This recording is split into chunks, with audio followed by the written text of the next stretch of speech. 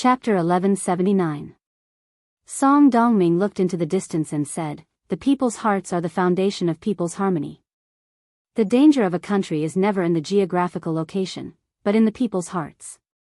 The geographical location is a dead thing. The debate between the heavens and the people naturally falls on the two. Confucianism, Taoism, and Moism all have their own views. Countless sages have not argued for a reason, so Song Dongming did not dare to speak carelessly. However, as a ruler, one must have a good heart, be willing to accumulate merits, and turn misfortune into fortune. This is using humanity to prove the way of heaven. Even if it cannot reverse the geographical location, it can't be wrong. If Bailiang was in the hands of the old king of Liang, Su Shao, the 300,000 cavalry were already the best in the world, then if it was in the hands of the new king of Liang, Su Fengnian, he could gather the people's hearts. Then the millions of households in Bailiang would have soldiers willing to fight. Even if Beimang claimed to have millions of soldiers, how could they bully Bailiang? Song Dongming said softly, therefore, Qin Shiliang gave Bailiang a good start. Those refugees who entered the city, there were 3,000 of them. After they survived, their so-called reputation would be well known. There would be 30,000 or even more refugees in Liuzhou who would know the benevolence and righteousness of the young king. He was not the king of Bailiang who was full of benevolence and righteousness, nor was he a hypocrite who would only put porridge at the city gate. He could really help them guard the 4 prefectures of Bailiang, Yuliang, Lingling, and Liuzhou. The middle-aged scholar who was talking to himself had a solemn expression. If Qin Shiliang had chosen to retreat at that time, yes, he would have left the king of Bailiang with the white horses in the city. Unfortunately, Li Yishan's plan back then was all for naught. Li Yishan expelled the refugees from their homes and sent Bailiang soldiers to kill and train. He was showing his power first. Qin Shiliang did not guard Qingcang, and the hundreds of thousands of refugees inside and outside the city were watching. Su Fengnian wanted these refugees to fight to the death for Bailiang? What an idiotic dream. Bailiang thought that the meticulous Su Beiji was far superior to the soft-hearted Qin Shiliang. Humph, this is the true definition of being short-sighted. Only by being virtuous and virtuous can one be like the North Star of the heavens. Wherever one is protected by the stars. Only then can one be considered to have the support of many. If Bailiang only had the military heart but not the people's will, then even if all 300,000 soldiers died, they still wouldn't be able to defend the northwest gate of Liyang. Then, at that time, Su Fengnian, who was still His Royal Highness, said in the Imperial Road in the capital, that he wanted to guard the country's gate for the common people of the Central Plains, so that they would not be disturbed by the horseshoes of Beimang. It's just bullshit that will make people laugh their heads off. The errand boy at the side widened his eyes. His master, who had always been gentle and refined, was speaking so bluntly. Su Fengnian nodded silently. Yudilong squatted next to his master. He certainly couldn't understand, but he still felt that this slightly older scholar from Jiangnan was quite energetic when he spoke. He seemed to have more momentum than the Jianghu masters. Momentum. Yudilong, who was staring at Song Dongming, was a little puzzled. How could a scholar like him have such momentum after reading a few books? Was there such a good thing in the world? Should he go back and tell his master that he should also go and learn to read? Su Fengnian was silent for a moment, then smiled and asked, "The Crown Prince, Yin Mao Chun, is presiding over the examinations for officials outside the capital. Mr. Song is traveling in the cold, so I presume you're not in the position to become an official? With Mr. Song's military strategy, why not become an official?" The errand boy snorted coldly. Obviously, he felt that this kind of idiotic question was insulting his master. Song Dongming suddenly felt a little sad. He closed his eyes and faintly showed an expression of uncontrollable pain. He sighed softly and said, "To be honest, someone in the capital once asked me the same thing. I can only say that it was given by others, not what I asked for." Song Dongming seemed to have realized that it was not appropriate for him to reveal his true feelings. He smiled and said, "Young Master Su, are you going to Qingcang City this time?" Su Fengnian shook his head. Yudilong looked at his master without batting an eyelid. Song Dongming said, "Then let's part ways here." Su Fengnian clasped his hands and said goodbye. He took Yudilong back to the Fu family's caravan. Su Fengnian suddenly remembered the incident recorded in the Northern Liang spy report. Song Dongming, who had been chosen by Yuan Benshi long ago, had passed the imperial examinations and passed the minor examinations. First, he had passed the imperial examinations. Before he had even reached the age of 20, he had passed the imperial examinations. Even the young emperor was shocked by this person's extensive knowledge and almost wanted to grant him a marriage. Unexpectedly, this person had immediately married a woman of low status when he returned home. His major examinations were only one rank lower than the top scholar, but his minor examinations were so small that it was regrettable. It was a pity that such a distinguished person was unwilling to marry a woman from the Zhao family who was of equal status. After that, Song Dongming quickly lost his wife and had no children. After so many years, he did not marry or remarry. He did not even have a concubine. He spent most of his time traveling the north and south of the Yangtze River. The spy report vaguely mentioned that the death of Song Dongming's wife was not normal. The Song family of Deer Town was a powerful family, and Song Dongming was a talented person who had the potential to enter the imperial court as a minister. Who would dare to act so crazily? The number of people in Liang could be counted with two hands. Su Fengnian, who had walked far away, could not help but look back. He had once passed by Lu Swan of Xiangfan City. This time, he should not miss him again. Su Fengnian whistled and slowly raised his hand. Not long after, a handsome white falcon quickly landed on his arm. Over there, Song Dongming and his servant continued to walk with difficulty in the sandstorm of Maozong Mountain. The servant walked beside his teacher and lifted the gauze mask that covered his mouth to cover the yellow sand. He said loudly, "Teacher, this Su Qi should be from a tall family in Beiliang, right?" Song Dongming smiled and said, "Your words are even more difficult to pronounce than mine." The servant laughed and quickly turned his head to spit out the yellow sand.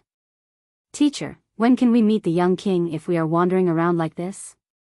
Didn't you say that Beiliang still needs a good assistant minister to strategize?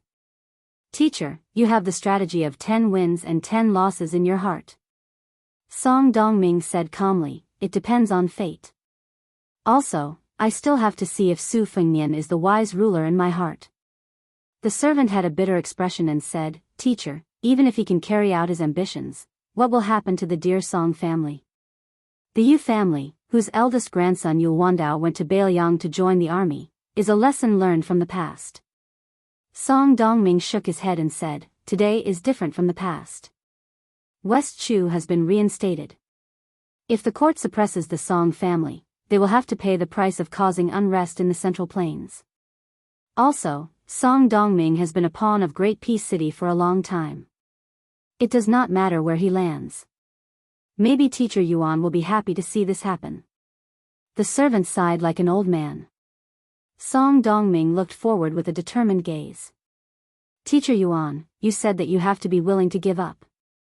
You have to give up something to gain something. Therefore, you are forcing me to make a choice." But how could Song Dongming not know this shallow truth?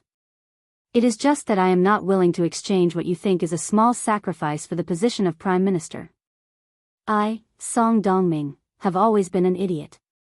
Just like how I do not know if good people really have good karma, but I am willing to believe. Just like how people do not believe that Su Fengnian and Beiliang can defend the Northwest, but I am willing to believe." As Song Dongming walked, his eyes became wet. His lips trembled slightly. He was almost silently humming a little song that the woman who had died young often sang. "East, west, north, south, north, east, west, I only wish to accompany without parting. This life, the next life, the next life, this life, who can meet again?" Chapter 1180. When Su Fengnian and Yudilong returned to the Fu family's caravan, they naturally did not receive any good treatment. Su Fengnian apologized to Feng Qinxiang, who took advantage of the situation and did not press the matter. As an experienced Jianghu veteran, he knew that when one was outside, having more familiar faces meant having more options. If someone asked for help today, they might have to ask for help tomorrow. The caravan continued to move forward. After passing through the Horse Mang Mountain, they followed a winding river that had been dried up for many years. Udilong held a handful of green needle grass and karagana in his hands. From time to time, he would put them into his mouth and chew out the pitiful juice. After becoming his disciple, his master did not teach him any unique martial arts. He only taught him 7 types of breathing methods. 6 types of breathing, and 1 type of breathing. His master had jokingly said that if he practiced diligently according to this stupid method, once he reached the stage of perfection, it would be equivalent to practicing martial arts in his sleep. Perhaps one day, he would be able to produce thunder with his breath. Udilong did as he was told. After all, there was nothing for this child to do other than breathing in and out in the same way. Su Fengnian rode on horseback. Occasionally, he would pay attention to Udilong's breathing, but most of the time, he was mentally wandering. Other than the group of spies from the Fish Dragon gang, there was also the great guest Hong Yuan who had followed him from the great snow plateau of Mount Hui to the northern Liang. Recently, the master of the heavy sword cave, Mi Fengjie, who was not well known in Jianghu, had taken the position of consecrator. Fan Shaochai was also hiding in the dark to protect Lu Nerong. She was already known as the most powerful and wealthy woman in Jianghu in northern Liang. Of course, Su Fengnian was the one who actually spent money to buy land and mansions. Su Fengnian even took out more than 10 boxes of secret martial arts manuals from the Tide Listening Pavilion and gave them to the Fish Dragon gang. Although they were all second-rate and third-rate manuals, they were enough to make Jianghu people fight for a place in the Fish Dragon gang. Now, the Fish Dragon gang really had both face and power. No one dared to say that the 10th most powerful gang in the world was just a motley crew. Su Fengnian did not expect these slippery Jianghu people who cherished their lives and reputation to work for Bailiang, but once the war started, Bailiang needed a stable backyard. The Fish Dragon gang had already reached 2,000 people. At the very least, they could ensure that Lingzhou, this granary, was as stable as a rock. If the Fish Dragon gang was just icing on the cake, then the Fu family had been providing timely assistance to Bailiang for 20 years. The family that Fu Zhenxing belonged to was led by his father's generation of 7. They led their clansmen and trusted aides to silently travel through the 3 prefectures of Bailiang. A few years ago, they had even traveled to the western region. With the strength of the family, they managed to find 80% of the mines in northern Liang.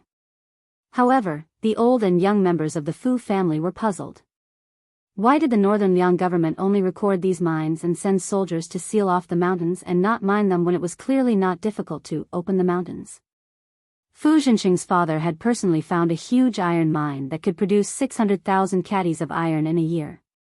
The Liang dynasty's iron harvest during the last years of Yonghui dynasty was only 6,500,000 caddies. Fu Zhenxing's father also helped Bailiang find a mercury source in Ganquan County that had a total annual income of 1,600 caddies.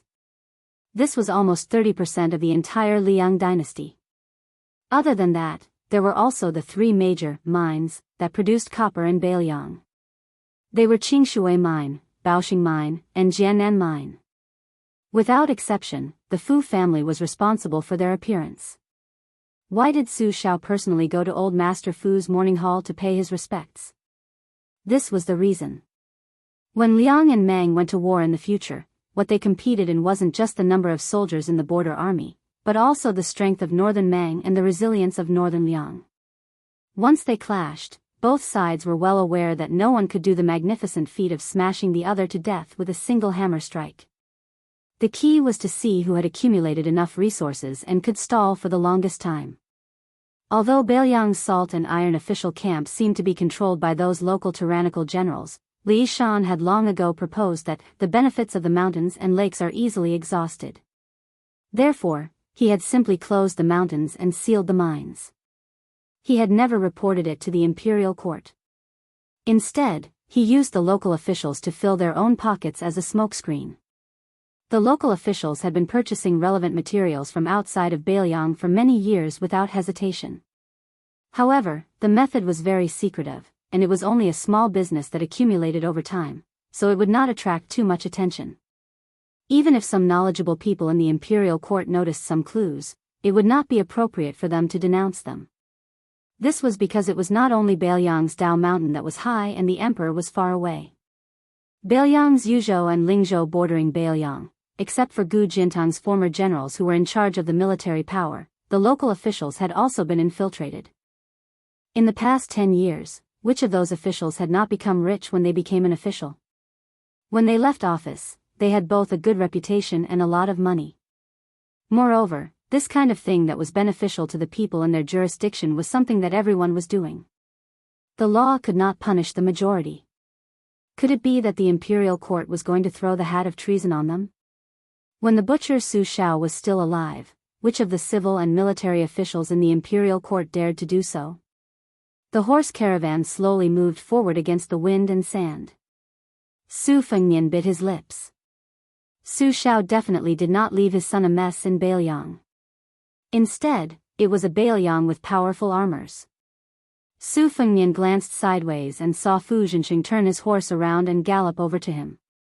Fu Zhenxing then rode side by side with him. Su Fengnian looked at this young face that did not have any worldly wisdom and felt guilty. After Fu Zhenxing's father found the gold mine west of Fengxiang town, he stayed in the same place and continued to explore. He sent his confidant back to Beiliang to report the good news. In the end, he died at the hands of a group of horse bandits who were roaming around. Other than Fu Zhenxing's father, there were 16 other members of the Fu family who died in battle. Their bodies had not been found yet. As for Fu Zhenxing, a member of Lingzhou who was a burden to the family, he was once beaten up by a group of local hedonistic sons after he saw injustice on the road. However, the Fu family did not complain to Beiliang because of this. The spies of the Whispering Chamber who were dormant in Lingzhou had strict rules. They would not stand up for the eldest son of the third branch of the Fu family because of this. The wind and sand were raging. Fu Zhenxing had no choice but to say loudly, "Young Master Su, we are still 90 miles away from Qingsang City. We plan to travel through the night and finish this part of the journey in one go. I hope that young Master Su can hold on for a while." Su Fengnian nodded without hesitation and said with a smile, "As a guest, I will follow the host's wishes. This time, my disciple and I have to thank Mr. Fu for taking care of us on the way to Qingsang City. I hope that in the future, I will have the opportunity to treat you to a drink." When Fu Zhenxing heard the term Mr., he was obviously stunned. This was a well-deserved honorific and there was almost no need for it between people of the same age. Moreover, Fu Zhenxing did not have any hopes of becoming an official in this life and did not have any extravagant hopes of going to the battlefield to obtain military merits. He only wanted to continue his father's unfulfilled wish and continue to travel through the mountains and rivers of Beiliang. He originally thought that in his entire life, no one would call him Mr. For a moment, he blushed, and a sincere smile appeared on his face. It was just that it was too difficult for him, Fu Zhenxing, who had never been in the officialdom before, to make small talk with a fellow who was practically a stranger. However, when Fu Zhenxing looked at that person's expression, for some reason, he seemed to feel a very unfamiliar sincerity. This kind of expression was not seen on the faces of the people of Lingzhou who were united and xenophobic. Those people only looked down on the people of the Fu family who had no power and no money. They only looked down on them with ridicule and pity. Su Fengnian said, "To the west of Qingsang City are Linyao Kai Anshan and Fengxiang Malyoka. These two local tyrants have both submitted to the Liuzhou provincial governor's manor. In name, one has become the mayor of Linyao City and the other has become the deputy general of Liuzhou. In reality, they are both under the strict surveillance of the Beiliang army and do not dare to cause trouble. Your trip to Fengxiang this time should be much safer than you imagined." Of course, Fu Zhenxing did not think that there would be close to 1,000 cavalry secretly protecting his group. At this moment, he did not dare to let his guard down. However, it was not good to reject the goodwill of the other party, so he just smiled. Chapter 1181. After a moment of silence, Fu Zhenxing suddenly asked, "Pardon me for asking, but young Master Su's qi is strong, so you must be someone who practices martial arts. I wonder if you practice the blade or the sword?" Su Fengnian smiled. At first, I practiced the blade, then I practiced the sword. Fu Zhenxing probably felt that this young master with a noble identity was biting off more than he could chew, so he didn't know how to continue the conversation. After a while, he could only say, I have practiced the blade since I was young, but I have never been able to reach a higher level. When we return to Lingzhou in the future, if we can meet again, we can learn from each other. Yu Dilong secretly bared his teeth. He thought to himself that this fellow was really powerful, wanting to learn from his master. Su Fengnian made a sound of acknowledgement, then asked with a smile, why don't I see you carrying a blade? Fu Zhenxing laughed, I'm used to using a cold blade, but Bailiang doesn't allow people to carry cold blades when they go out, so I could only find a normal short blade and stuff it in my bag.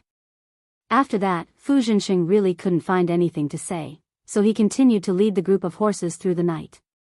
Late at night, the group of horses finally arrived outside Xingsang City. Fu Zhenxing once again rode his horse to Su Fengnian's side, saying, Young Master Su, we won't be entering the city, so we'll part ways here. Su Fengnian cupped his fists, have a safe journey. Fu Zhenxing was a little worried, the city is closed at night, how will young Master Su enter the city?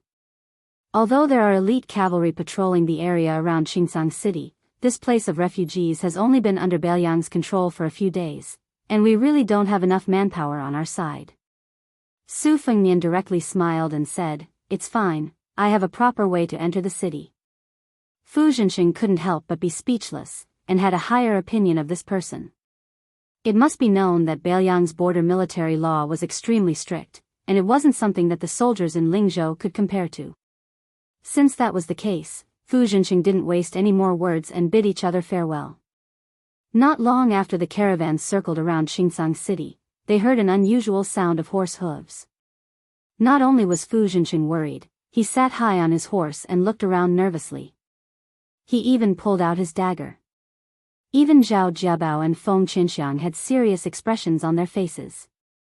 This was especially so when an expert in the caravan heard that there were no less than 30 horses. This made the Fu clan's caravan feel as if they were facing a great enemy. In the refugee lands where lives were valued like grass, anyone who could ride a horse in the past was an extremely difficult person to deal with. Their ability to fight on horseback was not inferior to the elite cavalry of the Bailiang frontier army. Although there were more than 100 people in the Fu clan's caravan, and Zhao Jiabao and Feng Qinxiang were also martial arts experts, if they really fought with their lives on the line, how could there be no deaths? They were even more afraid of getting into trouble and being targeted by a large group of mounted bandits. It was hard to say how many of them would be able to make it to the military town of Fengxiang alive. However, one of the Fu clan's cavalrymen, who had temporarily acted as a scout, hurried back. He couldn't hide the joy on his face and said loudly, Young Master, it's a dragon elephant cavalry, one of our own in Bailiang. Everyone felt as if a heavy burden had been lifted off their shoulders, and they all looked at each other and smiled. The Longxiang army personally led by the young prince was the iron cavalry of the Bailiang cavalry.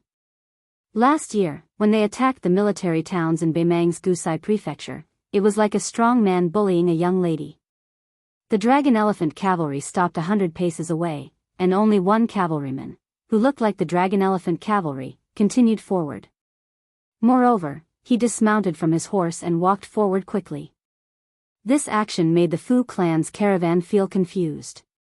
Even if this famous dragon elephant cavalry was patrolling outside the city at night, they wouldn't need to be treated so seriously when they saw that their status was similar to that of commoners, right?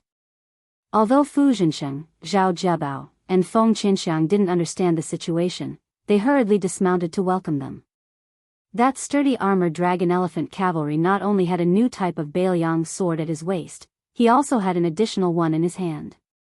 He asked the 3 leaders of the Fu clan in a deep voice, who is young Master Fu Zhenxing? Fu Zhenxing respectfully replied, I am. That dragon elephant cavalry's face had a sinister scar that covered his entire face. For the first time, he squeezed out a smile and walked forward with large steps. He handed the sword to Fu Zhenxing with both hands and said, Our king. The dragon elephant cavalry quickly swallowed the second word that he almost blurted out and said, Our young master said that in order to thank you for escorting him this time, he wants to give this sword to young Master Fu. Fu Zhenxing took the new cold sword that even many surplus generals in Lingzhou had only heard of but never seen. That dragon elephant cavalry grinned and said, "Our young master wants you to be at ease with this sword. It's hard to say when you return to Lingzhou, but as long as you are in Liuzhou, no one will dare to say anything about it." Fu Zhenxing was stunned on the spot. That dragon elephant cavalry mistakenly thought that this kid was timid and was afraid that his words would not have any effect. He was worried that if he went somewhere else and was caught red-handed, he would not be able to bear the consequences.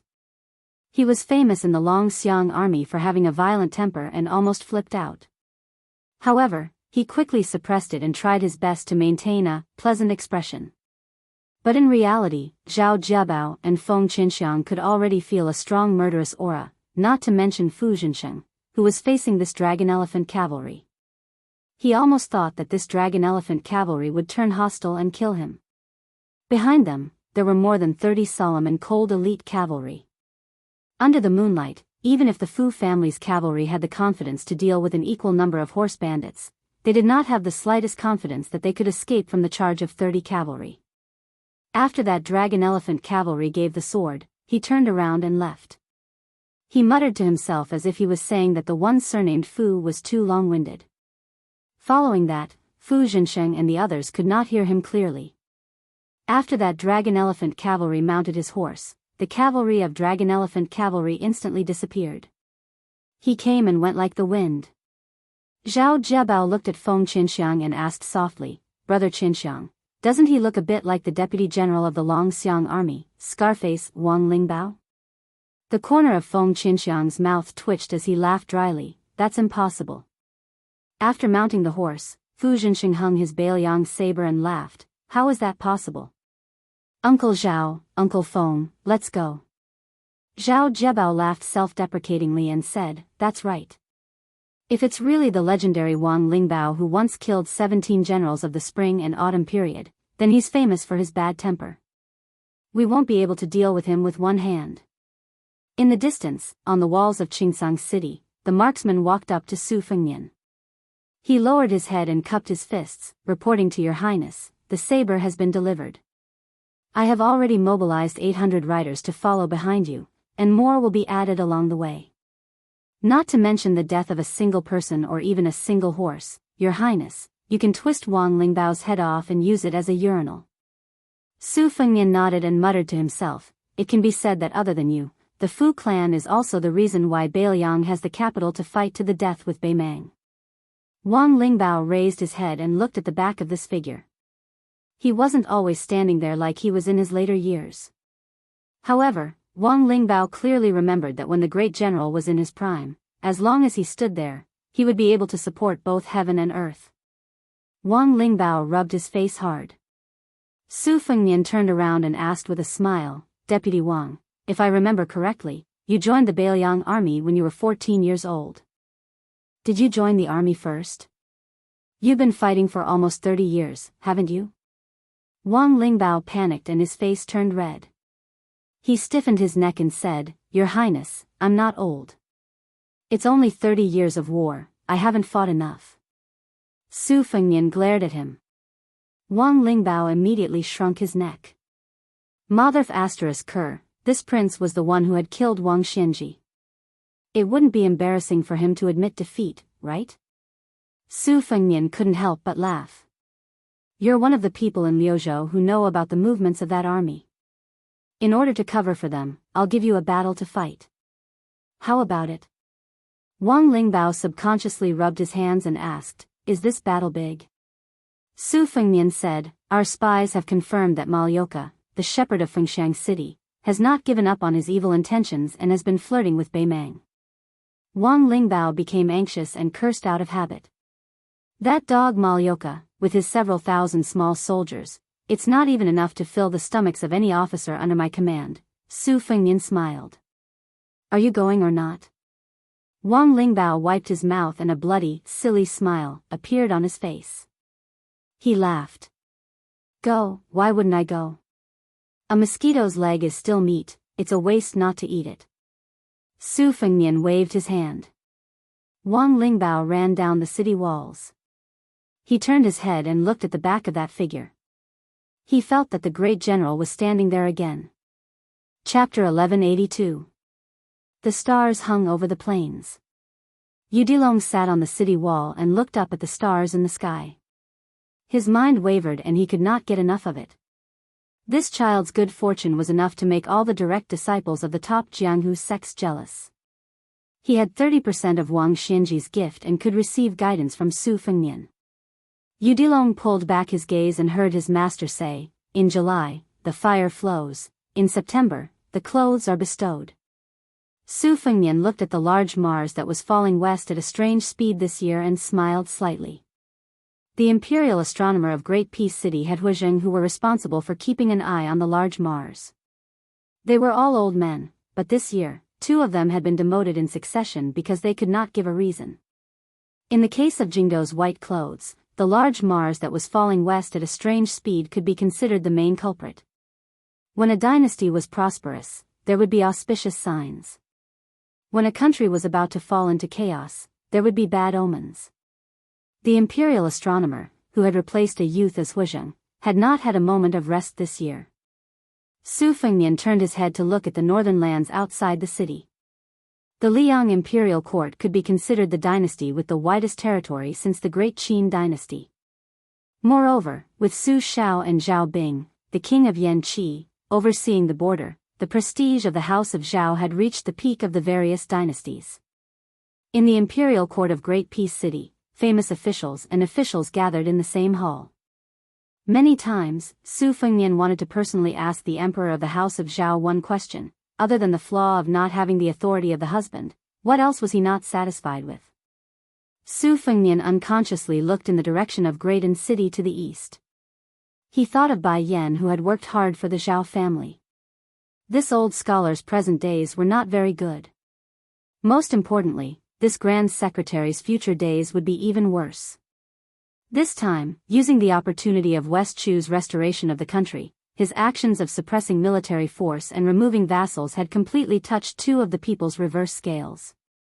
It was hard to say whether the heavens would be angry, but it was certain that people would be angry. The vassals and vassals of the imperial family, including the Prince of Guangling, were destined to harbor hatred in their hearts. Adding on the group of vassals of the Zhao family of Graydon City who had accumulated hatred for a long time, as well as the dukes and marquises who had been ordered not to leave their territories, there was no one in the world with the surname Zhao who had a good impression of him. Forcing all the generals to lead their troops to the outskirts of Guangling for training, Gu Jiantang had almost completely offended all the valiant generals. Su Fengnian sighed. Wu Wudi and Wang Xianji are both dead. You, Wen Wudi, just had to follow Lu Su's plan of reform at this time. Do you really think you will have a good ending? Do you really think you are standing on the side of the emperor? Su Fengnian did not rejoice in his misfortune. Although Zhang Julu was Bailiang's mortal enemy, in this world, there were always a few people who could win the sincere respect of their enemies. Su Xiao was one of them. The Empress of Beimang, Gu Jiantang, the old king of Jing'an, and Zhao Heng. These opponents who should hate Su Xiao the most had never insulted Su Xiao in their lives. Su Fengnian sighed softly and said to Yudilong that they were leaving. The child jumped down the city wall.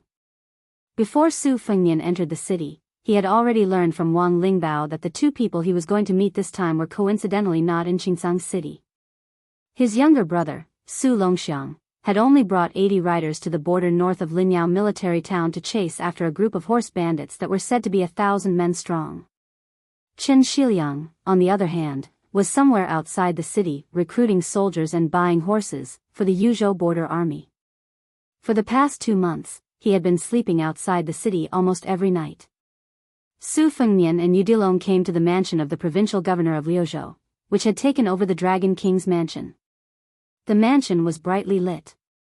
Almost all the officials sitting behind desks and dealing with government affairs were young faces. Half of these outstanding talents who had been specially promoted were scholars who had gone through heavy screening, and the other half were descendants of the nobles of the former 3 provinces of Bailiang. When Su Fengnian entered a small government office that was used to manage grain and fodder, he happened to see the provincial governor, Yang Guangdou, holding a weasel hair brush upside down and fiercely knocking an official's head. He cursed the official's 18 generations of ancestors without leaving a single one behind. That young man, who looked like a grain officer based on his official robes, was blushing. Being insulted by the provincial governor in front of his colleagues, his rank was worlds apart. Naturally, he did not dare to retort. Feeling wronged, the handsome man, who was 7 feet tall, actually broke down in tears. Provincial Governor Yang still did not go over. Huffing and puffing, he handed the brush back to the young man. His hand that was stained with ink carelessly wiped the other party's official robes. With a cold snort, he said, "I'll come again tomorrow morning. If it's still a mess, your grandfather is Wei Taizhan. I can't afford to offend him, and I can't demote you either. However, I can still do such a trivial thing as sending you to that shabby ceremonial room near the latrine. Wei Tonghe, your official robes are dirty. You don't even need to wash them. In any case, you'll most likely have to change them tomorrow." The young man's face was pale. He clenched his teeth. Although his voice was still choked with sobs, there was no longer any fear in his eyes. It was as if a broken jar was smashed to pieces. He said, "Provincial Governor, Linyao military town has 3 counties under its jurisdiction. It has only been established for such a short period of time. This lowly official, along with 3 colleagues and 6 subordinates, only sleeps for 6 hours a day. Although there are indeed some mistakes in the recording of the 4th grade farmland in Linyao, this is already the limit of this lowly official's abilities. If provincial governor feels that this lowly official is unworthy of this position and feels that this lowly official is relying on the merits of my ancestors to eat and drink here, then there is no need to find excuses to make things difficult for me." Yang Guangdou blew on his beard and glared. After a moment of hesitation, he laughed coldly and said, "Kid, you have some backbone. Then don't talk nonsense and scram. Our Liuzhou ceremonial room is the most important government office. It is in charge of advising and educating. This official reckons that those refugees would love to listen to your eldest young master Wei Tonghe's lessons. Perhaps next year, there will be a basket of talented Zhuangyuan." Being mocked like this, Wei Tonghe's tears fell like rain. His grandfather, Wei Taizhan, was a veteran who had retired from the position of deputy commander of the cavalry. Moreover, it had only been a few years since he had taken off his armor. Furthermore, Jianghu, who had taken over Wei Tieshan's position, had always regarded the former as an elder brother and respected him greatly. Wei Tonghe's father, Wei Jinshui, had also become a 4th grade general in the border army and was greatly trusted by Jianghu. Wei Tonghe was different from many of his younger brothers who rested on the merits of their fathers. He did not like to fight, but rather to study. Moreover, he was full of hot-bloodedness. He had heard that Beiliang's newly established Liuzhou was in urgent need of officials. He had practically hidden his identity from his family and came to this place as a refugee. Furthermore, he had never let his colleagues know of his identity. However, Wei Tonghe's temperament was gentle and soft. He really did not seem like an elder in his family. If Wei Taizhan had been reprimanded by the old Prince Liang like this, even if he did not dare to scold back, he would not make a sound. However, he would definitely not be so aggrieved that his face would be covered in tears. Wei Tonghe had no way out of this embarrassing situation. He could only go to the ceremonial room to do odd jobs in the yamen. He raised his arm to wipe away his tears and did not forget to bow to the people in the room. Just as he lowered his head and was about to walk out of the yamen, a person standing at the door pressed down on his shoulder. Wei Tonghe raised his head and saw an unfamiliar face with a warm smile.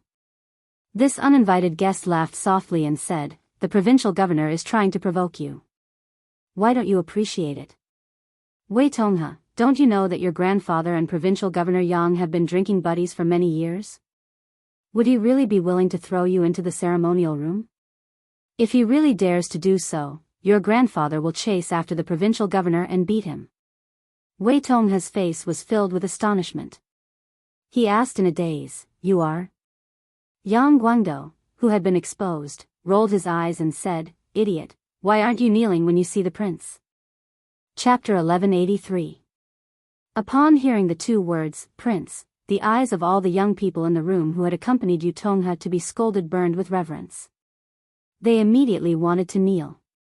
Su Fengnian waved his hand and said, "Forget it, forget it. All of you sit down and continue to deal with government affairs. Liuzhou has 3 towns and 8 counties. There are many things waiting to be done. Everything is difficult at the beginning. Once you get through this wave, practice makes perfect. In the future, it will be much easier. When the time comes, even if the provincial governor wants to scold you, he won't be able to find an excuse. During this period of time, it has indeed been hard on all of you. In a moment, this king will send a few jars of wine to all the yamen. And the ceremonial hall will send more. According to the provincial governor's words, by the latrines, the smell of wine has to be suppressed by the smell of urine." The atmosphere in the room immediately became much more relaxed. Smiles appeared on the faces of the young officials. Yu Tonghe couldn't help but swallow his saliva. He was standing alone in front of the prince of northern Liang. It would be fine if he didn't know Su Fengnian's identity. However, after the provincial governor revealed Su Fengnian's secret, he immediately felt an invisible majestic aura. This wasn't to say that Su Fengnian's aura was overbearing, but Yu Tonghe, the weak scholar, was just scaring himself. Su Fengnian's reign as Beiliang's prince of His Royal Highness had been filled with twists and turns. First, he was cursed countless times. Later, he turned the world upside down. Even the great general of Huaihua, Zhong Hongwu, was easily suppressed. After inheriting the title of Prince of Beiliang, he performed one magnificent feat after another. He refused an imperial edict, vigorously reorganized the Beiliang army, killed Wang Xinji, patrolled the border, and established Liuzhou. How could Yu Tonghe not tremble in fear? In fact, ordinary officials would be treading on thin ice when facing a vassal king, no matter how notorious his reputation was. However, the deeds of the king of Beiliang, for Wei Tonghe, who had spent most of his time studying behind closed windows, did not have a deep understanding. What truly made him feel admiration for Su Fengnian was a small matter that concerned himself. When Liuzhou was established, Li Yang seemed to be somewhat hesitant about what to do about this rebellious act that had not been reviewed by the central court. They were not sure whether or not they should issue an edict to reprimand Liuzhou. The developments that followed made the people of Beiliang laugh out loud. For example, the salary of Liuzhou's provincial governor, Yang Guangdou, was actually only a bit lower than that of the Grand Secretary. Every month, he received 300 strings of coins. As for Wei Tonghe, who was just a minor official in Liuzhou, he received 15 strings of coins and 50 bundles of firewood. He even received 5 bolts of spring silk and winter silk that only high-ranking officials in Liyang were given. The court's generous treatment of Liuzhou's officials was simply to the point of no return. Yu Tonghe did not think that if it were any other vassal king, they would be able to make the Liyang imperial court obediently bleed so much. Even the king of Yanqi and the king of Guangling could not do it. Su Fengnian did not stay for long. He walked out of the room with Yang Guangdou. As a high-ranking official in the border region, this old man was clearly in an extremely good mood. He laughed softly and said, "Governor Chen's plan is flawless. I have underestimated him in the past. It is a waste of his talent to only be the governor of Qingsang City. As the provincial governor, it is only right for me to give up my position. There are less than 200,000 refugees, and the number of people who took the initiative to join the army in Yu and Liang provinces is still less than 10,000. In the beginning, I was helpless against this.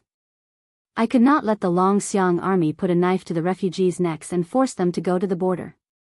However, Qin Shiliang used a plan that had immediate results.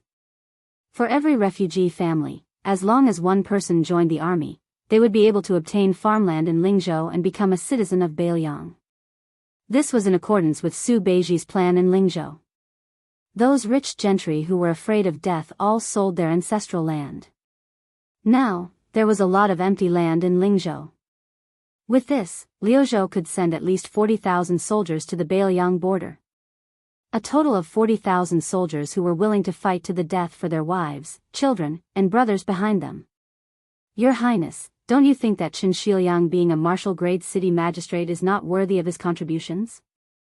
Su Fengnian only knew that the number of people joining the army in Liuzhou would increase, but he did not receive any detailed intelligence reports. When he heard the large number of 40,000, he was also quite shocked. It had to be known that the battle in Guangling Road seemed to be turning the sky and earth upside down. Everyone in the world stretched their necks to watch, and everyone in the court was talking about this matter. However, the number of people that actually entered the battlefield was only around 100,000. However, Qin Shiliang alone quietly brought 40,000 soldiers to Beiliang who could mount a horse and fight. Also, don't forget, how could the 40,000 soldiers of the Beiliang army be compared to the 40,000 soldiers of Yang Xinxing's army? Once, there was a busybody who commented on the combative strength of the armies in various places in Liang, and the result was widely spread. Perhaps that person was purposely roasting the army of Beiliang on the fire, as he said that one of Beiliang's cavalry could match 2 of Li Yang's goblin cavalry, and one of Beiliang's infantry could match 3 of Li Yang's elite infantry. However, Yan Wenluan, who never boasted, did say in private that after West Chu's kingdom was restored, if Yang Xinxing's 40,000 soldiers of southern Ji were exchanged with his 20,000 infantry, they would be able to take over the Baiao military town in one fell swoop. Naturally, they would not suffer a great defeat after that. Su Fengnian said helplessly, refugees who move to Ling province can obtain a household registration. Qin Shiliang did not inform Mount Qingliang beforehand. Su Fengnian smiled and said, Provincial Governor, are you covering for Qin Shiliang?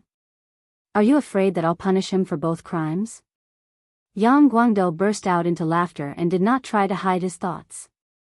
He said bluntly, that's right. Qin Shiliang came from a humble background, but he truly cares about the people. This is something that even a simple and honest descendant of a noble family like Wei Tonghe could never achieve. Your Highness, you can't let such a good seedling die prematurely. To be frank, if you really want to use Qin Shiliang to establish your authority in Lu province, I won't be able to stop you. But after that, I'll definitely bring him into the provincial governor's mansion and treat him like a precious treasure.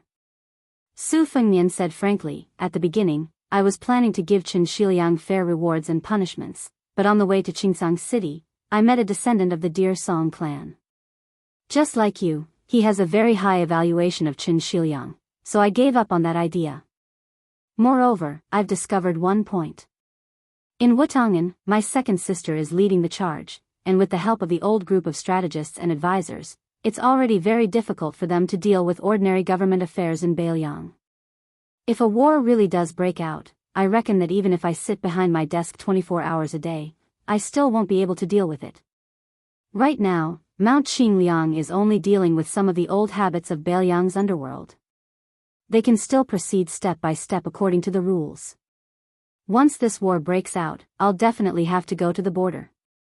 When the time comes, I'll have a headache. Yang Guangdou said in a low voice, Your Highness, are you saying that Mount Qingliang lacks a Li Yishan who has the vision and strategy to control the overall situation? Su Fengnian nodded. Yang Guangdou sighed ruefully, this kind of person can be said to only appear once in 100 years, or even once in a few decades. Even if there is one, it would be in the Great Peace City's Zhao clan. How could it be our Beiliang's turn?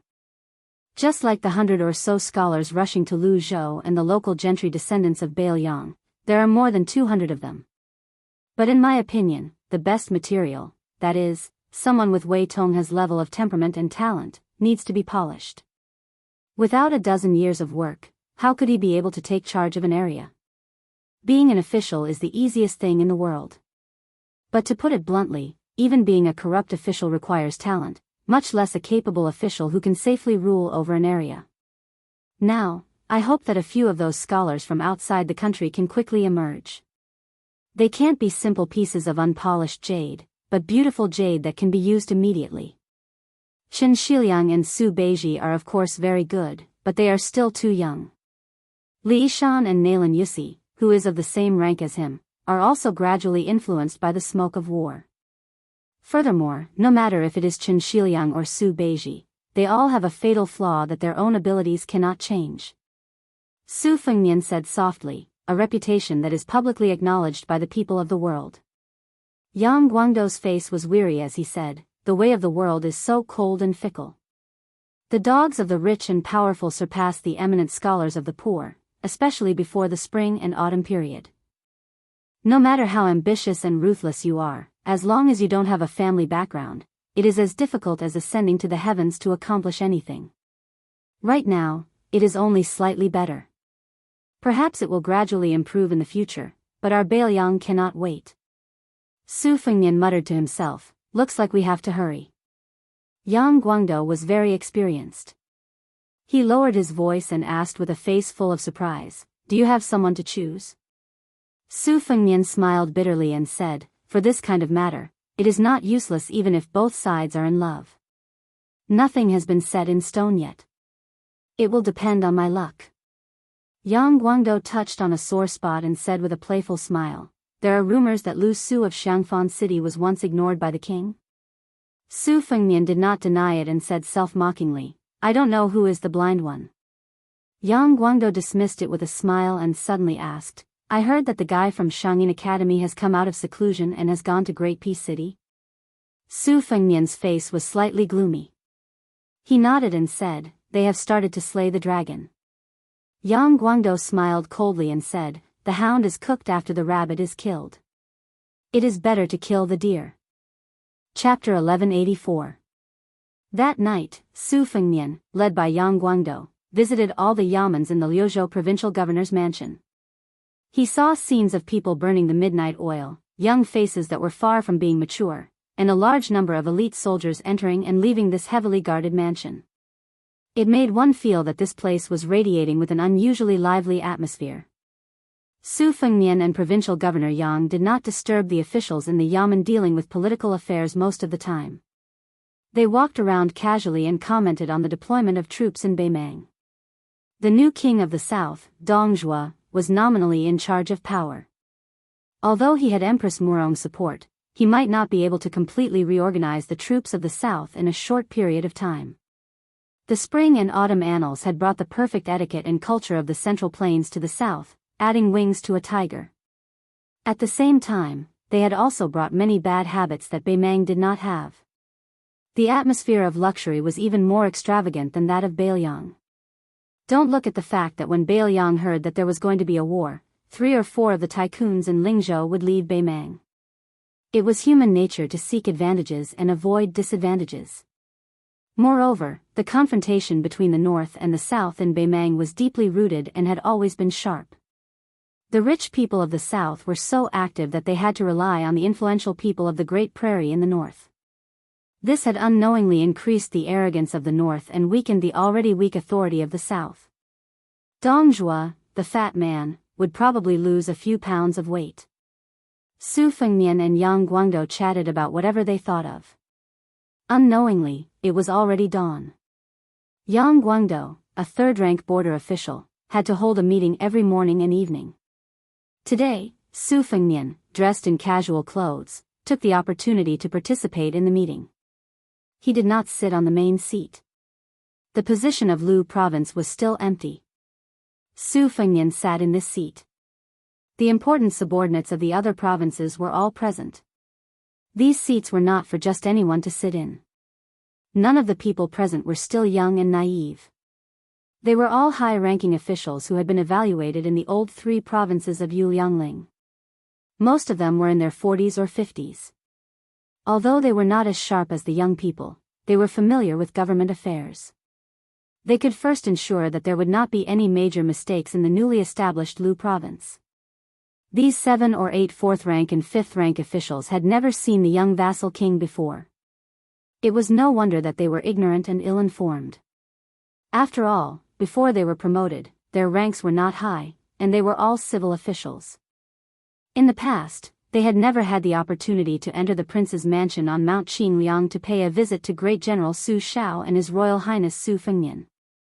In this world where information was blocked and the venerables were taboo, the vast majority of the common people of Bailiang probably still did not know the name of the new Prince Liang. In Bailiang, the people who could truly be said to be known by both women and children were people whose names could be reported. In the past 10 years, there was no need to mention Su Shao. After that, there was Chen Jibao and Chu Lushan. Yuan Zuozong's reputation could be compared to Yan Wenluan, Zhong Hongwu, and other old generals. In addition, there was the most talented person in Beiliang, Su Weisheng, and the recently deceased daughter-in-law of the Su family, Wang Chudong. Su Fengnian looked at the officials in front of him who had puffy eyes but were forcing themselves to sit upright. They were old and naturally had less energy. There was a lot of work to be done in Liuzhou, and they had become officials under the eyes of the old fox Yang Guangdou. In addition, the entire Beiliang officialdom was staring at them. This group of old people really woke up earlier than chickens and went to bed later than dogs. Su Fengnian listened to everyone's slightly trembling reports. He did not make any comments about their government affairs. Instead, he joked, "Most of you have worked hard for an entire night. Don't treat your buttocks unfairly. Relax and sit. Do whatever is comfortable. Just boldly lean against the back of the chair. Our Beiliang does not follow the customs of the Liang officialdom. We do not pay attention to having half of our buttocks outside the chair when facing a superior official." Yang Guangdou kicked off his boots and sat cross-legged on the chair. He laughed and said, "I have been dragged by the prince for an entire night. My old legs are sore." In any case, with the provincial governor acting as a bird out of the forest, the other officials immediately relaxed. Although they did not dare to be as unrestrained as Yang Guangdou, they still dared to press their buttocks firmly against the back of the chair. A few of them let out a long sigh of relief. Su Fengnian smiled and continued to say, "In the past, when Lu Yuanji, Wei Taizhan, and the other old generals went to Qingliang Mountain to pay their New Year's greetings, they met with Su Shao. You all have not seen it, especially when they competed in drinking. They were no different from ruffians in the marketplace. This king also feels that there is nothing wrong with this. In the future, this king will often come to Qingsang City to ask for money. Everyone, don't be so reserved. That's right, Jianshu Lu, this king wants to stand up for you. More than 1,000 monks will enter flow state, and they all need to go through your hands. This is a very important matter, but the temporary reception room seems like everyone is being raised by a stepmother. Who was it that pushed you to a place near the latrine? Tell me, I'll scold him for you." Lu Zhen, the head of the Liuzhou Classics division, was stunned for a moment. His eyes subconsciously glanced at his two colleagues, but he did not dare to make a sound. In Liuzhou, his position as a scholar was almost equivalent to an empty title. He did not have much real power. If any family had the misfortune of following him, they would have had 8 lifetimes of bad luck. There was no way for him to be compared to the Jianshu Lu, who held power in their hands. In terms of fighting for territory, he would not be able to win against them. Up until now, he had not been able to find the Jianshu Lu who was supposed to be his partner in managing the affairs of a province. There was nothing he could do. Who would be willing to hold a sage's book and deal with refugees? The two officials who were glanced at by Lu Zhen immediately became restless. The young king in front of them who seemed to be amiable to everyone was the Lord of Beiliang who could easily deal with Zhong Hongwu. He had even tamed Yan Wenluan and the other generals of the border army. The restructuring of the Beiliang army had been smooth from beginning to end. In addition, when Su Beiji had jumped 7 or 8 ranks to become the governor of Lingzhou, he had taken over the position that Li Gongda was unwilling to move from. He had even directly allowed the 3 Lingzhou generals to escort him. Who would dare to say no? If they were targeted by such a shrewd king, it would be hard to say whether or not they would be able to walk out of Luzhou alive. Su Fengnian smiled slightly and said, "Soldier Wang, Officer Huang, the two of you are sweating a lot. The sun is not out yet, but you are already feeling hot. If you are not feeling well and are not acclimatized to Luzhou, while this king is in the governor's manor, if you want to ask for leave, there is no need for the governor to agree.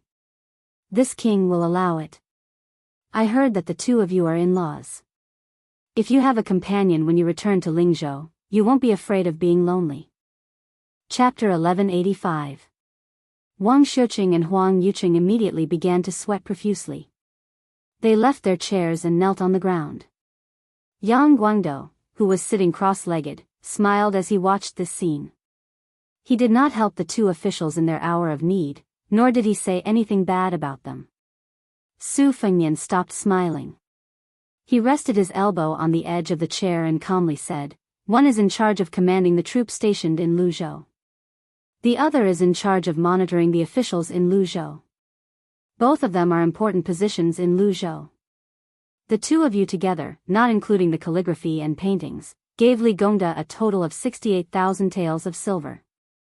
Only then did you get the letter of recommendation. However, this king had already looked through your resumes and checked your past achievements. You were very good, so he agreed. What, are you so worried about the money that you are in such a hurry to plunder the land in Luzhou? Why don't the two of you make your move a little later? It seems like your skills as an official are not perfect enough." Wang Xiuqing, the Fufeng County Commandant Yuanqing and Wenhui County Magistrate Li Zhaoshou, as well as the two people you promoted, Wuxia Xianxia and Hong Pashu, received a total of 6,000 taels of silver. Is this king wrong? Su Fengnian's finger gently tapped on the edge of the chair. The chair was made of the highest quality yellow rosewood. It was a valuable item left behind by the previous owner of Qingsang City. It made people envious. Su Fengnian did not speak. Wang Xiuqing, who was tall and strong, did not look like a civil official. He was about to speak when his in-law, Huang Yucheng, secretly pulled on his sleeve. In the end, the two officials who had neglected their duties in Luzhou did not say anything to defend themselves. Su Fengnian saw a tall and sturdy general walk into the courtyard. He stood outside the door with his hand on his sword. It was Luzhou's Qingsang Army Commandant, Wei Qingshi. He and the Commandant of Linyao Army Commandant were both from the Longxiang Army. Su Fengnian stood up and said, "This king has told Governor Yang that he will be in charge of all government affairs in Lu Province. If you have anything to say, you can tell it to Governor Yang." Su Fengnian walked out of the house and followed Wei Qingcheng and a group of elite retainers out of the city. They were going to meet Chen Shiliang at a place 40 miles away from the city. Yang Guangdou coughed and put down his feet, stepping on the boots that had just been delivered from Lingzhou's Golden Weave Bureau. He said, Sir Huang, please rise. The law is based on human feelings. There are many things that need to be done in Liuzhou. With such a huge mess, I am unable to find anyone that will not hinder the great cause of Bailiang. Even if you all redeem yourselves by doing good deeds, I will help you all speak to His Highness. However, while His Highness is in the Azure continent, it's best that you don't show your faces. Wang Xiuqing stood up, his expression heavy. Huang Yucheng stood up unsteadily and wiped the sweat from his forehead as if he had lost his parents. Even if the provincial governor had given them leeway, they had left a bad impression in the prince's mind. Did they really think that they could make up for their mistakes with merit? Huang Yucheng was not so childish, but he was still grateful for Yang Guangdou's consolation. He bowed deeply with his hands clasped in front. As he bowed and lowered his head, he caught a glimpse of his in-law, Wang Xiuqing, who was still standing there in a daze.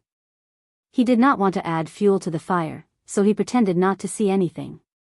Yang Guangdou smiled and looked at the unconvinced soldier. He did not get angry. He put on his boots and stepped on the ground. He smiled and said, Sir Wang, do you think that I am playing the villain in front of His Highness? The unyielding Wang Xiuqing indeed thought so. However, he did not expect Governor Yang to be so direct. He was startled and his gloomy face lightened a bit.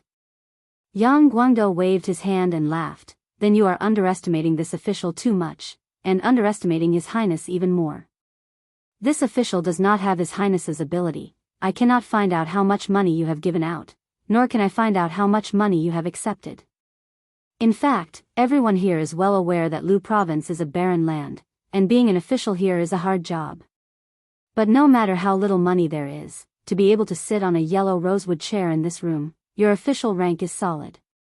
Even the imperial court has recognized you, and all of us have received the official documents from the capital. This official has also received the title of Governor Yang Guangdou. As for me, I am very busy. There are many things that I do not want to be complicated. Think about it. Yuan Qing, Li Zhaoshou, Wu Xiaoxian, and Hong Pashu.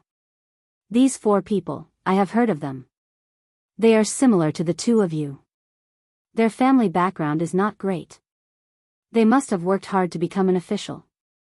Speaking to this point, Yang Guangdou rubbed his chin and could not help but laugh. Of the four, this official is most familiar with Li Zhaoshou.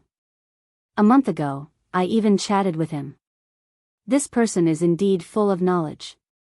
What is funny is that at that time, the weaving bureau had just sent over the official robes and had not yet sent over the boots. This kid was wearing a brand new robe and a pair of broken shoes. When we were chatting, he would occasionally touch the soft patch on his chest as if he was touching the face of a beautiful young lady. It made him very happy. At that time, this official was thinking that he did not want to be a county magistrate in Lingzhou and came to Luzhou to be a county magistrate. He was promoted but lost money. This kind of person is still a true scholar. In his heart, he still has the strength of a scholar. Yang Guangdou looked at Wang Xiuqing and laughed softly. I know what you are thinking. I am just helping people get an official position because I like their character and knowledge. I have more money in my purse, and I have also found talents for Bailiang. This is a good thing for both sides.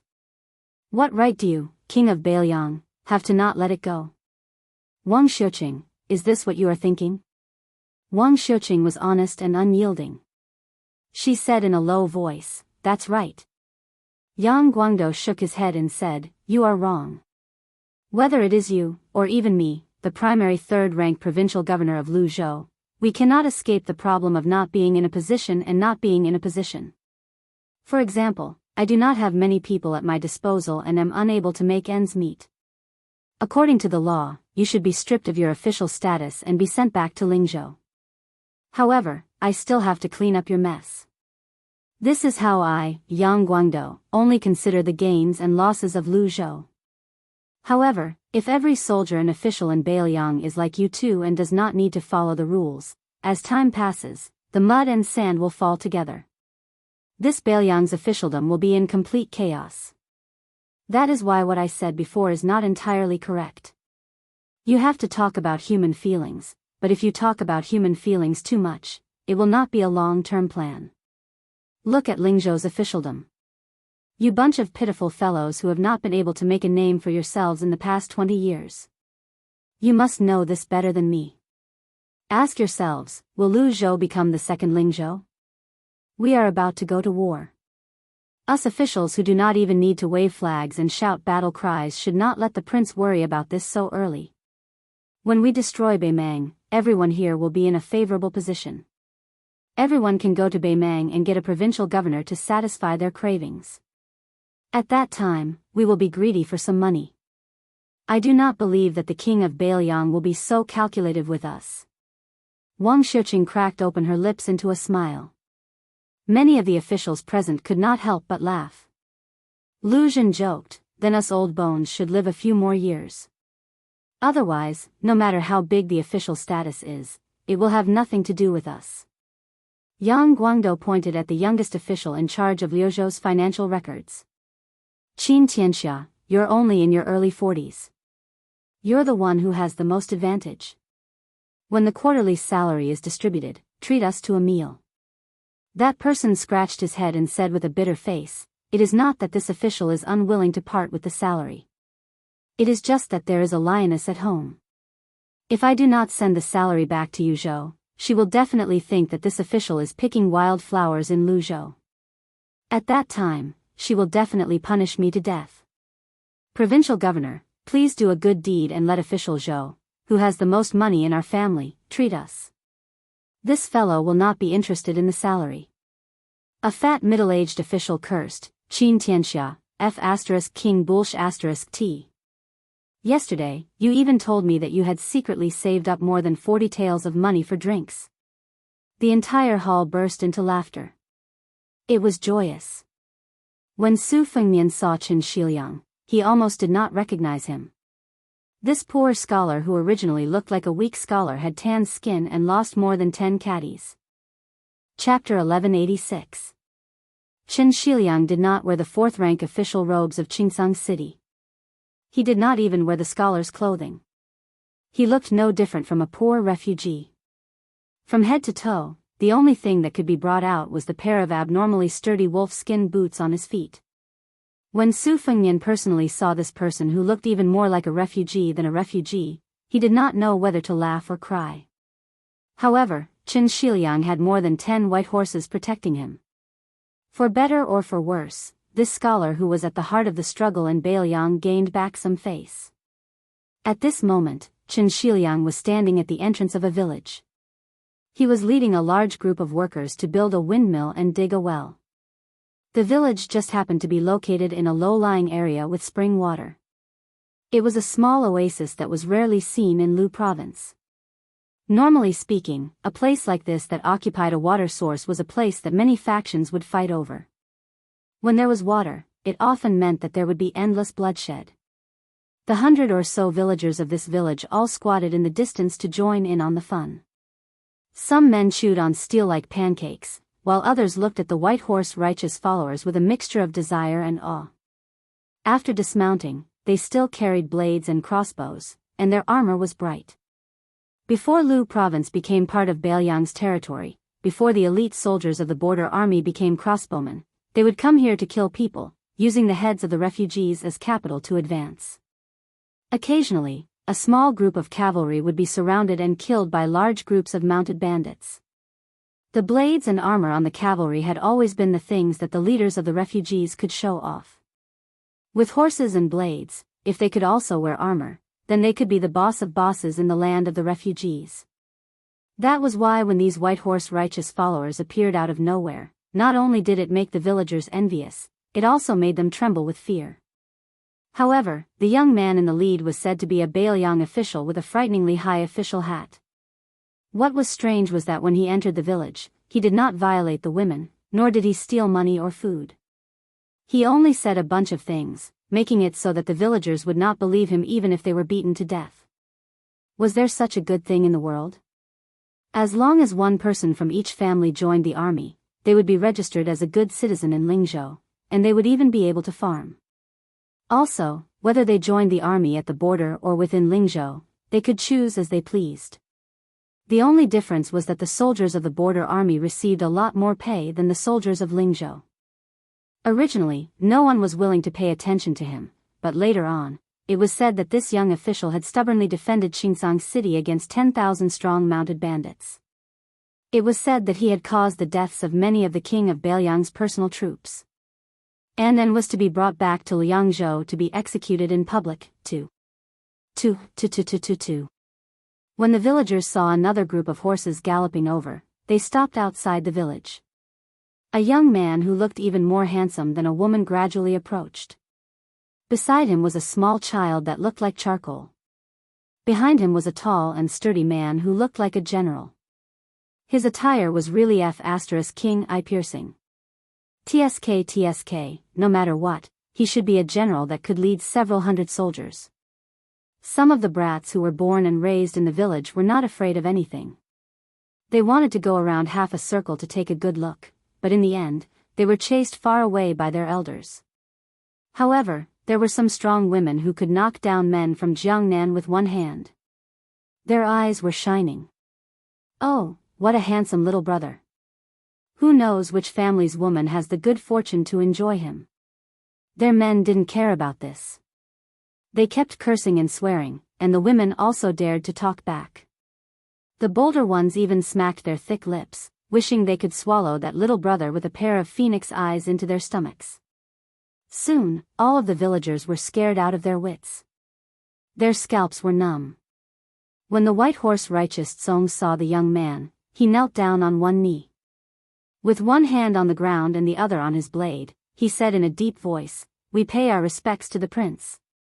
When the white horse righteous Song knelt down, the officials in charge of digging the well in Luzhou also knelt down. They were even more reverent than the solemn white horse righteous Kong.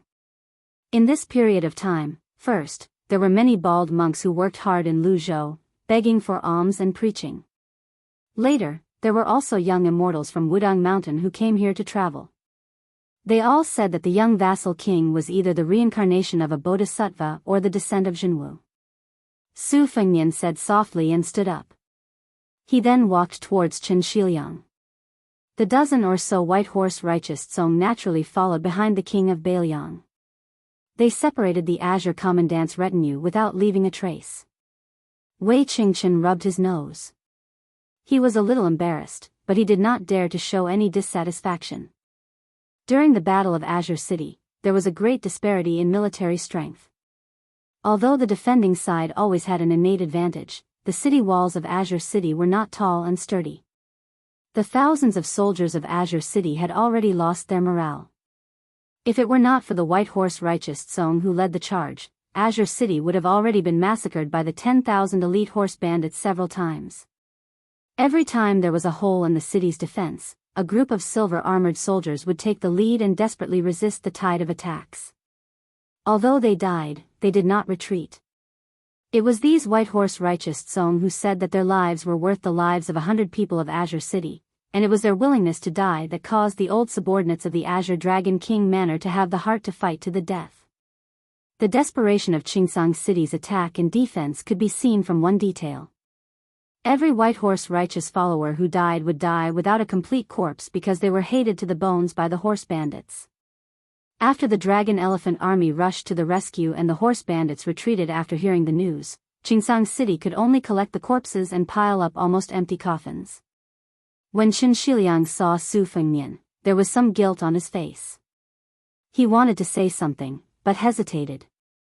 Su Fengnian patted his shoulder and then sat down on the mouth of the well. Raising his head, he said with a smile, "Do you want to return to the prince's mansion and be an aide without any rank, or do you want to be the second in command in Liuzhou? It's up to you." Qin Shiliang casually squatted on the edge of the well. This was very different from the reserved etiquette he had in the past on Mount Qingliang.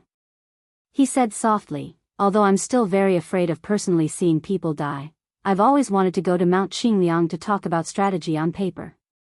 Even if I can't be a rich and idle person there, at least I won't have to worry about anything. But now, I feel that if I just pat my butt and leave, I'll be a deserter." Back then, in Azure City, not a single one of the prince's White Horse Righteous Song retreated. The several thousand armored soldiers of Azure City did not retreat, and even the refugees in the city did not retreat. "If I leave now, it won't be right?" Su Fengnian asked. "Then you agree to be Liuzhou's aide?" Provincial Governor Yang also has the same intention. He values you very much. With the two of you as partners in Liuzhou, I'll be at ease. Qin Shiliang shook his head and said, "Aid is the most important aid of a province. If it was Lingzhou, where Beiliang's backyard is far away from the battlefield, I'm confident that I can still manage it. But Liuzhou's current appointment system is inclined towards people who can be both civil and martial. I think I'll pass. I'll focus on being the governor of Azure City first. In any case, as long as I think of something, I'll tell the provincial governor frankly. I don't need an aide." Su Fengnian did not make things difficult for him. He nodded and said, "As you wish. In any case, when the time comes and you feel that you want to be a high-ranking official, you can go to Yangguang and ask for his official hat. You don't need to inform Mount Qingliang." Azure officer Wei Qing stood nearby. When he heard this conversation, his heart was in turmoil. Where in the world could he find such an easygoing vassal king? How could he casually choose his official hat? It could be seen that the rumors about the king of Beiliang wanting to deal with Qin Shiliang were all nonsense. Wei Qing had long heard of the two popular figures of Mount Qingliang, Su Beiji and Qin Shiliang. Within Beiliang, Su Beiji's achievements and ability far surpassed Qin Shiliang's. His governance of Lingzhou was both firm and soft.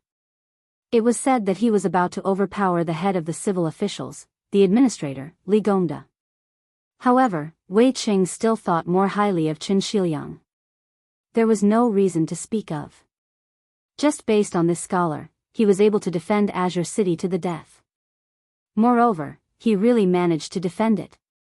Qin Shiliang suddenly said, "Has your highness been to the cenotaph?" Su Fengnian said, "I just entered the city last night. I wanted to go with you to offer wine." Chapter 1187. Qin Shiliang nodded and stood up. He waved his hand and called the head of the workshop to come over and whispered the relevant matters to him. At this time, a tall and strong young man walked out of the group of odd job workers and walked towards them. Soon, he was stopped by 2 white horse riders. The cold sword in his hand was half an inch away from the scabbard, and his killing intent was very strong. Su Fengnian glanced at the youth and realized that he was actually an acquaintance of his. Back then, he had entered the land of the refugees by himself and encountered a lot of twists and turns outside the village outside of Azure Sky City. The refugees were so greedy that they forgot about their lives and wanted to rob horses and carry swords to make a fortune. This youth who was proficient in spear techniques was one of them. He had the unique aura of a refugee. If Su Fengnian remembered correctly, this youth had a little sister who was as thin as a matchstick. It was because of her that Su Fengnian didn't kill them and even gave the siblings a bag of broken silver. Su Fengnian said, "Let him come over." The young man, who was hot-blooded and wanted to go forward, was already very scared when he met the white horse riders. He had always remembered the superb martial arts of the handsome ranger.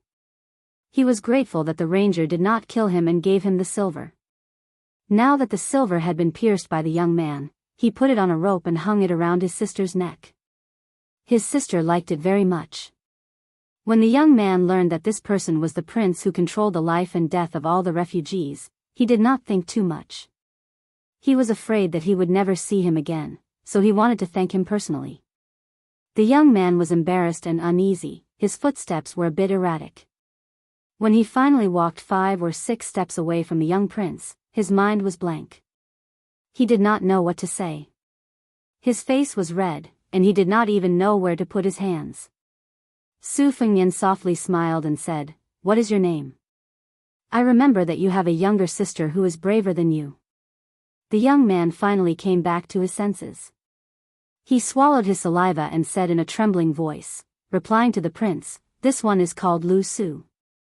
My sister is called Lu Yu." Su Fengnian joked, "You even know how to report back?" The young man secretly pinched his waist, and his mind finally cleared up a little. He smiled shyly and said, "I learned it from the workers. When they talk to the city overseer, they all say the same thing."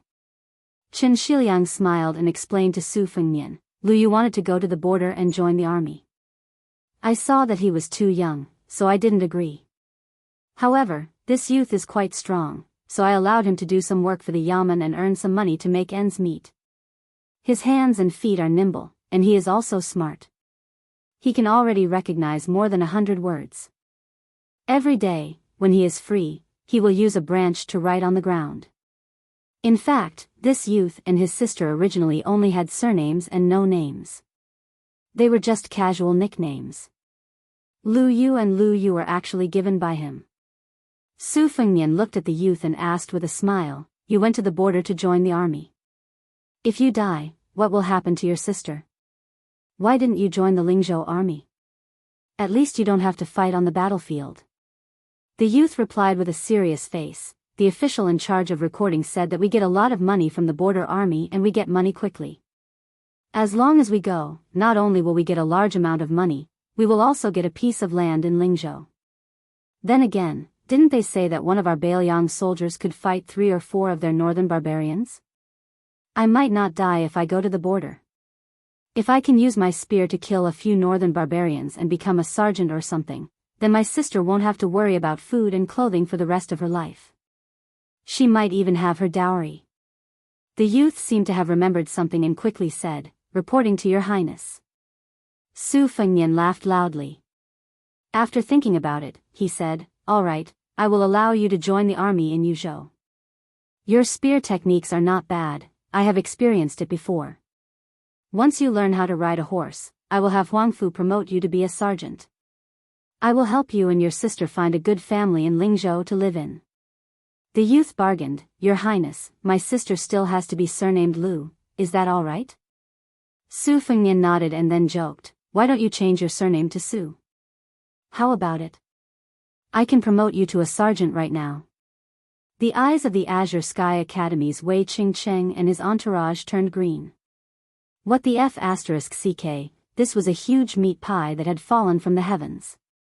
Although it wasn't as popular as it was during the spring and autumn period, to be bestowed a surname by an emperor or a vassal was still a great honor for these heroes. Great General Su Shao had been in the military for over 40 years, and the number of times he had been bestowed surnames could be counted on one hand. Spear Immortal junior brother Su Yanbing was one of them. However, he did not expect that the youth would be stunned for a moment before shaking his head and saying, "I haven't killed the northern barbarians yet, how can I be a sergeant? Also, if my parents knew that my sister and I changed our surnames, they would beat me to death in my dreams." Wei Qingqing almost wanted to hang this brat up and beat him up. If your parents knew that you rejected the king of Beiliang's good intentions, they would really beat you to death in your dreams. Su Fengnian smiled and said, "That's fine. Anyway, after you go to Yuzhou, go find a general called Huangfu Shi and tell him that I told you to join the army."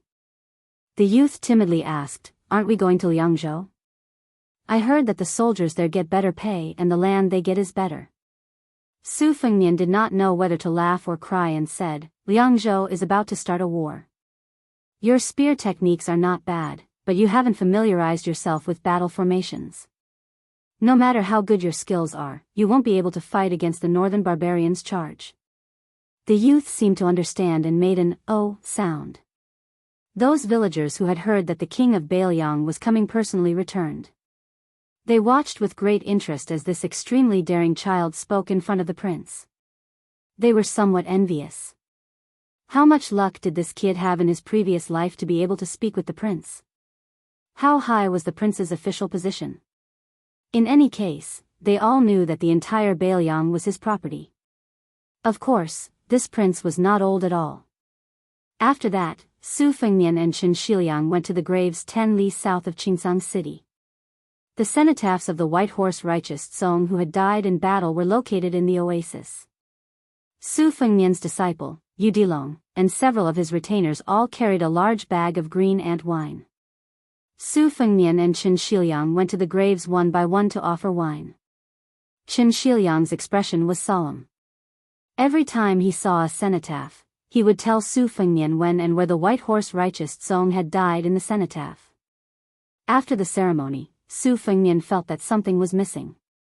Suddenly, a rider came to report that 2 strangers had broken into this place.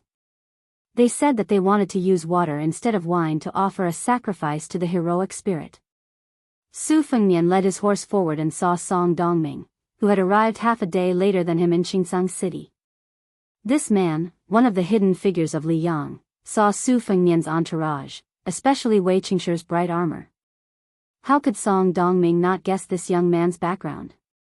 He bowed slightly, raised his head, and said with a smile, "The prince does not treat people with sincerity." Su Fengnian smiled and did not deny it. He said apologetically, "I hope Sir Song will forgive me." Song Dongming glanced at the young scholar beside Su Fengnian and withdrew his gaze. He said straightforwardly, "The prince does not seem to be a wise lord worthy of the people's loyalty." Without another word, Wei Qingshi pulled out his Beiliang sword and wanted to cut off the head of this bastard who spoke without thinking.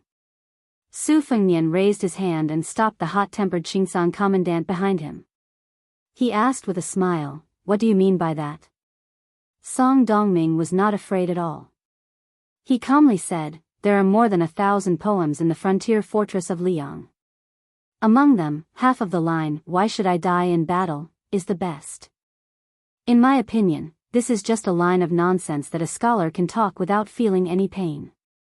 Therefore, Song Dongming has a question for the king of Beiliang." Su Fengnian said calmly, "Please ask." Song Dongming looked around and sneered, "Dare I ask, in the attack and defense of Qingsang City, no less than 3,000 soldiers of Beiliang died. Why is it that only the white horse of the king of Beiliang has a cenotaph and occupies this oasis?" Su Fengnian was silent. Qin Shiliang's eyes suddenly lit up. Song Dongming continued with a mocking tone, "The butcher Su Shao has 10,000 snow dragon cavalry. The second son Su Longxiang has 30,000 Long Xiang army. The protector of Beiliang, Chu Lushan, has a personal army. Yuan Zuozong and Yan Wenluan also have personal armies. These soldiers are naturally brave and unrivaled. They are also willing to fight for Beiliang. But then what? Beiliang invades the south with only 70 to 80,000 people. You can even say that with only 300,000 Bailiang soldiers, you can win? Or perhaps, King of Bailiang, you think that this is a situation of certain death. As long as you have the heart to die, you have a clear conscience of Bailiang? Su Fengnian was still not angry. He asked back, what does Mr. Song want to teach me? Song Dongming asked, since Bailiang is destined to face the million cavalry of Beimeng alone, let's not talk about victory or defeat. We must make sure that everyone dies a worthy death. Does the king of Bailiang agree? Su Fengnian nodded. Of course. Song Dongming said in a clear voice, then I asked the king of Bailiang to find a place within our borders to make it a hero's grave. Erect 300,000 tombstones. Song Dongming then stared at Su Fengnian. He squeezed out each word through gritted teeth. One person dies. One name is recorded. Su Fengnian said, good, the back of Mount Qingliang can be used as a grave. Song Dongming asked again, among the 300,000, is there a tombstone for you, Su Fengnian? Su Fengnian said without hesitation, yes, there is. First, write down the name Su Fengnian of Bailiang, just like all the other Bailiang soldiers. Now, just record the time and place of birth. After death, add the time and place of death. Song Dongming looked into Su Fengnian's eyes. After a long time, he bowed solemnly and said in a low voice, Song Dongming is willing to be a subject of Bailiang. I am willing to give advice to the king of Bailiang. Su Fengnian smiled. Good. When Song Dongming straightened his back and raised his head, Su Fengnian walked to the side of this dear Song disciple. The two stood side by side. Su Fengnian lowered his voice and said softly, I know that deep down in your heart, you don't want to be an official, but so what? Song Dongming also said softly, the king of Bailiang is wrong. To be an official in Bailiang is to be an official in the mortal world, not an official in the heavens. Su Fengnian was noncommittal. Is it enough to be the temporary deputy commissioner of Bailiang's Daoist secretariat, overseeing Mount Qingliang? Song Dongming nodded. It's enough. In the autumn of the first year of Jianghu, Song Dongming of the Deer Song clan became an official in Bailiang. Chapter 1188. They were not in a hurry to return to Qingsang City. Su Fengnian, Song Dongming, and Qin Shiliang sat by a stream. Su Fengnian did not hide anything from the newly appointed deputy administrator. He told him a lot of Bailiang's plans. For example, Wang Lingbao led the troops to the Phoenix Regiment to kill the capricious Malyoka in order to clear a path for Chao Wei's 10,000 light cavalry. It could even be said that the temporary expansion of the Longxiang army before the war was also to ambush these 10,000 cavalry. The main force of the Phoenix Regiment was a secret deal between Bailiang and the 6 Pearl Bodhisattva of Mount Lantua. After listening, Song Dongming did not talk about the details. Instead, he picked up some stones and placed them on the ground. He muttered to himself, currently, there are 3 battlefields. Chu Lushan is in charge of the main battlefront north of Liangzhou. The pass, military town, and Wubao Relay Road are all perfect. It is not an exaggeration to say that they are impregnable. To the north of Yuzhou, Bailiang has a natural advantage. It is easy to defend but difficult to attack. It is unlikely that Bailiang will attack Yuzhou in the early stages. However, Liuzhou is vast and has very few ups and downs. The terrain is like a flat plain, which is good for cavalry. We don't have any big cities or towns to rely on. Bailiang has the advantage in terms of overall military strength. They don't need to use schemes to mobilize their troops. If they choose this route to go south, they will bypass Yuliang and Liangzhou. The only thing they need to guard against is that their supply line will be cut off by the Su family's cavalry stationed in the northwest of Liangzhou. This will test the sneak attack and counterattack skills of both sides. Su Fengnian glanced at Qin Shiliang. The latter slowly said, if Bailiang wants to successfully go south into Shu, regardless of whether Bailiang set up Liuzhou as a refugee land, they will try to open a gap here. Otherwise, even if they have 1,000,000 troops, they will not be able to afford to attack the defense line in the north of Yuliang. After all, our Beiliang army, whether cavalry or infantry, are very good at fighting. Moreover, the cavalry can defend the city if they dismount, but they can also take the initiative to attack if they mount. This is the real headache for Beimang. General has long built large granaries and arsenals in the most important cities and fortresses on the front lines to prepare for a long war. Chen Shiliang paused and smiled, but in fact, our Beiliang army has never thought that only defending the city is the best strategy. This point has been passed down from General and Li Yishan to Yan Wenluan, Chu Lushan, Yuan Zuozong, and all the other young generals. They have all come to a clear consensus. Therefore, Beiliang has been practicing martial arts for many years and has always strived for both offense and defense. Beimang chose to start the war now because of the general's death. In addition, Beiliang has to send a portion of its forces to the plains of Liuzhou in order to absorb the refugees. First, Beimang's Western Front faction finally feels that there is an opportunity.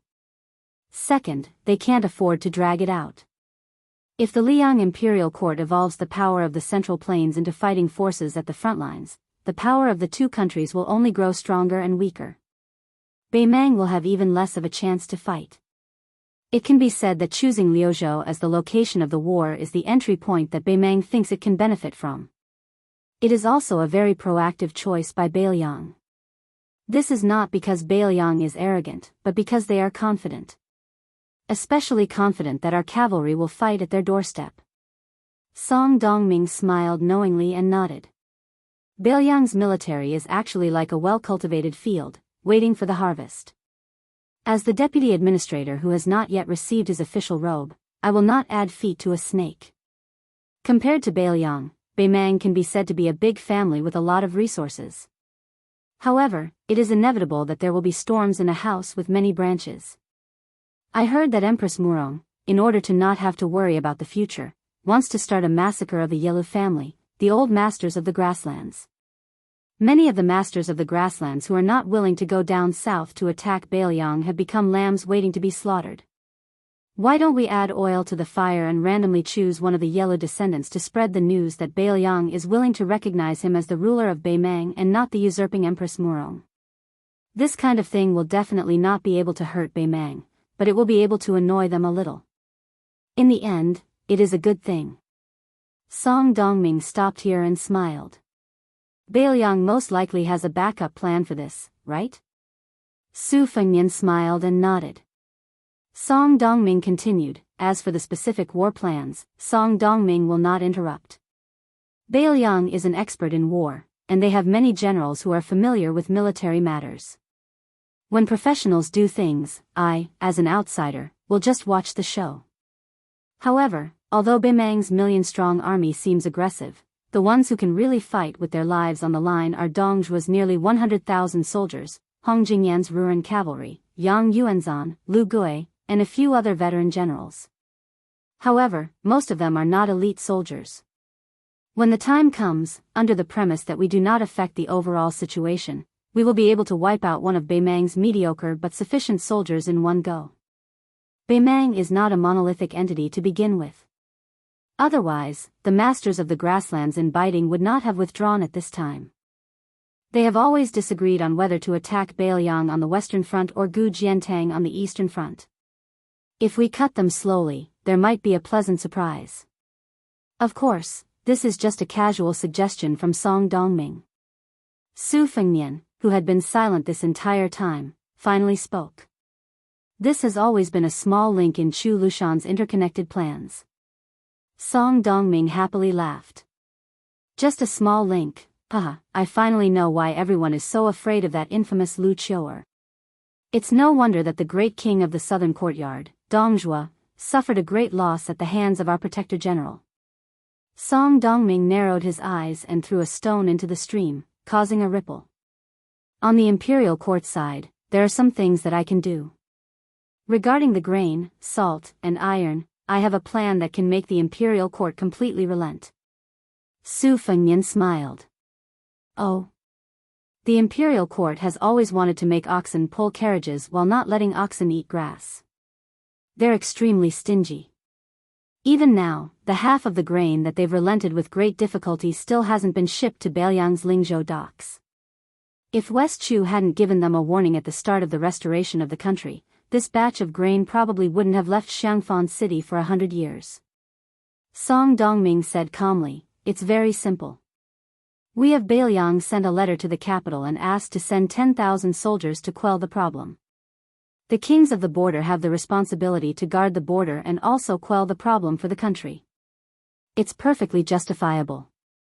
The imperial court has suffered 2 major defeats in a row. Yang Shenxing's Jinan infantry have been caught like turtles in a jar. Yan Jinshuan has sacrificed his life for the country and all his soldiers have died in battle. Isn't this telling the imperial court that West Chu is difficult to deal with? We of Beiliang have always been good at gnawing at hard bones. The other kings of Beiliang can't do anything. If 10,000 isn't enough, how about 30,000? Qin Shiliang smiled slightly. It looks like the Ministry of War of Great Peace City is going to be a mess. Earlier, it was Su Fengnian who had asked Song Dongming if a second-rank official's hat was enough. Now, Song Dongming's mocking, "Is it enough?" was really returning the favor. Su Fengnian smiled. The imperial court will hate you to death. I have to let experts protect you, the deputy administrator. Otherwise, Zhao Guo's death soldiers will definitely come to take your head. Song Dongming did not smile at all. His eyes were firm as he said softly, "If the Zhao family doesn't even have this much courage, how can they rule the world? Do they really think that Beiliang will exchange the death of 300,000 soldiers for their peace? It's true that all the land under the heavens belongs to the king. But since Beiliang is also the Liyang territory, are the millions of Beiliang not citizens of the Zhao family? There's no such absurd logic in the world." Qin Shiliang sighed. He was convinced by this. For some reason, compared to Su Beiji who betrayed Beimang, Qin Shiliang felt closer to Song Dongming. Chapter 1189. At this moment, a person fell into the stream. On the shore, Yudilong shook his wrist, his face full of disdain. Seeing his master turn his head, Yudilong explained loudly, "Master, don't blame me. This kid asked me to hit him. He just said that he could knock me down with one finger even if he stood still. He also said that there were only a few masters in Beiliang. He said that he was a 3rd-level master and that he hadn't met a single master since he came to Beiliang." Yudilong glanced at the drenched chicken in the stream and said disdainfully, "What 3rd-level master? He made me use half of my strength to throw that punch. If I had known that he was so weak, I would have been merciful." Wei Qing secretly gave the child a thumbs up. Yudilong responded with a silly smile. Song Dongming ignored the aggrieved and shocked page boy and asked with a smile, "Your Highness, I heard that you took in 3 disciples. Which one is it?" Su Fengnian said somewhat helplessly, "The youngest one is the eldest disciple. He's the most worrisome. That's why I brought him with me. Otherwise, in the future, Jianghu will have another big devil who does things without scruples." A rider from the Longxiang army galloped over. After dismounting, he said, "Reporting to Your Highness, General Su and his 90 men have arrived at the Killing Dragon Hill 10 miles away." Su Fengnian stood up and said with a smile, "Qin Shiliang, you accompany Mr. Song back to Qingsang City first. I'll go see my brother." Qin Shiliang asked, "What about these White Horse righteous followers?" Su Fengnian said with a smile, "Do you think it's the 2 of you who need protection, or me?" Qin Shiliang smiled slightly and said no more. One of the White Horse righteous followers hesitated for a moment, then gathered his courage and said, "Your Highness." Su Fengnian was somewhat puzzled, but he calmly said, "If you have something to say, just say it." The White Horse took a deep breath. There was still a childishness on his young face that had not been completely blown away by the wind and sand of the frontier fortress. He lowered his eyes slightly and said softly, "Qi Huayan is the one who died in the Children's Alley in Qingsang City.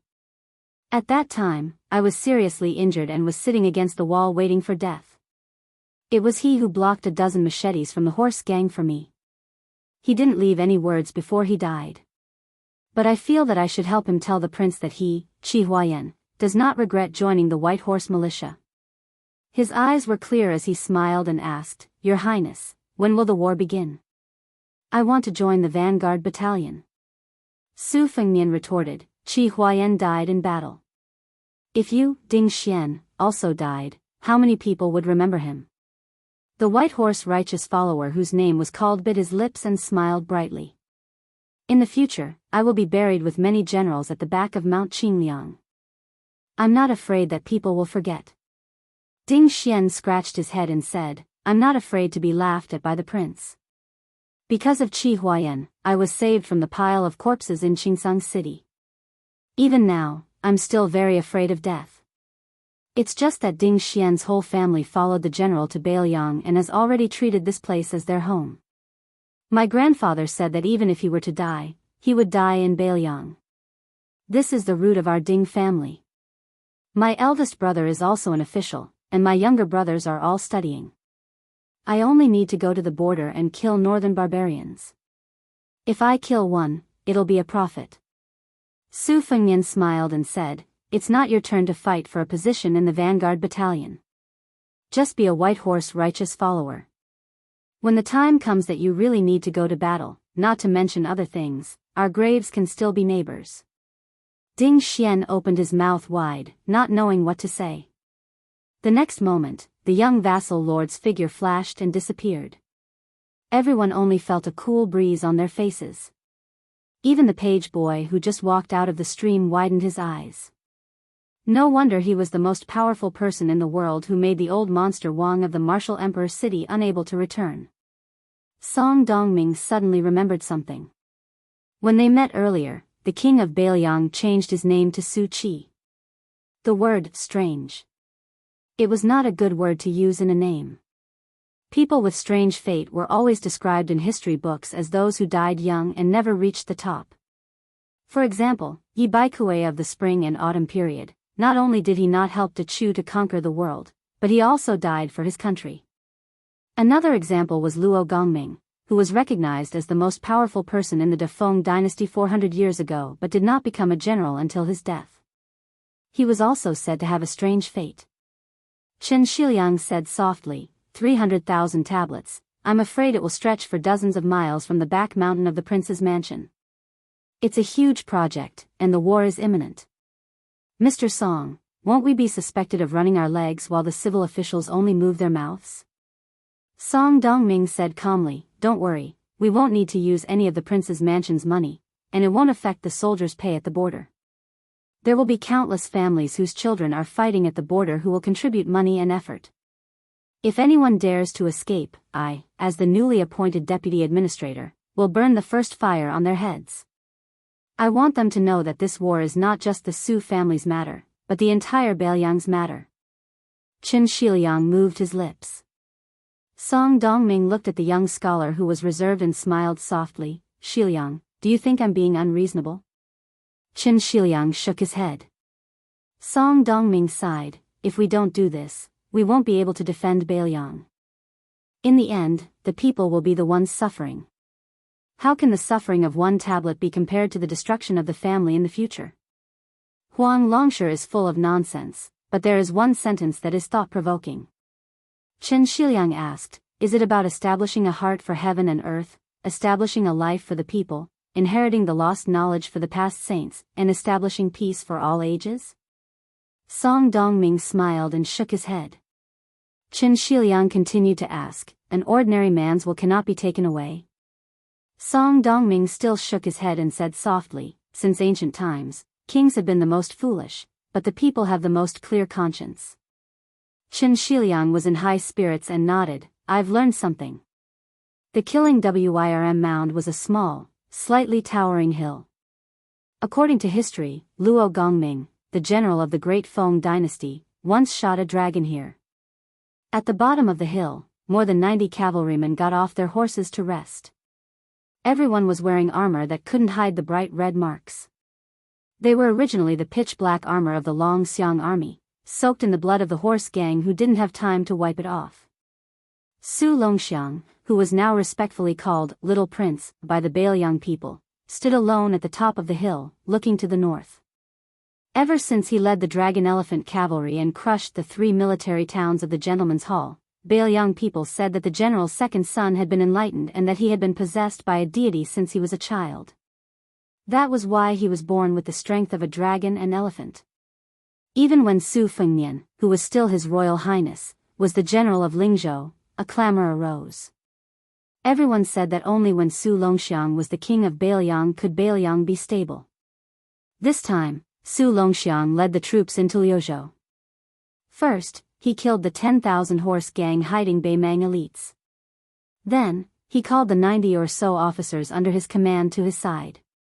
He didn't say anything, just led them 1 man, 2 horses, 1 saber and 1 crossbow to kill people everywhere. They fought more than 20 battles, big and small, and killed more than 1,400 enemies. They didn't lose a single person on their side. These commandants with real power were so impressed that they prostrated themselves on the ground and worshipped this much younger commander-in-chief like a god. Unfortunately, during this hunting trip, they didn't see the little prince's black tiger, nor did they see the little prince's bright red talisman armor. Moreover, Su Longxiang was taciturn with everyone. Until now, no one had the opportunity to say anything extra. Su Longxiang stood on the killing flood Dragon Hill, his back to his subordinates. No one below the hill knew what this young commander was thinking. Suddenly, almost everyone raised their heads at the same time, seeing a figure rush up the hill without any warning. Everyone subconsciously wanted to draw their sabers, but when they saw the person's face, they felt relieved. It was the king of Bailiang. That was their commander's older brother. Su Fengnian arrived at Su Longxiang's side, one hand gently pressing down on the youth's head. The 2 brothers looked toward the north together. Chapter 1190. The streets of Graydon City were empty. The emperor of the Zhao family and Empress Zhao Ji waited outside the city. They brought all the yellow doors of the Hanlin Academy just to wait for one person. The chief officials of the 6 ministries had all taken the initiative to slack off and gathered outside the city. Even the Minister of War, Liu Baijia, had pulled himself out of his busy schedule, not to mention the Minister of Appointments, Yuan Gua, who was an idle person. The head of the 6 ministries, Zhao Yuling of the Ministry of Appointments, and Wang Xiongui of the Ministry of Revenue, who had come from the same school but had parted ways with him, each had a large group of subordinate officials behind them. There were also Yan Jieshi, a relative of the imperial family, many of the grand secretaries of the palace, and many of the elders and nobles who did not need to participate in court meetings when they were old, and their descendants. It could be said that only the Prime Minister Yi Mao Chun, who was responsible for the local officials outside the capital, was missing. However, only those who were attentive would discover that this unprecedentedly grand open-air banquet was lacking in 2 important figures. The Grand Secretary, Zhang Julu, and the Tantanon, Huan Wen, who held the power of the province. However, there were too many high-ranking officials, nobles, and peddlers gathered outside Graydon City. The absence of these 2 important officials did not affect the extraordinary clamor of the capital today. When the Song family's first teacher were the rulers of the literary world, who was it that made the father and son be refused the door when they visited on a snowy night? Who was it that the proud teacher of Su Weisheng had quarreled with and lost the position of Great Chancellor of the Shangyin Academy? Who was it that had the right to make the Confucian family led by Yao Baifeng use the power of their entire family to fight against him? Who was it that made the emperor of Dechu think, if the public does not come out of the mountains, what will they do for the common people? At the end of the spring and autumn period, who was it that walked out alone in the face of the pressure of the Su family's 10,000 cavalry and made the butcher take a detour with just a few words? This was the important figure who was recognized by the entire court as the most knowledgeable person in the world. He was the current Grand Chancellor of Shangyin Academy, Qi Yanglong. 50 miles away from Great Peace City, there was a group of strange travelers on a slightly remote official road. The oldest one had a head of sparse white hair. He was short and travel-worn, and carried an old bamboo bookcase. A man in his 30s was carrying a green-robed girl on his back. The 3 of them met on their way north to Great Peace City. That old man who was still learning from the young people was embarrassed and refused to leave, so he stayed with them to eat and drink. The little girl in green did not like this disrespectful old man. He was crazy and always liked to say things that she did not understand. If this was not showing off his knowledge, then what was it? Especially when the old man talked about Baoyang, he was particularly long-winded. Green-robed girl hated the vassal king who made her unable to see her second grandfather. She was even more unwilling to pay attention to the old man whom she had given the nickname Short Winter Melon. Moreover, the old man liked to be unable to move his eyes away from beautiful women. The little girl complained to her Xiaoyu several times, but he always smiled and did not agree. At this time, on the official road, there was a group of children of aristocratic families galloping by. The old man's gaze finally moved away from the body of a rich girl riding a horse, and he began to mutter again, "Ai, the girls today are becoming more and more beautiful. Compared to the previous 50 or 60 years, they are much more beautiful." After leaving Martial Emperor City, Grumyu, who was traveling north, laughed softly and asked, "Old sir, is there such a thing?" The old man carefully stroked his withering snow-white hair. He felt sorry for his old brothers who had fallen off their heads along the way. He narrowed his eyes and sighed. "Yes, the world is good, so women can be good. The older I am, the more I envy you young people. Young man, when you are older, you will feel the same." The eldest disciple of Wuxia Xianxia, who had been called young man, laughed it off. Grumyu was not someone who liked to exchange pleasantries with others, so he did not speak. When the old man opened his mouth to speak, he was like a flood that could not be stopped at all. He said to himself, "The world flows like water, but after the spring and autumn war, there was a great turning point and the flow changed. In the future, it will only get better and better. What is the reason? I can't explain it for 3 days and 3 nights. But I just know it." Lying lazily on Grumyu's back, Green Robe twisted her mouth and said, "Even if you like to say it, do you think I like to hear it?" The old man smiled and said, "Little girl, do you know what it means to like someone?" Green Robe Air turned her head, and decided not to look at this worrisome old man. The old man answered his own question. "That is, before you see the other person, you do not know what they are. After you miss them, you do not know what they are." Grumyu, whose cultivation was deep and bottomless, seemed to be touched and frowned. The old man jumped up and down, probably hoping to see the walls of Great Peace City. Carrying the heavy box on his back, he made this comical movement. Green Robe Air, who was secretly peeking at him, laughed. The old man made a face at the little girl, causing Green Robe Air to roll her eyes. She put her little head on Grumyu's warm shoulder and asked, "Grandpa Short Melon, then do you have someone you like?" The old man shook his head and said with a smile, "No. When I was young, there were many women who liked me." Green Robe Air used her finger to scratch her face, mocking this old man for being shameless. Grumyu walked to the intersection of the official road and said with a smile, "Old sir, we still have to continue north. I hope we can meet again one day." The old man waved his hand and said with a carefree smile, "After today, it will be difficult to meet again. I am an old man who has been buried up to my neck. Little girl Green Robe Air, I don't know your name, you have to grow up to be slender and elegant." Green Robe Air made a sound of acknowledgement. Grumyu carried the little girl and continued to walk towards Tu Liao while the old man walked towards Great Peace City. He had lived for too many years and hid too many words. The old man could not find anyone to talk to and could only talk to himself for many years. "Old Hong, you took in a basket of disciples and students, but only Zhang Julu and Huan Wen came out of it. It seems you didn't catch many big fish even when you cast your net. Look at me, Sun Ping, Xia Feiyu, Yuan Benshi, just these 3 nameless students. Old Hong, don't blame me for bullying the weak on this trip to Jing. But if you have the ability to climb out of your coffin and scold me, then you have the ability." As he walked, the old man could finally raise his head and see the grand outline of Great Peace City. The old man shook his box and started to hum a song. "I came from the mountains, carrying an old box. I am going to the busy city, where is my home?" Chapter 1191. Tantanon carried a jug of fine wine as he walked down the deserted street. On both sides of the street were the most prestigious mansions in the capital.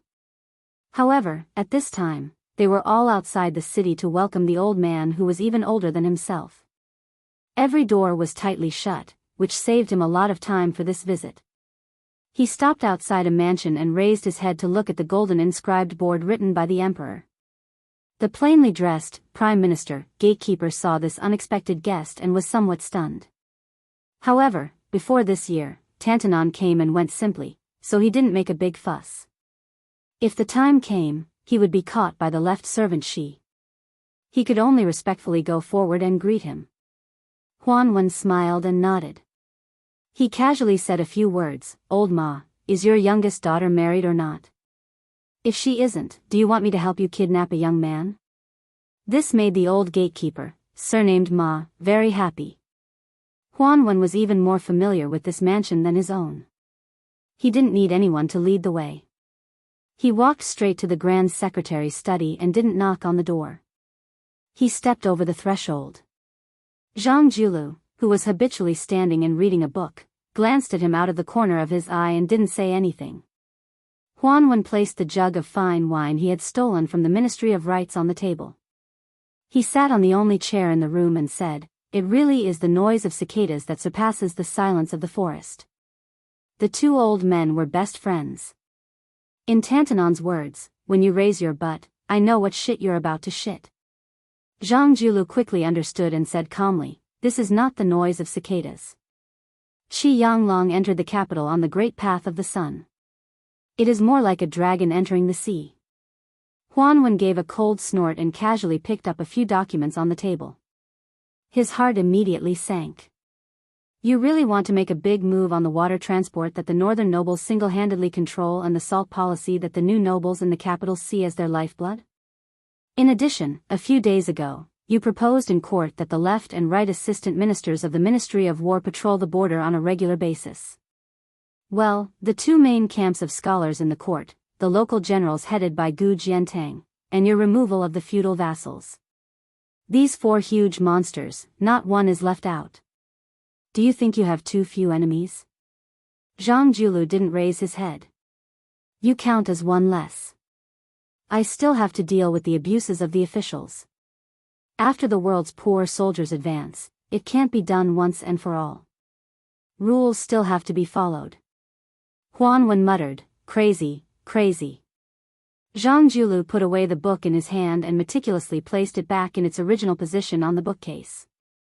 The tall Grand Secretary of the current dynasty stood in the shadows and slowly said, "Our Liang is not the Dechu that once controlled the left side of the Yangtze River. Regardless of when the remnants of West Chu will be extinguished, the imperial court will continuously transport grain and supplies from the rich and populous lands in the southeast to the capital. This is a national plan that requires 100 years of operation. Furthermore, the war at the border is imminent and has become an urgent matter.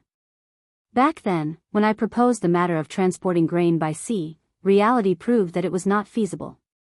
The risk was too great. Even now, we still don't know whether the disappearance of the fleet in the last year of Yonghui was due to a disaster at sea or if they were kidnapped. This canal has the malicious saying of scraping off all the richness of the southeast, but it also shows its importance to the imperial court. Back then, the plan I set was indeed to use the southeast's taxes to support the northern Liao soldiers and at the same time to force West Chu to rebel. Even so, along the canal every year, the common people stirred up riots over the river water. Therefore, I deliberately did not suppress it. However, in the past few years, the northern nobles who came from the land where the dragon rose to power held the lifeline of the country in their hands and profited without realizing it. They became more and more rampant in their actions. In the 6th year of Yonghui, there were still 9 million dan of grain entering the capital. Where did it go? Even if the grassland bandits were allowed to swagger away with the grain, how much could they take away? In order to appease the so-called founding heroes, the imperial court did not hesitate to set up a second-rank official post for the transport of grain. The 8 chief officials under them, including the grain transport company and the distribution company, were all 5th rank and above officials. If they could peacefully distribute the money, then it would be fine. However, now that West Chu had reclaimed the country, they actually dared to use the so-called ancestral system to forcefully reject the order of the Minister of War, Liu Baijia, to deploy troops. If I don't touch the administration of the transport of grain, who will? When the time comes, will the northern soldiers have to go to war with the Baimang on an empty stomach? Will the soldiers who are going to die for the country eat grain to fill their stomachs and still have to look at other people's faces? Or even beg the transport officials who don't care about the Ministry of Revenue? Huan Wen sighed and shook the memorial in his hand. Then this salt administration? Who doesn't earn money? It was originally a fat piece of meat that was eaten by outsiders from the imperial court. Do you have to go to the tiger's den to pull teeth? Zhang Julu laughed coldly. Stagnant water stinks, living water is clear. The right to issue the salt seal has been in their hands for more than a decade and earned more money than their descendants can spend in 10 lifetimes. Is the imperial court's reward not generous enough? Great military service should be rewarded to the end. It's time to change the banker and make a lot of money. Huan Wen asked, you plan to give it to the Jiangnan aristocratic families who boast of their clean sleeves and carry the bright moon on their shoulders? Zhang Julu said with a nod, if they don't do this, how could they wholeheartedly work for the court? Otherwise, even if the court fought with West Chu for several dozen years, they would still be able to leisurely enjoy their several dozen years of romance. The rich families have always been like this. There are only two things that can make them lower their heads, an official's hat and a money bag. Huan Wen wanted to say something but hesitated. If it were in the past, he could pick out any matter and discuss it day and night with Bai Yan until they confirmed that there was no great harm to the people's livelihood. Then, they worked together to implement national policies, like slowly unblocking the meridians of the entire empire. Zhang Julu walked out of the shadows. In the twilight, the dim yellow afterglow shone on one side of the tall old man's face. Huan Wen sighed. Zhang Julu asked, I heard that you had a bad cough a while ago. Huan Wen glared at him and said, who do you think will die faster between a minor illness and a person who doesn't know how to control himself? Zhang Julu dismissed it with a laugh. Huan Wen hesitated and was about to speak when Zhang Julu smiled and said, that young man from Bailiang who is under your tutelage, I will give him an evaluation of, too much ingenuity but not enough power, can be used, but can't be put to great use. That will guarantee him a few years of stability. Huan Wen looked deeply at his old friend and then silently walked out of the study. Zhang Julu opened his mouth but did not speak in the end. He only looked at Huan Wen's old figure and gently waved his hand. After Tan Tonwang left the Zhang mansion, where even now there were people who dared to throw letters at the door insulting the Grand Secretary Darren, he went straight to the Zhao family's Wang, to the Hanlin Academy where no one was on duty, other than the odd job workers and petty officials. There was no one else. The old man smiled bitterly. Great Peace City thought that as long as that old dragon came out to save the people, what dear was there to be needed? Huan Wen walked to a secluded room and had someone bring a key to open it. While there had not been any big or small yellow doors working here for many years, there were often people cleaning and it could be considered elegant and clean. In the past, he and Bai Yan had been in this room. He, Huan Wen, had been high-spirited and looked down on everyone. After drinking, he dared to scold anyone. Was there anything in the world that he, Huan Wen, could not teach? Bai Yan never drank and only listened. Every time Huan Wen got drunk, she would have to carry him home. Huan Wen rummaged through a book box in the corner, found a pair of chopsticks and placed them on the table. After Huan Wen sat down, he used a chopstick to lightly tap against the porcelain cup. Ding ding ding. The old man choked and said, the spring mountain is not old, it is still green. When one is old, there is no one to accompany them, only listening to ding ding ding. Ding ding ding. Chapter 1192. Not only were the two brothers of Bailiang, Su Fengmian and Su Longxiang present, there was also a deputy administrator that had never been set up before in the Liang dynasty. In the twilight, before the city was closed, there was a mighty group of horses entering Qingsang. The guards were actually from the Wei River camp. In Bailiang, only the relatives of the emperor, who were related to the Su family by marriage, would have this kind of special treatment. If it wasn't the Lu family in Qingzhou, then it would be the Lin family that produced the god of wealth. As expected, Lu Zhen, who was in charge of welcoming the guests, saw the tall figure of Wang Linquan. He was travel-worn. Originally, Lu Zhen was a bit nervous. After all, Wang Linquan was a pawn who carried the flag for the great general. He was a trusted aide among trusted aides. Now that he had become the new King Liang's father-in-law, he was an influential person of 2 dynasties. As a scholar, he didn't dare to put on airs in front of such a popular person. However, Wang Linquan was very easy to talk to. Although he didn't deliberately speak warmly, his eyes were sincere. This made Lu Zhen feel a bit better. Lu Zhen had heard before that the 2 people from Beiliang who were also from Qingzhou, the Lu family led by the great scholar Lu Dongjiang, was very hard to please. Wang Linquan, who was the richest man in Qingzhou, was very considerate. There had never been any rumors that the Lin family bullied others. Now that he saw it with his own eyes, Lu Zhen believed most of it. Lu Zhen led Wang Linquan to a quiet courtyard in the north of the old Dragon King's residence. There were no strict guards along the way. Wang Linquan, who had sharp eyes, felt a bit of a knot in his heart. He felt that the provincial governor Yang Guangdou was too careless. However, he quickly felt relieved. In today's world, how many masters dared to show off their martial arts in front of the king of Beiliang? However, after Wang Linquan and Lu Zhen crossed the courtyard door, they saw the scene in front of them. They looked at each other in dismay. They saw the young king sitting on the stairs with his sleeves rolled up and washing his brother Su Longxiang's hair. The young commander of the Dragon Elephant Cavalry was squatting 2 steps down.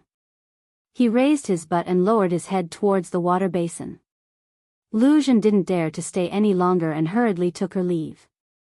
Su Fengnian held Su Longxiang's hair with one hand and used the other hand to apply local soap on his brother's hair. When he saw his father-in-law, he could only raise his elbow and gesture for Wang Linquan to sit beside him. Su Longxiang turned his head and grinned. This could be considered a greeting. Wang Linquan couldn't help but feel flattered. In Beiliang, the young prince didn't warm up to anyone. Even when he was with his second sister Su Weisheng, he rarely smiled. As Su Fengnian washed Su Longxiang's hair, he said casually, "I can only rest assured when I leave all the big and small businesses in Liuzhou to Uncle Wang. There will definitely be a lot of gossip. Some people will say that I appoint people by favoritism, that I only care about the Su family's money and ignore Beiliang's great achievements.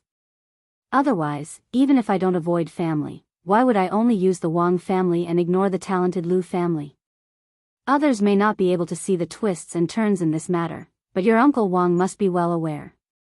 Ever since the death of Lu Feiqi of the Pillar State, Lu Feiqi of the Lu family, Lu Dongjiang is temporarily unable to support the Lu family. Our master Lu, after his death, first sought an official position for the Lu family's children. After being rejected by his daughter, Lu Qingyan, he has now begun to compete with others for the position of the leader of Beiliang's literary scene. He hasn't been idle for a moment. I can't say anything and can only let him do as he pleases. As long as he doesn't cross the line, there will always be a place for the Lu family at the New Year's Eve dinner on Mount Qingliang." Wang Linquan sighed and didn't say anything else. Although the Su family and the Lu family were grasshoppers on the same rope, sharing honor and disgrace, it was difficult for an honest official to resolve family disputes.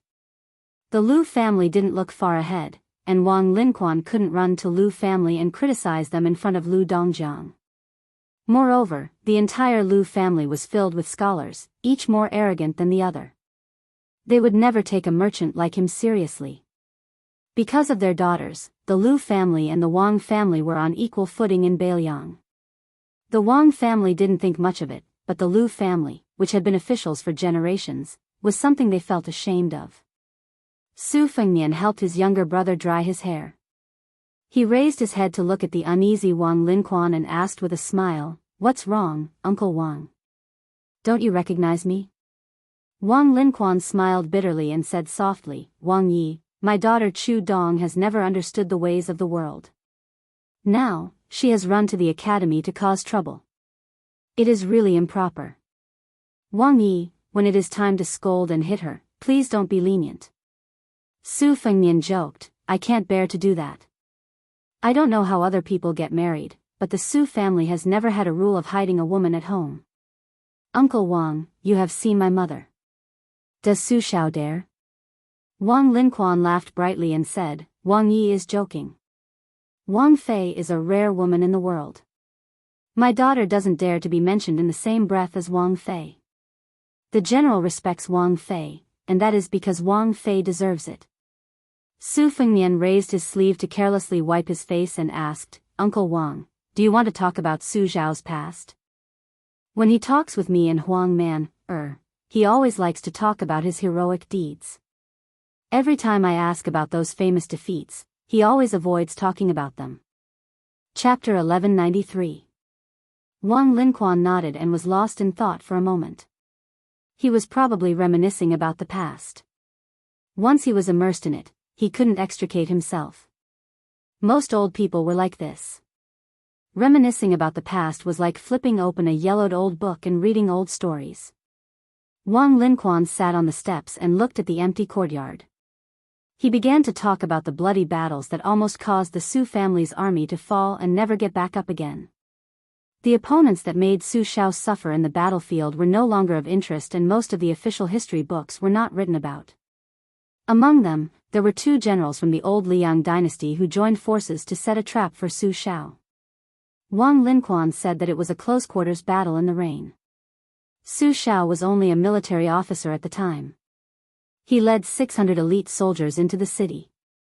In the end, he was faced with 3,000 foot soldiers.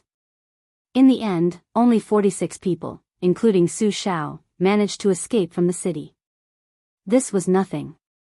The 2 generals took the heads of the Su family's soldiers as rebels and reported it to the imperial court to receive military merit. The imperial court allowed it. Su Xiao led his private army to flatten the 2 vassal towns that nominally submitted to the Zhao family. When Su Xiao was at his poorest, he was no different from a vagrant bandit.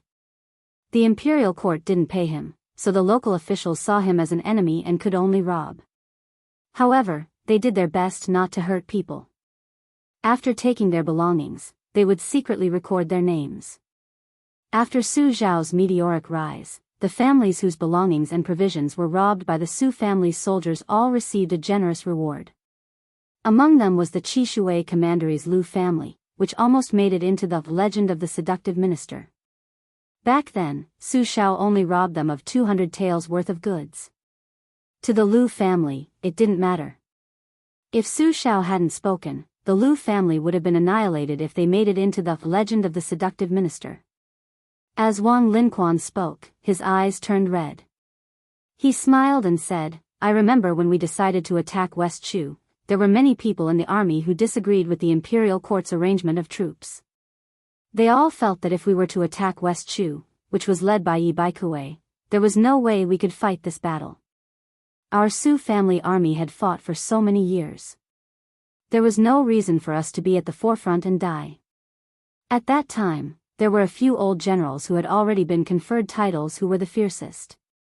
At that time, people's hearts were wavering and the army's morale was unstable. Su Xiao talked to them once. At that time, I was the general's personal guard and was guarding the camp. I remember it very clearly.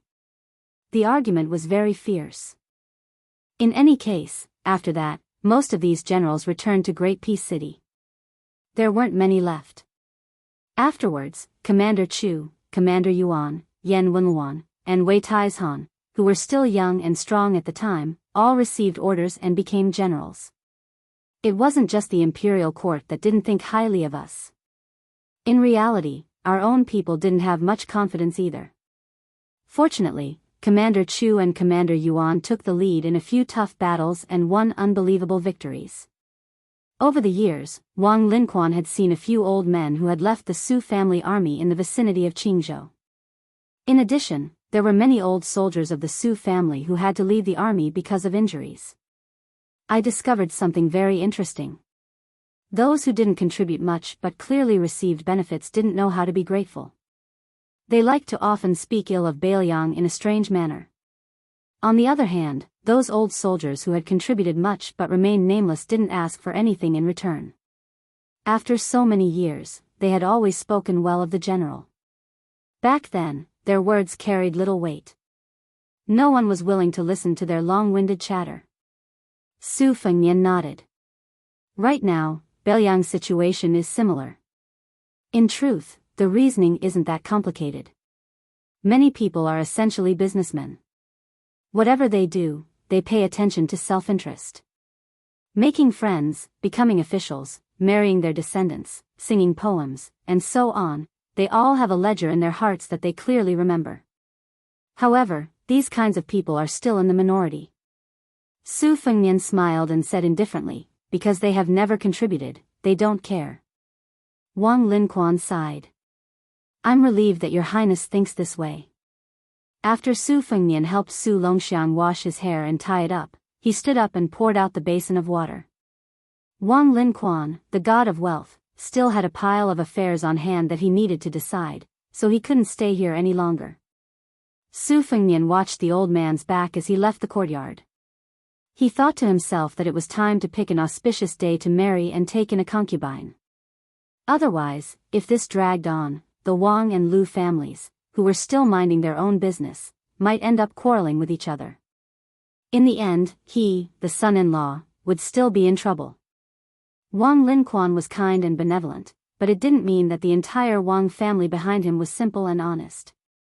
Although the Lu family seemed to have caused a lot of trouble in Mount Qingliang, Beiliang had no choice but to rely on this in-law to deal with the scholars in the territory in the future.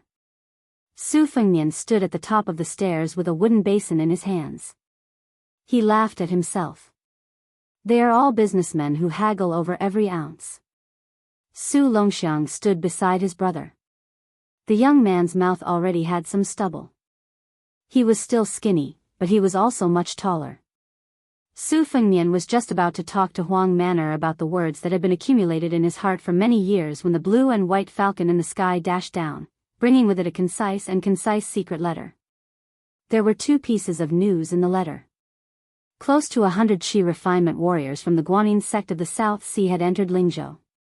100 Wu family sword tomb cavalry suddenly appeared in the pugilistic world and headed straight for Beiliang. Chapter 1194. In the northwest frontier fortress, yellow sand stretched for thousands of miles and withered grass was everywhere. As far as the eye could see, it was a vast yellow. The group of men and women in white who were as graceful as white butterflies were particularly eye-catching. They entered Liangzhou along the border of Lingzhou and continued to draw an arc. They leisurely came to Beiliang's 4th province, Liuzhou. Not long after they crossed the border, there was a group of cavalry waiting for them. Nominally, they were escorting this group of immortals from the isolated island in the South Sea to Qingsang City, but in fact, they were monitoring. Lord Tantai Pingjing did not care about this, but some of the Qi cultivators in the sect were resentful. They felt that their good intentions were treated as ill intent, and that the young vassal king was too unappreciative. However, the reason why the lord did not need to pacify them was because the 600 cavalrymen in light armor were too valiant. Their leader was the famous deputy general of the Longxiang army, Li Mofen. He was a devil in the Beiliang army who killed people like flies. His horse fighting ability was recognized as second only to the commander of the cavalry, Yuan Zuozong. In the wind and sand, Li Mofen rode in the front. In addition to the standard spear, knife, and crossbow of the Beiliang cavalry, there were 2 halberd pouches on both sides of the horse, containing no less than 20 short halberds. In addition, there were 2 long swords hanging on his left and right waist. At first glance, it was simply like an armory on horseback. Of course, Li Mofen was not an embroidered pillow. He was one of the top 3 archers in the Beiliang army. His swordsmanship, knife skills, and spear skills were all perfect. Su Shao relied on this person very much. He once joked that when Li Mofen married a woman, he would make him the deputy commander, and he could choose any cavalry or infantry army he wanted. The reason why he said this was because Li Mofen had a strange hobby that was not presentable. He was fond of men. The personal guards outside the tent had always been young and handsome soldiers. Su Shao had always turned a blind eye to this. It was really because Li Mofen was too brave and good at fighting. If he was placed in any army in Liang, he would be a pillar of strength who could bear the heavy responsibility of being the leader. When the water was too clear, there would be no fish. The Northern Liang army had paid a lot of hidden costs to be able to fight well. For example, they ostracized strategists from the aristocratic families. Chu Lushan, Li Mofen, and the like had pushed many people out of the northern Liang army. The dragon elephant cavalry led by Li Mofen did not communicate with the Qi cultivators of the Guanyin sect. Both sides moved forward in silence, like a black and white snake slithering across a yellow satin surface. When they were approaching Qingsang City, the leader Li Mofen saw a person in the distance.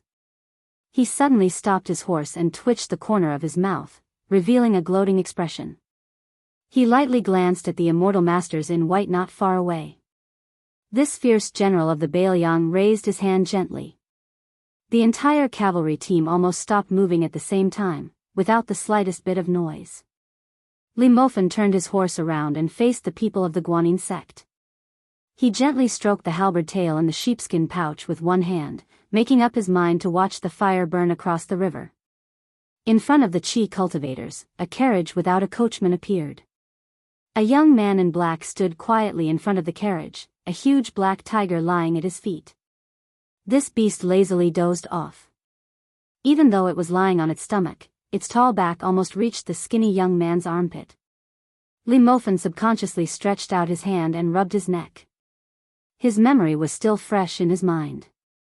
When the chief commander first became the commander of the Longxiang army, he and the deputy general Wang Lingbao were not convinced. In the end, both of them went up to the martial arts arena together. Wang Lingbao fought head-on and was kicked 7 to 8 feet away, falling out of the martial arts arena. Li Mofen, on the other hand, managed to withstand a few more blows, but his fate was even worse. He was grabbed by Su Longxiang like a chicken and swung around before being thrown out of the martial arts arena. Su Longxiang did not even bother to pat off the dust on his body. The young man obviously did not have enough fun. He hooked his finger at a large group of captains who were watching the battle, hinting for them to replace Li Mofen and Wang Lingbao. In the end, including the 2 deputy generals, there were 12 captains and more than 40 senior captains. Without exception, they were all beaten up by the new commander. During this period, Su Longxiang suffered no less than 100 punches and kicks. Except for the occasional swaying of his body and moving a step or two, he never fell to the ground. In this way, Su Longxiang was able to secure his position as the commander of the Longxiang army. It was only then that he was able to lead the 10,000 cavalrymen behind him in a reckless charge. Furthermore, Su Longxiang had the leisure and elegance to lead a large group of military officers to act as ordinary crossbowmen and chase down a large group of horse bandits. However, although Li Mofen admired Commander Su's astonishing martial prowess on the battlefield, he was still somewhat worried. After all, the combat on the martial arts field was not a life-and-death battle between 2 armies. Often, the more eye-catching a general was, the easier it was for him to be heavily surrounded. Li Mofen himself had experienced more than 60 battles, big and small. The most soul-stirring battle he had ever experienced was not when he happened to chance upon those famous enemy generals in the midst of 10,000 soldiers. Instead, it was when an inconspicuous old soldier had snuck up on him like a cat and thrust out a sinister saber. Not only did the tip of the saber nearly pierce through Li Mofen's armor, it also nearly twisted Li Mofen's abdomen. The funny thing was that Li Mofen still did not know the appearance of that old saber wielder who looked like an ordinary soldier. Who was he? Also, Li Mofen had seen many insufferably arrogant military aces. In the end, they either died tragically under a rain of arrows or under the hooves of horses. Not to mention the distant ones, in the Bailiang army right in front of him, there were fish-duck treading crossbows that were specifically used to target enemy generals. In the Spring and Autumn War, who knew how many Jianghu ruffians with great martial prowess had their hearts pierced by these crossbows? The reason Jianghu people were not willing to go to the battlefield and make a name for themselves was largely because of their extraordinary martial prowess. It was very easy for them to be swallowed up by an army that was like a sea of ants. Also, the military had always been a place that paid the most attention to rules. The Jianghu experts were mostly idle and did not want to be restrained. The path of martial arts was already difficult. Since they had already made a name for themselves, why would they go to the military and draw a prison? Li Mofen sighed. Looking at the motionless second son of the great general, he was slightly distracted. He still remembered when he had followed the great general to Bailiang. Along the way, during a celebratory feast, the great general had drunk and raised his cup to point in the direction of Great Peace City. He grinned and said, "The legs of the civil officials kneel there every day. Us old men who lead soldiers to war, only one of us goes to the border. Of the 9 kingdoms of spring and autumn, other than the southern Tang that we threw to Gu Jiantang as leftovers, we have gone through all of them. Now, there are only the 3 provinces of Bailiang left. One day, even if I, Su Shao, am unable to personally bring all of you to the northern Mang royal court, my son will bring all of you there for a walk." Li Mofen exhaled, his gaze becoming determined. After waiting for almost 20 years, he was already in his 40s. Motherf **** Kerr, his 5-year-old grandson already knew how to tease the neighbor's daughter. There was finally a big battle to fight. Chapter 1195. Su Longxiang lightly twisted his neck. Not only the experts of the Guanyin sect who were skilled in qi divination, even the sect master of the same generation as Sui Xiagu, Tan Tai Ping Jing, looked as if she was facing a great enemy. After stopping her steps, this tall woman frowned. The girl who sold charcoal rolled her eyes. What did this thin and rash brat want to do? Could it be that he wanted to single-handedly overturn the entire Guanyin sect? Could he not distinguish between friend and foe? After she had failed to catch the flood dragon in the Shu lands, her mood had been extremely bad. In order to kill the yellow flood dragon, Mei Ying's martial niece had retracted her qi into a bottle, which could be considered a great bargain. Sunya, who carried the coiling dragon pellet, also did not suffer any losses. Only she was the most pitiful. She had lost 2 pieces of the dragon talisman jade pendant that she had obtained with great difficulty from the tomb of the great Feng Emperor. One jade pendant, after being crushed, could transform into a living spirit puppet. It was truly a priceless treasure. As soon as the girl saw the dark and thin youth who knew his identity, she became irritated. With a thought, she flew out. She did not believe that this murderous brat would really dare to kill someone. Su Longxiang had not completely enlightened himself, but in the end, he was enlightened. He knew that on the lake outside the Yuyan mountain villa, his brother had clashed with these people. Later on, there was a young woman who was a sword embryo, who repeatedly had ill intentions. Su Longxiang came alone to block the way.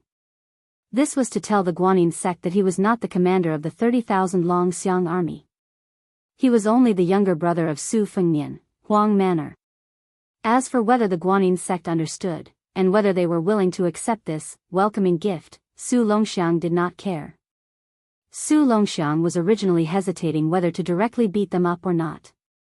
In the end, he saw the barefoot woman, whose body was covered in sword intent and not sword qi, rush over. Su Longxiang lowered his head and looked at his feet. The corner of his mouth curled up. He had encountered someone who also did not like to wear shoes. But that's not the reason why I won't beat you up. The girl selling coal suddenly sensed a majestic murderous aura.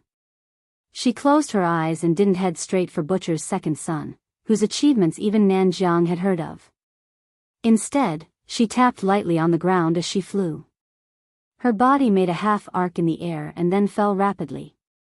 Just as her toes were about to touch the ground, she sensed Su Longxiang's attack in advance. Her delicate body bent slightly and she sped up to cover a distance of 30 to 40 feet. From beginning to end, she was flying and stopping in the air, as if lotuses were blooming under her feet.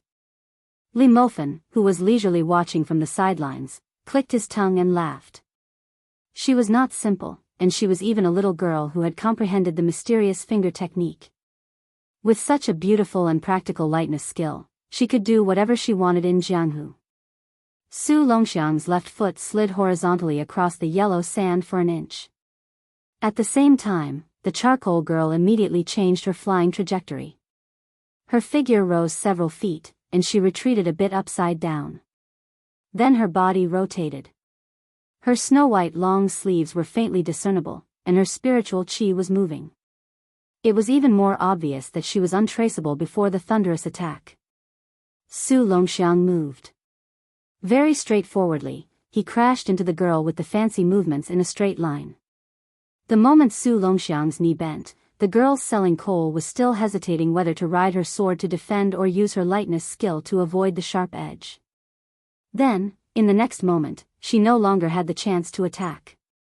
Su Longxiang raised his knee in the air and sent the charcoal girl, who the layman thought was trying to knock into him, flying. The speed was so fast that only Tantai Pingjing was able to see the clues. The moment Su Longxiang raised his foot, the girls selling coal had completely lost the initiative. However, when the two collided, the girls still made a defensive gesture of pushing down with both hands. But at that moment, Su Longxiang's 5 fingers grabbed the girl's forehead like hooks and pulled her toward his knee, still sending her flying. Tantai Pingjing squinted her eyes, slowly inhaling and exhaling, ready to attack. The girl selling coal's body rolled in the air, dissipating most of the force. But soon, she was shocked to find that the inconspicuous teenager in black had inexplicably appeared behind her. Next, after the girl selling coal was repelled, she was kicked in the back and fell on the sand with her face flat. A haze appeared between Tantai Pingjing's eyebrows. The lad had several imperceptible pauses when he kicked. It was the superposition of 1-inch strength, which was like rolling thunder. But it was simply against the common sense of martial arts. Ordinary people who practiced martial arts would know the importance of concentrating and doing it in one go. Su Longxiang simply appeared and disappeared unpredictably. After a burst of dizziness, everyone saw this teenager dragging one leg of the girl selling coal, slowly walking toward the hundreds of Qi cultivators of the Guanyin sect. The girl selling coal even had the heart to die. It was not that she did not want to resist, but this bastard's kick had destroyed all her Qi activity, making it chaotic and uncontrollable. That was not all. Intuition told her that if she dared to drive the flying sword with her talent in swordsmanship, this black and thin teenager would really kill her. Su Longxiang dragged the girl selling coal for a while and seemed to be bored. He threw the girl and his hand back to the Guanyin sect like throwing garbage, and then hooked his finger at Tantai Pingjing. His meaning was clear. If the young one was not good enough, the old one could try. Tantai Pingjing was not angry at all, but asked indifferently, "Have you been deliberately suppressing yourself at the boundary between the Vajra realm and the Finger Profound realm? Are you trying to directly skip the celestial realm and become an earth immortal? Before you, no one has been able to do it." Su Longxiang did not speak. He had always listened to his elder brother. When he was young, his elder brother would always tell him stories of the pugilistic world, such as how in the world of martial arts, only speed was invincible, and how one's strength could defeat 10. He did not understand at that time, but he remembered it firmly in his heart. After he was enlightened, he naturally understood it. Also, his elder brother said that when fighting, one could chat while fighting. If one was to kill, one should not talk about the principles of fighting. The fist was the principle. A rider came to Li Mofen's side and reported the military situation. Li Mofen's expression was strange. He cleared his throat and shouted to Su Longxiang, "Commander, His Highness has spoken. You can fight, but you are not allowed to kill." As Li Mofen spoke, he burst into laughter. "His Highness also said that if you lose, he will punish you." Li Mofen quivered and immediately came to his senses. He said solemnly, "Commander, this general is just passing on His Highness's words. Don't punish me later." The girl selling coal, who was being held in the arms of a sect elder, wanted to cry but had no tears. She wanted to curse out loud. Su Fengnian and Su Longxiang, these two brothers, were not clear-headed. She wanted more than ever to return to the South Sea and never set foot on the Central Plains again. Chapter 1196. Tantai Pingjing stared at the young man who could be said to be God's favored son with a little pity in her eyes. However, when such a tall and eye-catching woman like her took a step forward, not only did the South Sea Qi trainers and the leading Guanyin sect retreat, even Li Mofen did not dare to take it lightly. He raised his arm and made a gesture that all the generals and soldiers in the Bailiang army could understand. The dragon elephant cavalry suddenly bloomed with an indescribable aura, like a tiger out of its cage, hot and wild. More than 1,000 elite cavalry began to spread out rapidly, forming an aggressive fan-shaped formation. A few groups of roaming cavalry even swept behind the South Sea Qi trainers. Obviously, they had made up their minds to make a big fuss and wrap these arrogant immortals in the South Sea up like dumplings. The charcoal girl was actually not seriously injured, but she did not dare to act rashly because she was severely suppressed by Su Longxiang's momentum. Now that her senior sister was personally involved, she was emboldened. She jumped down to the ground, rubbed her only son, and gnashed her teeth. She could not wait to cut the yellow-skinned young man into pieces and throw his 3 souls and 7 spirits into the most important weapon of the sect, the Moonwell Sky Mirror, which was specially used to suppress evil and evil. There were 5 generations in the Guanyin sect. Tantai Pingjing, who was close to 100 years old and had an almost eternal appearance, and the charcoal girl were the pair of senior sisters with the highest seniority. The age gap between them was so big that it made people speechless. Then there were 6 old elders whose hair was as white as frost. Meiyingyi, Sunya, and Qi Longzhong were the younger Qi trainers of the next generation. The 4th generation were the direct disciples of the 6 elders. Finally, there were the young boys and girls who had just entered the sect. There were more than 100 Qi trainers of the 5 generations. Almost every one of them had one or a variety of talisman weapons, such as the land-facing celestial painting of the charcoal girl and the dragon pendant that was destroyed when catching the dragon in Shu Land. They were all the most important weapons of the Guanyin sect. In addition, there was the discipline elder's willow branch clear vase, which was only 3 inches high but actually weighed 600 pounds. Naturally, there was a universe inside. Sunya's coiling dragon stone block that contained thunder and lightning could suppress evil and evil. It was also a work of God that was in accordance with the way of heaven. Talisman swords were even more common in the field of Qi trainers. It was just that the Guanyin sect was seriously damaged in the dragon-slaying battle in the southern border. Therefore, there was the storm of asking for 81 talisman swords from the Dragon Rock sword furnace of the Yuyan Mountain Villa. Later, there were 2 famous swordsmen in the world who came uninvited, Dong Tai and Sui Xiagu. The latter enjoyed eating swords, which made the Guanyin sect, which had a strong foundation, feel even more difficult to deal with. Tantai Pingjing did not have the demeanor of a master like her junior sister who had provoked the charcoal girl. She just walked forward like an ordinary strong woman, as if she had met an acquaintance and wanted to greet him. But this time, Su Longxiang waited for an opportunity for a longer time. Especially when Tantai Pingjing imperceptibly paused or even took a step back, Su Longxiang was in a trance, as if he had returned to his childhood in the prince's mansion on Mount Qingliang and became a silly Huang man. Su Longxiang seemed to have thought of something.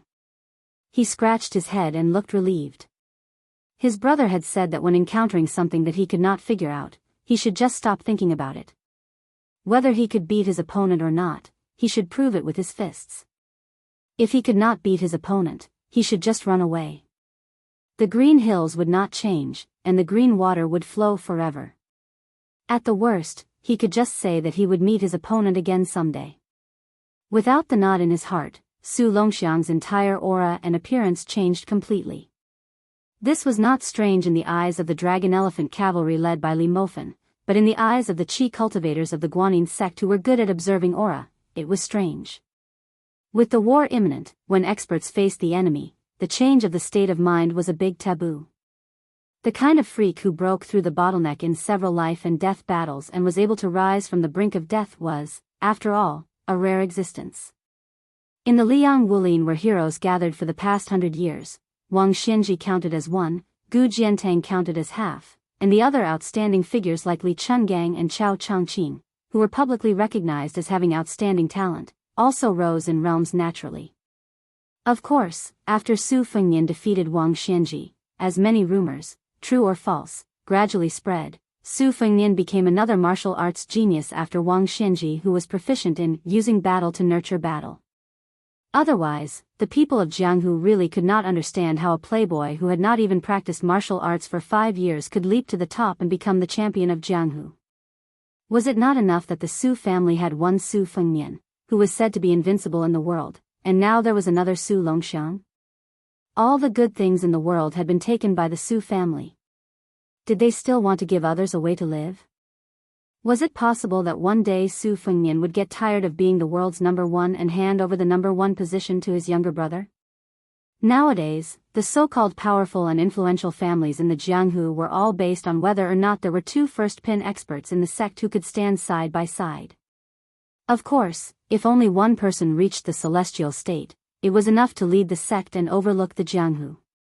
But there was absolutely no reason for one family or one sect to have two experts in martial arts. Even the Wu family's sword tomb could not do this, because it was much more difficult than the three princes of the fourth generation, the father and the son, and the two top scholars in the imperial court.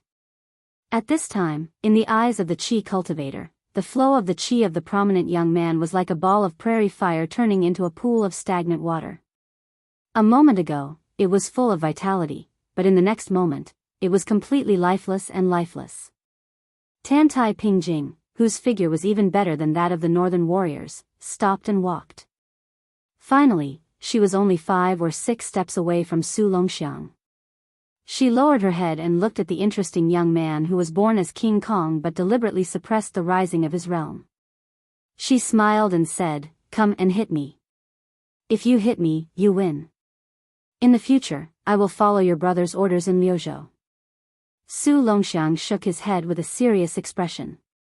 Tantai Pingjing smiled knowingly. She had already understood the young man's meaning.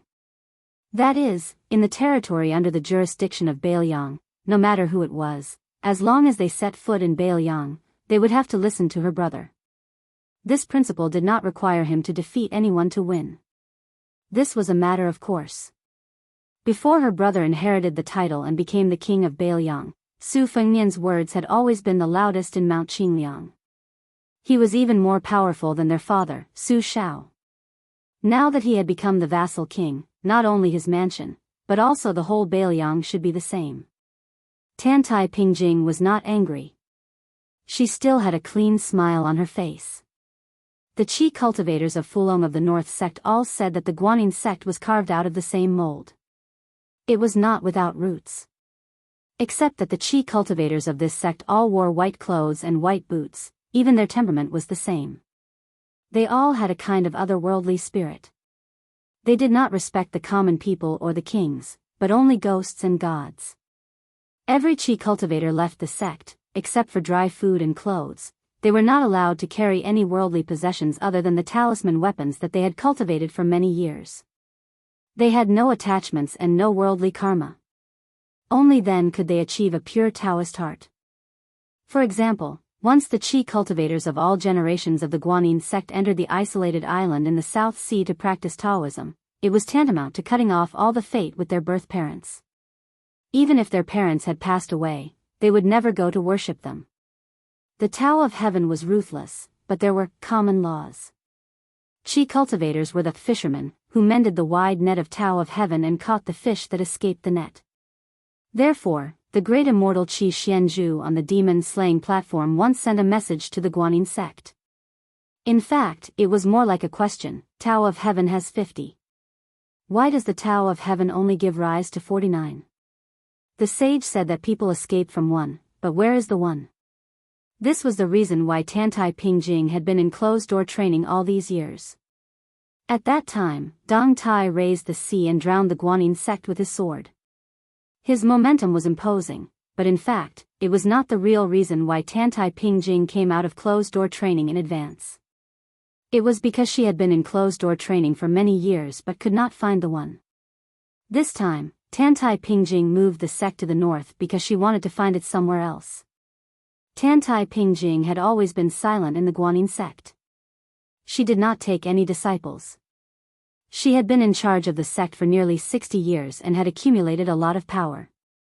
Even the elders would feel uncomfortable when they saw this young suzerain who was almost enlightened, not to mention the juniors like Meini, Sunya, and Qi Longzhong. They would be satisfied if they could talk to the suzerain who was really high in status and figure for a year. These people all felt that the suzerain had a rare affection from the bottom of her heart for this young man.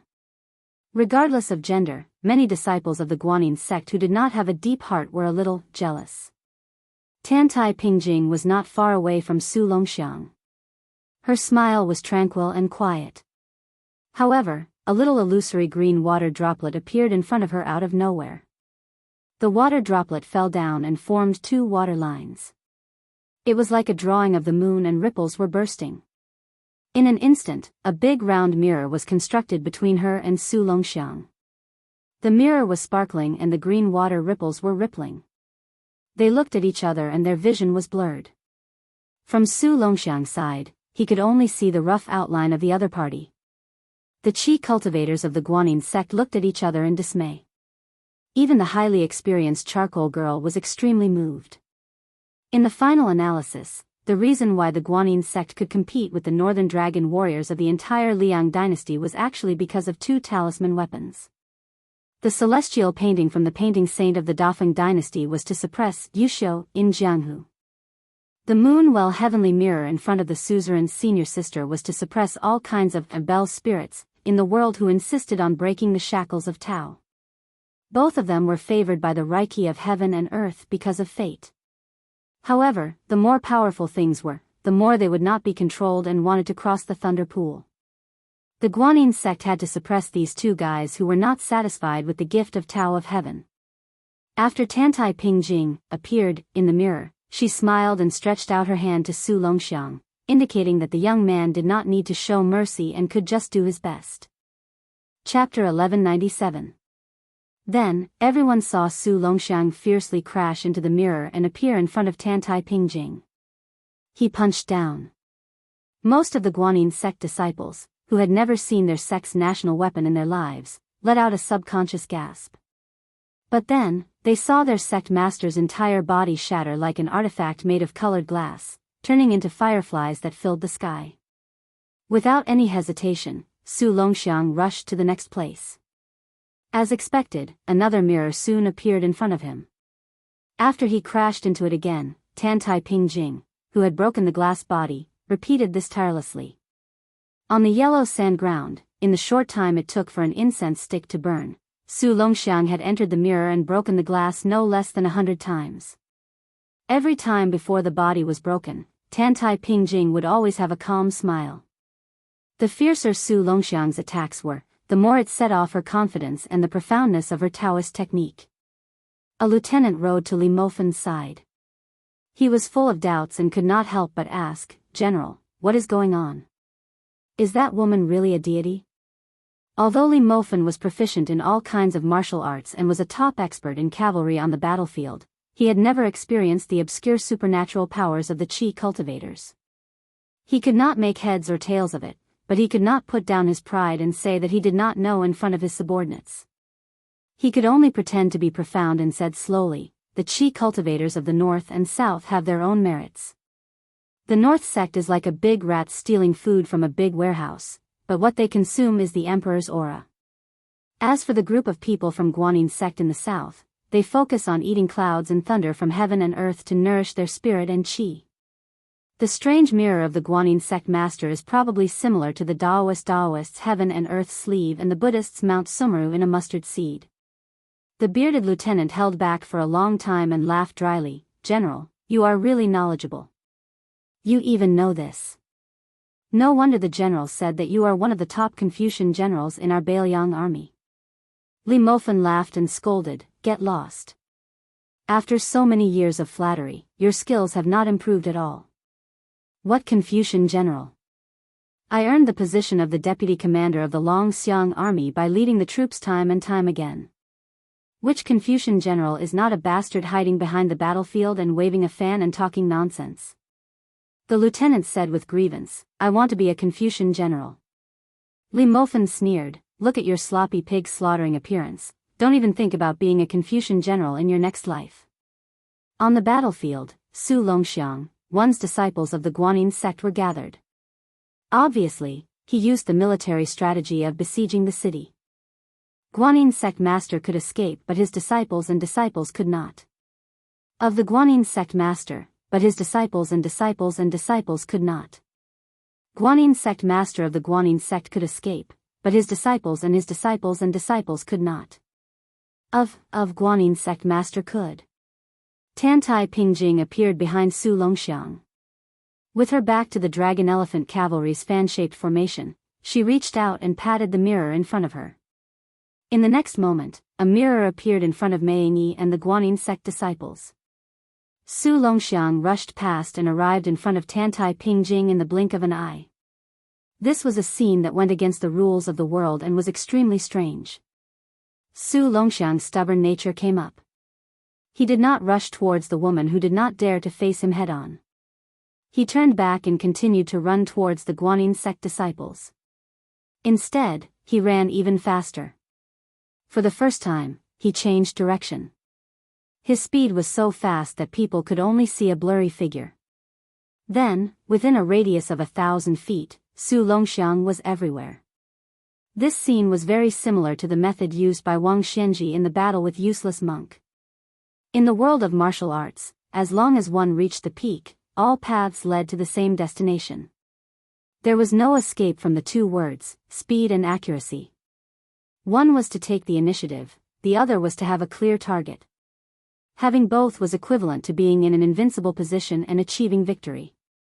In the battle of swordsmanship in the world, no matter how big the differences between the two factions were, there was no objection to the two words of speed and accuracy. The peach blossom sword god Dong Tai was able to suppress all the swordsmen in the world before Li Chungang reappeared in Jianghu because his flying sword had the reputation of flowing fire in the heavens. As time went by, Su Longxiang still could not touch a corner of the clothes of Tantai Pingjing and the disciples of the Guanyin sect. Even Li Mofen was a little anxious, not to mention the group of officers and commandants who were as rough and unyielding as the sandstorm in the northwest. They were all eager to have a try. As soon as they heard the order, they would spur their horses to charge and kill everyone, regardless of whether they were immortals or chi trainers. At this moment, a black dot in the distance was approaching steadily. Gradually, people could see the figure clearly. He came alone and stood outside the Dragon Elephant Cavalry and the Guanyin sect. The three of them were like two horns to each other.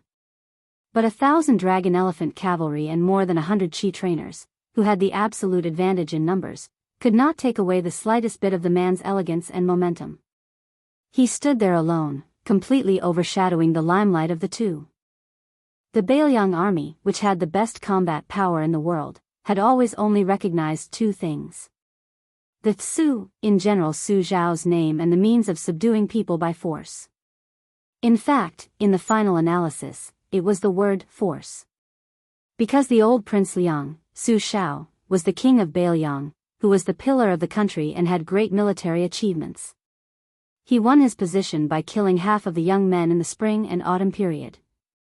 Then, after Su Shao, another person from the Su family took over the vacancy left by the death of Ren Tuesday originally. Most people thought that this was a feat that even the gods could not do after Su Zhao's death. But that person did it. It was very simple. He killed Wang Xianji. At this moment, Su Fengnian was standing here. When he received the news that the Guanyin sect and the Wu family's sword mound had entered the country respectively, he naturally valued the latter more. He was prepared to personally go to the border between the two provinces to welcome them. As for his younger brother, Huang Man, it did not matter whether he was escorting the Qi cultivators of the South Sea or showing off his strength. With how much Su Fengnian doted on Huang Man, there was nothing in the world that Huang Man, could not do. But at the last moment, Su Fengnian was still not at ease. After all, the wealth that the Guanyin sect had accumulated over hundreds of years could not be underestimated. The charcoal girl's crafty tricks in Yanji County and the land pilgrimage map almost caused him, the so-called most powerful person in the world, to fall into her trap. Therefore, he changed his mind halfway. He wanted to see Huang Man, with his own eyes before he went to welcome the 100 withered swordsmen of the sword mound. Perhaps Su Fengnian himself did not feel that there was anything wrong with looking on with folded arms. However, whether it was the 1,000 brave and valiant Dragon Elephant Cavalry led by Li Mofen, or the 100 over-chi refinement warriors of the South Sea who were ignorant and inexperienced but had heard of his name like thunder, they all felt a kind of silent and enormous pressure. Especially those cavalry soldiers under the Su flag. They all subconsciously tightened their grip on their iron spears. They were afraid that the vassal king would look down on their invincible Longxiang army. And to the Qi cultivators, that Wang Xianji of the martial emperor city was the biggest fish that escaped the net in the world. But no matter if it was the Qi cultivators of the south or the north, they could not do anything to him. Then, with the death of the old monster Wang, this suffocating feeling that was enough to make people despair was imperceptibly transferred to the young vassal king. Who dared to face this person as an enemy? This person wasn't someone who could be challenged just because they had more people. At the very least, no matter how many people there were, could they be more than the 300,000 Bailiang cavalry under his command? Tantai Pingjing turned her head and looked at the slightly abrupt slender figure in the distance. Under her eyes, there was a trace of indescribable complex emotions. Su Longxiang had already fallen into a state of madness. He lowered his head and clenched his fists. He was far from being exhausted, but he began to gasp for breath like an ancient fierce beast. His qi had traveled no less than 700 miles in an instant. This had already crossed the Dragon Gate threshold of 600 miles in the new martial arts list. Tantai Pingjing withdrew her gaze. Coincidentally, Su Longxiang turned his head and she saw the young man's red eyes. If it was just a naughty and mischievous young man's playfulness before, and he did not really want to hurt people, then at this moment, Su Longxiang really had the intention to kill. He had a pure heart. Doing good came from his heart, and doing evil was also straightforward. Chapter 1198. There was a saying in Tianluan, sage Zhang of Confucianism, that the way of heaven was constant. It did not exist for sages, nor did it die for ferocious people. It meant that the way of heaven was unpredictable. Although man was the head of all spirits, he could not interfere with the eternal operation of the way of heaven.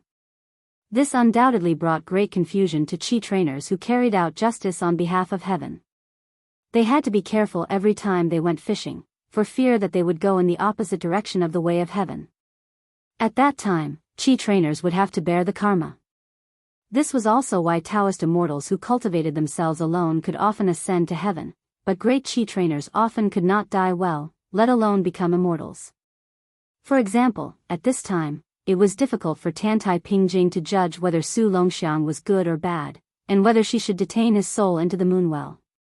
In fact, in the moonwell sky mirror, in addition to those recognized evil leaders, there were many famous sages. However, Qi trainers often kept the latter a secret. The reason why gentlemen were often beheaded for 5 generations was that Qi trainers were often the executioners. What sages did might be good for the common people or benefit the country, but they did not necessarily follow the way of heaven. In history, there were so many earth-shaking reforms. The common people benefited, but those who carried out the reforms often ended miserably, and even might not be reincarnated after death. As the Confucianism said, although there were thousands of people, this majestic heroic spirit was passed down from generation to generation, but it was not necessarily a blessing for the individual. However, this was precisely the most valuable thing about those scholars who helped the world. The young lord standing in the distance sneered at scholars when he was a teenager. In Gangnam-do, he even dared to ask Liang Tengshi Sword Immortal, who was now Wang Chaodong, if he could sell some benevolence, righteousness, and morality. The reason why he had changed his view of scholars over the years was that he could look further and higher after reaching a high position. He had more and more respect for scholars who really cared about the world and had no regrets. Because in the world, those who had a heart were often the ones who carried the burden and staggered forward to open the way for the future generations. Wang Xianji was like that in Jianghu, and so was Sun Ping and Zhang Julu. Huang Sanjia was even more so. This kind of people, even if they were enemies, could be killed but not hated. The founding of a prosperous dynasty was always made by warriors to open the way and scholars to build the road conscientiously. Only then could the common people walk on that road happily and comfortingly. Tantai Pingjing's eyes were still filled with pity as she looked at the butcher's second son in front of her. Liang and Bailiang, one of the nominal territories, were in a deadlock. Removing the vassals was the general trend, but resisting Bei Mang's iron cavalry was a top priority. The imperial court was not at ease with letting the shrewd Gu Jiantang be a king with a different surname, but they also could not allow the 2 generations of the Su family to take advantage of their achievements. On the other hand, Su Zhao's military achievements had reached the point where no one could take credit for them. So many outrageous killings, but Su Zhao's life was tough and he stood upright, so God gave him a way out and let him die of old age. However, the old man's wife and 4 children were inevitably affected. Everyone had a rough life. If Su Jihu was not the reincarnation of ancestor Lu, Hong Shixiang, he would have died of an illness long ago. As for the remaining three, even if Su Weisheng was not the biological daughter of Su Shao and Wu Su, most of them did not have any enviable results. Tantai Pingjing entered Bailiang because she vaguely saw traces of the one. She wanted to see with her own eyes how the young king of Bailiang turned the tide, how he changed the fate of the siblings and even blessed their descendants. This kind of action was even more difficult than slaughtering the flood dragon with human strength. Tantai Pingjing sighed softly. Su Longxiang had also finished accumulating power. With him as the center, the surrounding sand and stones were blown away. If it were ordinary people, they would only see the momentum of the second son of the butcher. But in the eyes of Tantai Pingjing, who had hundreds of years of experience, it was the appearance of a python that almost became a dragon. It was born irritable and barbaric. When Tantai Pingjing was in the prime of her life, she inadvertently bestowed the title of a white snake. Bestowing the title was a relatively obscure Taoist term. It was one level lower than the legendary celestial being God. Ordinary people might not know what the emperor's words were. The emperor's words contained the heaven's constitution and the prophecy of the Taoist immortal, but most of them had heard that monks didn't lie. They were used to nagging children after they said something wrong and let the children spit a few times to show that they took back their rude words. This was why the words created by the sages made ghosts and gods cry. After the words were spoken, it was also unpredictable and mysterious. Tantai Pingjing did not think much at that time. She just felt close to the white snake with a tail of more than 100 feet.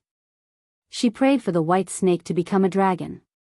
The huge white snake as thick as a water tank actually shed tears like a human. Then, it instantly shed its snake skin for the 8th time without stagnation or any pain. Her head had a flood dragon horn.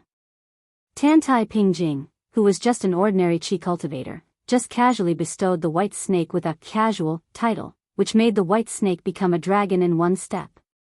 After the white flood dragon jumped into the river, it stretched out its tongue and wiped Tantai Pingjing's arm. Then, it reluctantly jumped into the river in the surging wind and clouds. Her master heard the news and came over. He didn't know whether to laugh or cry. He only sighed that fools had fool's luck. Later, Tantai Pingjing knew that the spiritual creatures in the world, especially the big snake, even the Taoist master of Dragon Tiger Mountain, who was the feather-robed Taoist master, only dared to proceed step by step and bestowed the title of Flood Dragon.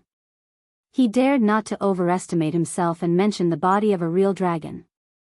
Tantai Pingjing's action was tantamount to tying the merits of several generations to the white snake. The two were closely related. If the white snake finally became a dragon and ascended, she could get a great opportunity through reincarnation. But if the white snake failed, then Tantai Pingjing would share the trials and tribulations with it and would never be reincarnated. Even all the people close to her would be stained with evil karma. Fortunately, Tantai Pingjing's master was very optimistic about the white snake. Otherwise, once they had an evil relationship, no matter how much he valued Tantai Pingjing, he would expel this disciple from the sect to avoid a monstrous disaster that would bring disaster to the sect. Fortunately, Tantai Pingjing's master was very optimistic about the white snake.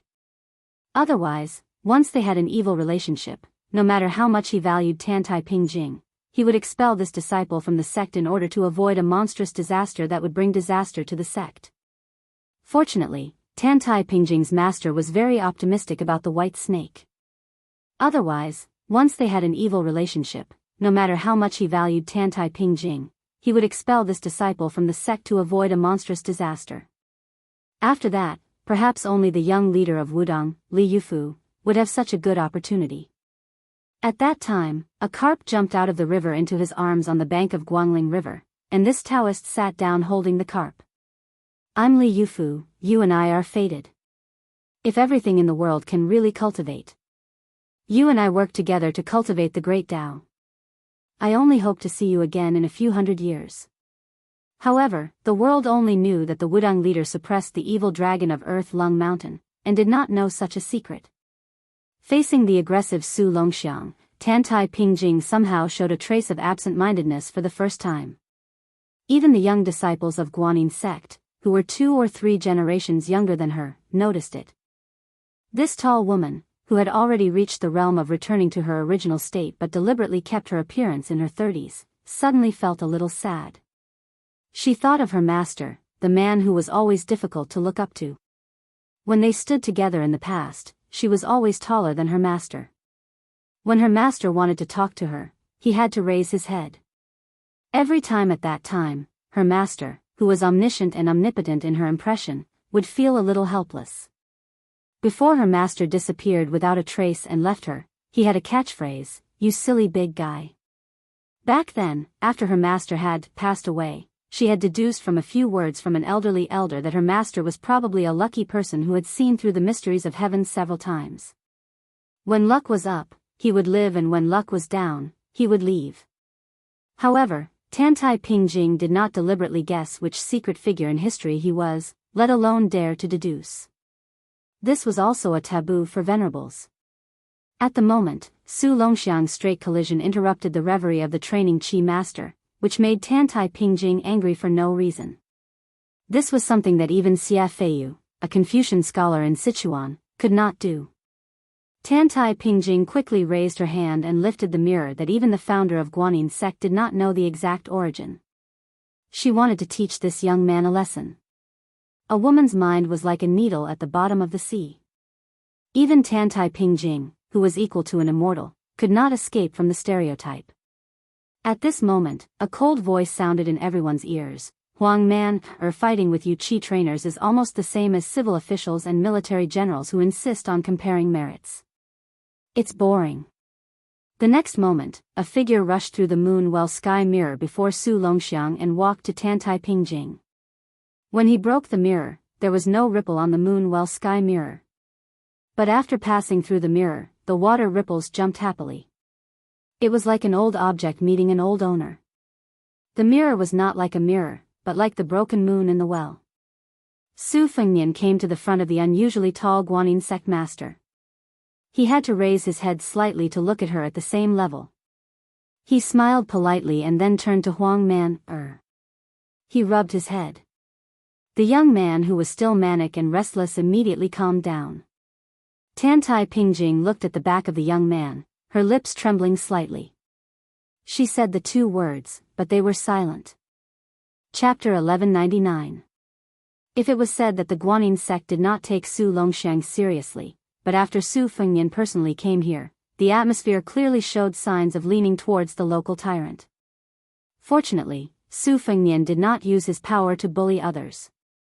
Instead, he took the initiative to walk towards the old woman that he had met once outside Yuyan Mountain Villa.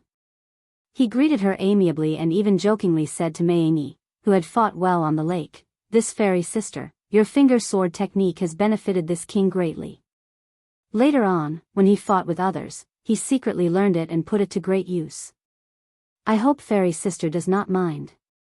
Mei lived up to her manly name. Facing this powerful vassal king who had stirred up the Jianghu in the imperial court, she did not have stage fright. However, her smooth and creamy cheeks still had the redness of a beautiful woman. Her voice was soft but not seductive. She jokingly said, "It is Mei's honor to be able to enter the king's discerning eyes with my insignificant skill. However, I have a bold request. That is, if the king has the opportunity to fight with others in the future, before you use the upper finger sword technique, you must first say that this is the unique skill of Mei of the Guanyin sect of the South Sea."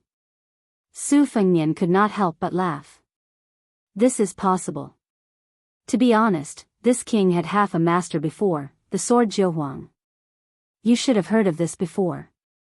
At that time, this king had not yet learned martial arts and the blade. He thought that when he went to Jianghu and fought with others, no matter what, as long as he could make the name of this king appear, then this king would be able to brag and flatter to various heroines. Therefore, this king and fairy sister are the same kind of people. Can we be considered as heroes who appreciate each other? Mei covered her mouth and smiled. She did not enthusiastically agree with anything. Instead, she carefully controlled the situation and did not dare to climb up the pole. If she really thought that these big shots who held authority were merciful bodhisattvas, it was hard to fathom a ruler's heart. Accompanying a ruler was like accompanying a tiger. She was just a small character. Maybe one day she would be eaten until not even her bones were left, and they would still complain that it was not enough. However, Mei was overjoyed to have the king of Bailiang address her as Sister Fairy. She didn't try to hide the joy on her face. Su Fengnian turned his head and looked at a certain young Qi refinement warrior who was sneakily hiding behind his senior brother. He smiled and said, "Why? Can't you recognize this king who has changed his hair color? Back then, you were very arrogant. Once you saw this king, you would casually sit on the river." The young man's face turned red. He walked out from behind his fellow disciples and bitterly said, "To be able to exchange blows with Wang Ye, I have no regrets in this life. Even if Wang Ye wants to beat or kill me today, I, Su Qingxing, will not complain at all. I won't dare to retaliate either." Su Fengnian smiled and said, "Oh, you're from the same family. Then I really have no reason to fight with you. Now that you're in Lu province, don't treat yourself as an outsider. If you need any heavenly materials and earthly treasures that Bailiang has, feel free to ask. For the sake of our family, this king doesn't have the face to hide anything." The young man chuckled and said, "Then I won't treat you as an outsider. When the time comes, if Wang Ye is stingy, I, Su Qingxing, will run to the entrance of the Wang Ye residence and make a scene." Su Fengnian nodded and dismissed it with a smile. The girl who sold charcoal fiercely turned her head and rolled her eyes. She increasingly disliked this treacherous fellow who had a honeyed mouth and a sword in his heart. After that, Su Fengnian asked for a warhorse from the Dragon Elephant Cavalry and symbolically sent this batch of Qi cultivators from the South Sea for a period of time. Riding side by side with Tantai Pingjing, the sect master of the Guanyin sect, who had already completely recovered her calm state of mind, asked indifferently, "When will the Beimang army go south?" Su Fengnian also did not treat this as a military secret that could not be divulged. He said frankly, "Some small-scale battles will be very fast. At the beginning of the year, they were stunned by my younger brother's 10,000 Dragon Elephant Cavalry. The new king of the South Yard, Dongzhua, and the Empress of Beimang should not be able to swallow this grievance. Even if they can, in order to appease the army, they urgently need a hearty victory to make a good start and get a good omen. However, as for which border of the three provinces in cool and flowing, Beimang is also not sure. They can only cope with all changes by remaining unchanged. Sect Master Tantai, you want to use this to accumulate merit. This king also needs you to give blessings to the fallen soldiers. I hope that both of us can." Tantai Pingjing smiled and continued the topic, "Happy business?" Su Fengnian was stunned for a moment. This does not seem like something that would come out of the mouth of an otherworldly expert like Sect Master. What followed was a natural long silence. Their identities and ages were as different as heaven and earth. It was really difficult to find a topic to exchange pleasantries. Before leaving, Tantai Pingjing finally said something irrelevant. "My late master once set foot in the Jianghu of the Central Plains twice. The first time was to go to the demon-slaying platform of Dragon Tiger Mountain to discuss Taoism with immortal Qi. The second time was to find the whereabouts of a white flood dragon. My late master once left behind a will. That white flood dragon was different from the common river boas. It did not follow the river into the sea but swam upstream. My late master only calculated that the white flood dragon swam to the gate of hell and then disappeared." Su Fengnian sat high on the horse without holding the reins. He folded his hands in his sleeves and said with a smile, "Sect Master Tantai, are you guessing that the white flood dragon sneaked all the way to Bailiang?" This king casually asked. "The common people worship the flood dragon as deities. But you Qi cultivators, especially Sect Master who has achieved the Tao, can hunt and kill the flood dragon. Why do you care about the whereabouts of a river flood dragon that has not yet turned into a dragon? Could it be that there is a reason behind this? If it does not involve the private affairs of the Guanyin sect, can you tell me something?" Tantai Pingjing shook her head and said in a stiff tone, "This has nothing to do with the situation in Bailiang. I have no comment." Su Fengnian did not force her, nor was he interested in getting to the bottom of the matter. He just smiled and did not take it to heart. The 1,000 dragon elephant cavalry under the direct command of Li Mo Fan did not continue to escort. Su Fengnian returned the warhorse to the ordinary cavalryman and sat behind his younger brother Su Longxiang, who was his coachman. Obviously, his fellow soldiers were very envious of the guy whose warhorse was sat on by the young lord. The horseman also regarded it as a great honor and had a complacent look on his face. After the bearded lieutenant approached, he patted the horseman's head and scolded with a smile, "Motherfucker, you brat, don't be so sentimental and ask me for your military merit in the future." Although the cavalryman was not very old, he was a veteran of the Longxiang army. Last time, he had cut off the head of a northern barbarian. At that time, he only used it as the head of an ordinary Beimang cavalryman to calculate his military merit. Later on, from the news that spread from Beimang's southern court, he found out that the fellow was a member of the royal family with the surname of Yelu. Although he was only a branch of Yelu and could not be considered the purest descendant of the royal family, according to Beiliang's military law, he should at least be a lieutenant. This brave soldier was not convinced and ran to the bearded lieutenant every 2 to 3 days to ask for his military merit. In fact, everyone knew that being a lieutenant was secondary. The main reason was to take the opportunity to squeeze the wine out of the lieutenant who loved wine like his life. This time, when the prince wanted to borrow a horse, the lieutenant had a bright idea and gave this opportunity to that brat. He thought that he should let go of the few remaining jars of wine, right? Unexpectedly, the cavalryman glared at him and said, "Lieutenant, let me say this first. This is a different matter. If you dare to go back on your word, do you believe that this subordinate will not report this matter to the prince?" Report this matter to the prince? None of the soldiers around the cavalryman felt that there was anything wrong with his words. In our Beiliang, the king of Beiliang was the rightful emperor. He only lacked a dragon robe and a dragon throne. It was just that our prince did not care for those two things. The bearded lieutenant gritted his teeth and said, F***K, don't talk nonsense with this old man. Today, I'll make things clear to you, brat. When we go back, I'll give you an entire jar of wine. How about it? If you dare to take another sip of wine, this old man will strip you naked and hang you on the back of a horse. Then, we'll circle the camp a few times. The cavalryman grinned and said, "Deal." Hanging naked on the back of a horse and circling the camp was a punishment unique to the Longxiang army. As long as it was a native of the Dragon Elephant Cavalry, including the 2 vice-generals, Li Mofan and Zhang Lingbao, almost all of the rebellious fellows had had a taste of this before. A wily old fox who was so unlucky that he had died 8 times was proud of it. He always liked to say to the younger generation in the army that the taste was so memorable that it was even more satisfying than riding on the bed. Of course, there were not many who were willing to believe it. Li Mofan looked at the carriage and hesitated a bit. In the end, he had his personal soldiers pull back a bit.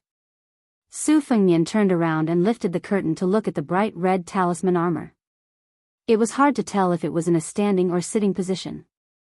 When no one was wearing it, it was still half the height of a person. It stood alone in the carriage and emitted a bone-chilling aura. After Su Fengnian had collected 5 sets of talisman armor, he strictly ordered the 2 Mahist masters at the back of Mount Qingliang to forge a new set of talisman armor. This was to ensure that his younger brother, Huang Manor, would have something to rely on when charging and breaking through enemy lines in the future. At the same time, it was to forcibly imprison Su Longxiang's higher realm. Su Longxiang did not feel good every time he put on the talisman armor. It was no different from a kind of torture.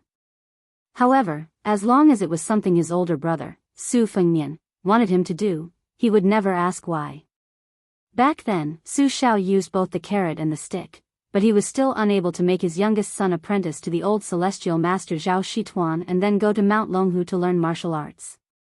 Su Fengnian returned after 3 years of traveling, and a simple sentence was all that was needed. Not to mention the imperial vassal Wang family, even between brothers of ordinary landowning households, there were all kinds of differences. If it wasn't a struggle for status, then it was a struggle for seniority. How could it be like the Beiliang Su family, where brothers would go on blind dates? Chapter 1200. After Su Fengnian became the king of Beiliang, he first had to subdue the civil officials, pacify the border army, and fight against Wang Xianji. He never had a chance to talk to Huang Manor, or rather, he never knew how to talk to Huang Manor. After Huang Manor was enlightened, he calmed down and had his own ideas. After the expansion of the army, the Longxiang army, which had 30,000 soldiers and horses, was well managed by the youth. However, Su Fengnian was used to treating Huang Manor as the child with two snots. When Huang Manor grew up, he felt a sense of unfamiliarity that he didn't know how to talk to him. Occasionally, Su Fengnian would remember that Su Xiao probably had the same problem when facing his rebellious self. Of course, when Su Fengnian was the same age as Huang Manor, he was truly a lawless demon king. Su Xiao definitely didn't dare to scold him and didn't know how to persuade him. Although after the Wang Fei passed away, as the general, he was both a father and mother, in the end, he was still a rough man. Leading troops to war and governing the army didn't make sense, so he just fought until they were convinced. However, when it came to the eldest son, how could he be so carefree? Su Fengnian looked at the yellow sand that was even more barren than Liangzhou. He smiled and asked softly, "Huang Manor, did you miss your father?" With his back to his brother, Su Longxiang nodded vigorously. Su Fengnian continued, "Speaking of our mother's early death, outsiders all say that it was to give birth to you, the result of exchanging a life for a life. In reality, logically speaking, mother's lifeline was left behind by the white clothes case. If Su Xiao didn't have me, the eldest son, or us two sons, he would definitely be able to live out the rest of his life as a king with a different surname. After death, his posthumous title would be extremely honorable, and he definitely wouldn't be that bullshit, Wu Li. So, you, the younger brother, would never be the one to say sorry to our parents. I also know that Su Xiao has always been biased. You and my two sisters are not as good as me." Su Longxiang held the reins and didn't say anything. Su Fengnian leaned against the wall of the carriage and looked at the sky that was higher and wider than anywhere else in Liang. He said softly, "Su Xiao is actually very good to us, to the point that he can't be any better, except for my two sisters. I am the older brother and you are the younger brother, so it's different. But this isn't because Su Xiao is really biased. He doesn't feel sorry for you and your two sisters. But he was a boor who joined the army to kill enemies at the age of 14. How could he know the difficulties of his children as a father? After Su Xiao left, in order to deal with Wang Xianji, I went into an out-of-body state. That was how I saw Su Xiao when he was young, not as impressive as he was after he went to Beiliang. I saw Su Xiao standing outside the Grand Council office without bending his back or crippling his legs. It rained for an entire night, but those powerful officials closed their doors and refused to see him. They refused to give a single soldier a mouthful of food. Su Xiao stood like that for an entire night. After winning a battle, Su Xiao sneaked to the battlefield where the corpses of the soldiers did not have time to be dragged away. He squatted there and whimpered. It was not at all like after he had us. He said that he would be unstoppable wherever he pointed his troops, and he would be like a tiger swallowing tens of thousands of miles. I also saw Su Xiao's downfall after he became a general. He had to share hard buns with Master, Zhao Chongling, and the others. Su Fengnian smiled and looked up at the clean sky with narrowed eyes. To be honest, our father can only be less tired when he's gone. If it weren't for the fact that he's worried about us, he would have gone down to accompany Mother long ago. He's just holding on with a strong will and fighting with the King of Hell. Su Fengnian straightened and looked away. He said in a deep voice, "People in Beiliang have said for a long time that the Zhao court is making things difficult everywhere. Su Xiao has military power. Why did he not just rebel? Beimang has Beiliang's 300,000 cavalry. They are bound to take over the Central Plains. The history books are just servant girls that the founding dynasty can paint as they please. How can the Su family's reputation be lacking?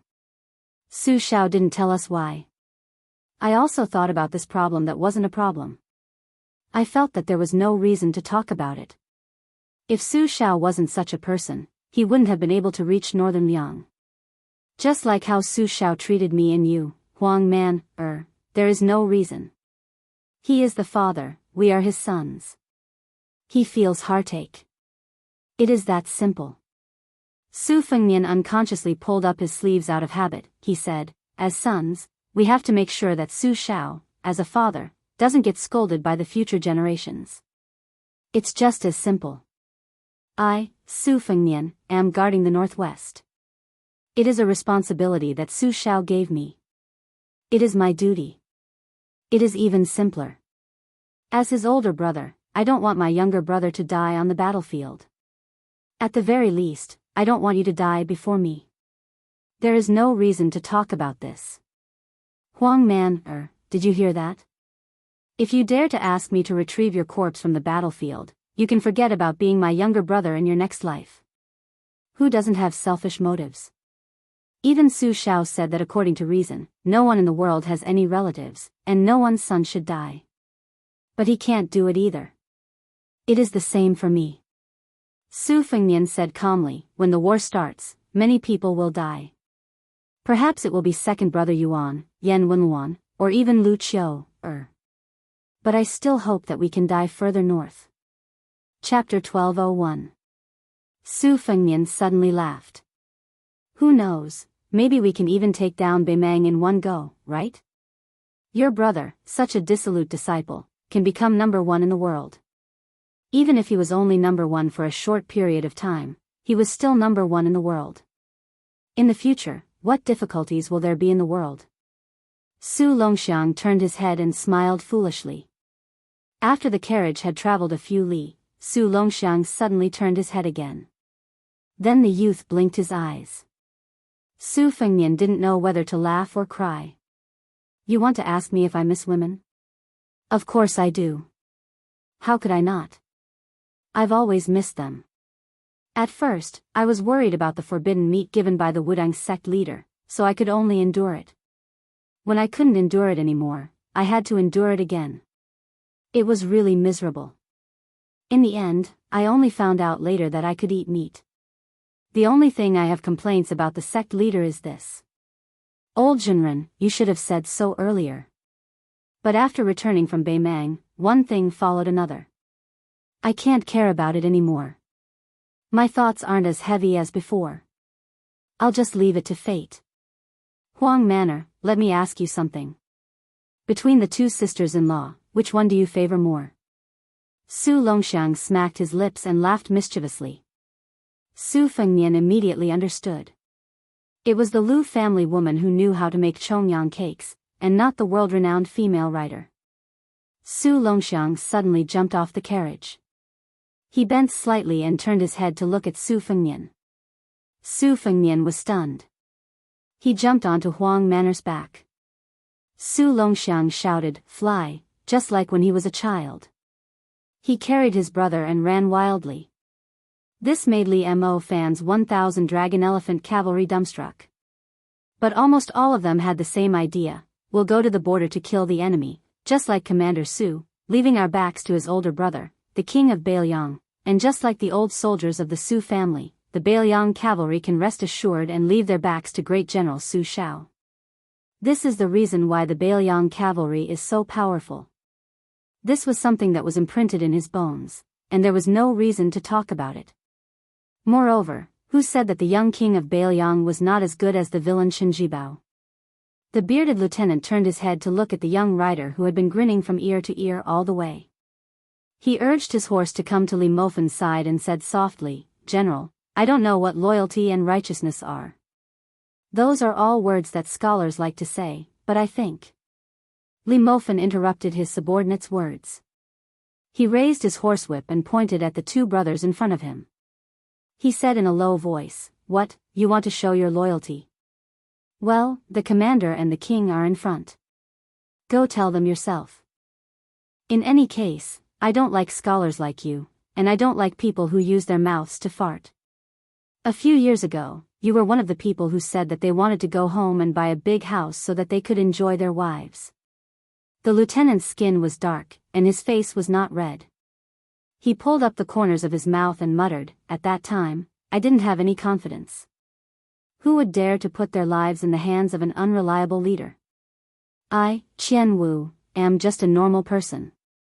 The lieutenant's voice became softer and softer. In the end, it was almost inaudible. Li Mofen did not look at this subordinate who had gone through fire and water with him for many years. He said calmly, "I don't care what happened in the past. Even if you deserted and went back to enjoy life, that is what you deserve. I, old Li, will not look down on you. But in the future, don't even think about sitting at the same table as me, drinking and eating meat. I, Li Mofen, cannot afford to lose face." The lieutenant raised his head and laughed shamelessly. "General, your words are really hurtful." Qian Wu's little heart is thumping. It really hurts his heart and lungs. Without a few bowls of good wine, it really can't be cured. Li Mo Fan finally had a smile on his face as he muttered, "Motherf ***, having a soldier like you is already very embarrassing." Qian Wu said with a heartless and mischievous smile, "Isn't it because of you, General? You have no one to blame but yourself." Li Mofen shouted, "Fan Shilong, return to the camp and hang Qian Wu on the back of the horse." Qian Wu's eyes widened. He raised his voice and asked, "What?" Not far away, a lieutenant laughed and said, "Roger that." Qian Wu didn't dare to make irresponsible remarks to Deputy General Li Mofen. He turned his head and shouted at the bastard who was gloating, "Son of a bitch Fan, your daughter can forget about marrying into my house. I'll be your mother's-in-law." Fan Shilong didn't care. He rubbed his ears and said lazily, "Our daughter is so pretty, why worry about marriage? If your son didn't read a few books and made our daughter obsessed with him, she wouldn't marry anyone but him. Otherwise, even if you money grubber knelt in front of the door for 3 days and 3 nights, I wouldn't even give you half a word." The Longxiang army nearby roared with laughter. Qian Wu cursed in anger and said angrily, "Those who laughed will be hung on the back of the horse with me. Let's see whose bird is bigger. If it's bigger than mine, I'll hang it one more time." Some brave cavalry immediately laughed and said, "Lieutenant Qian, then we'll have to circle the camp many times." Qian Wu turned his head and said with a smile that didn't reach his eyes, "You bastards are good. When the time comes, pick the biggest bird. I'll chop it up and make it into a dish." There was a lot of howling. Li Mofen listened to the flirting between his subordinates and theirs. He wanted to keep a straight face, but he couldn't help but smile brightly. He didn't dare to say that all of the Bailiang frontier army could kill the northern barbarians until they cried for their parents, but the disciples of the Longxiang army under his command could casually take out 1,000 of his direct subordinates. Even if they faced 3,000 Beimang cavalry, it would still be child's play. That damn Liang imperial court, that bunch of officials from the 6 departments of Great Peace City to the prefectures and counties, how many years have they been saying that the Bailiang army is just an empty name? Li Mofen stopped smiling. His face was dark, and his eyes were burning. He said darkly, "This time, the one who killed the most captains of the enemy, no one can take it from me." At the same time, the Wu family cavalry had entered River Province and was close to the Bailiang border. Chapter 1202. A shocking piece of news had swallowed up another piece of news that was already shocking. The latter was written by Deputy Administrator Song Dongming, who was called illegitimate outside of Bailiang. He submitted a memorial to Great Peace City, which shook the court of Liang. Su Fengnian, the king of Bailiang, actually requested to send troops to pacify Guangling Dao when Beimang's army was clearly pressuring the border. There were many people who speculated that Bailiang was finally going to rebel. Perhaps they had already received the personal promise of the Empress of Beimang. Pacifying Guangling Dao was just an excuse to invite the wolf into the house. The new king of Bailiang, Su Fengnian, had such evil intentions. But soon, another piece of news that had nothing to do with the political situation but was even more interesting for the officials and the common people to chew on began to spread. It quickly spread all over the country, especially in the capital. The level of enthusiasm was no less than when Wang Xianji left Martial Emperor City and when Qi Yanglong entered Great Peace City. The sword tomb of the Wu family, which had always been focused on swordsmanship, not only did someone openly leave the sacred place of death in the hearts of countless outstanding swordsmen for hundreds of years, but also sent out nearly 100 people in one go. The sword tomb of the Wu family was a place of death because if the swordsmen of the world wanted to truly make a name for themselves, they had to go through the Wu family and compete with the Wu family or their sword slaves. Only those who could walk out of the sword tomb with a famous sword from the sword tomb could be considered accomplished in swordsmanship. Even the previous leader of the Daoist sword pool, Song Mianqing, lost to Wang Xianji in his youth and caused the reputation of the Daoist sword pool to plummet. The real opportunity for the Daoist sword pool to return to the pinnacle of the martial arts world was when Song Mianqing went to the sword tomb in his prime and returned safely. Even if he did not pull out a famous sword from the sword tomb, he still helped the Daoist sword pool rise again. Although there were people close to the sword pool who often said that Song Mianqing's return meant that his swordsmanship was better than the Wu family's, most people only treated it as a joke. Song Mianqing had never said such words in the latter half of his life. The Wu family had been famous for 800 years and could be traced back to the Great Qin dynasty. After that, there were several great dynasties that sought to dominate the Central Plains. For example, the number one swordsman from 600 years ago was the Wu family's sword crown, Wu Chang, who had dominated the martial arts world at the age of 31. The number one swordsman at the founding of the Great Feng dynasty was still the leader of the Wu family, Wu He. It was rumored that on his deathbed, he laughed and said, "I've waited for 60 years, but there is still no sword in the world." It was enough to show his pride and confidence. Therefore, no one in the martial arts world could deny the fact that no matter how many swordsmen there were in the world, there were only two sword forests. One was the Wu family, and the other was for all swordsmen outside of the Wu family. There were sword geniuses who were famous in every generation of the martial arts world. Every 100 years, there would be countless new talents of the martial arts world and experts who believed that their swordsmanship was unparalleled in the martial arts world who would go to the Wu family to prove themselves. They wanted to prove that the Wu family's swordsmanship was inferior to the world's swordsmanship. However, except for a very small number of swordsmen who succeeded in their swordsmanship and retired, the vast majority would remain in the sword mound as slaves of the Wu family for the rest of their lives, practicing the legendary sitting sword technique and withered sword technique. After the Wu family set down this extremely unreasonable and harsh rule, only a few people left the sword mound, and all of them were top-notch swordsmen who had made a name for themselves when they returned to the martial arts world. As a result, the Wu family's sword mound was said to be a land of death for swordsmen. However, it was normal for the Wu family to become the holy land in the eyes of all the swordsmen in the world. The Wu family had passed down their legacies and collected their treasures. Their famous swords had already been piled up into mountains, and they had countless rare and unique sword manuals that had long been lost.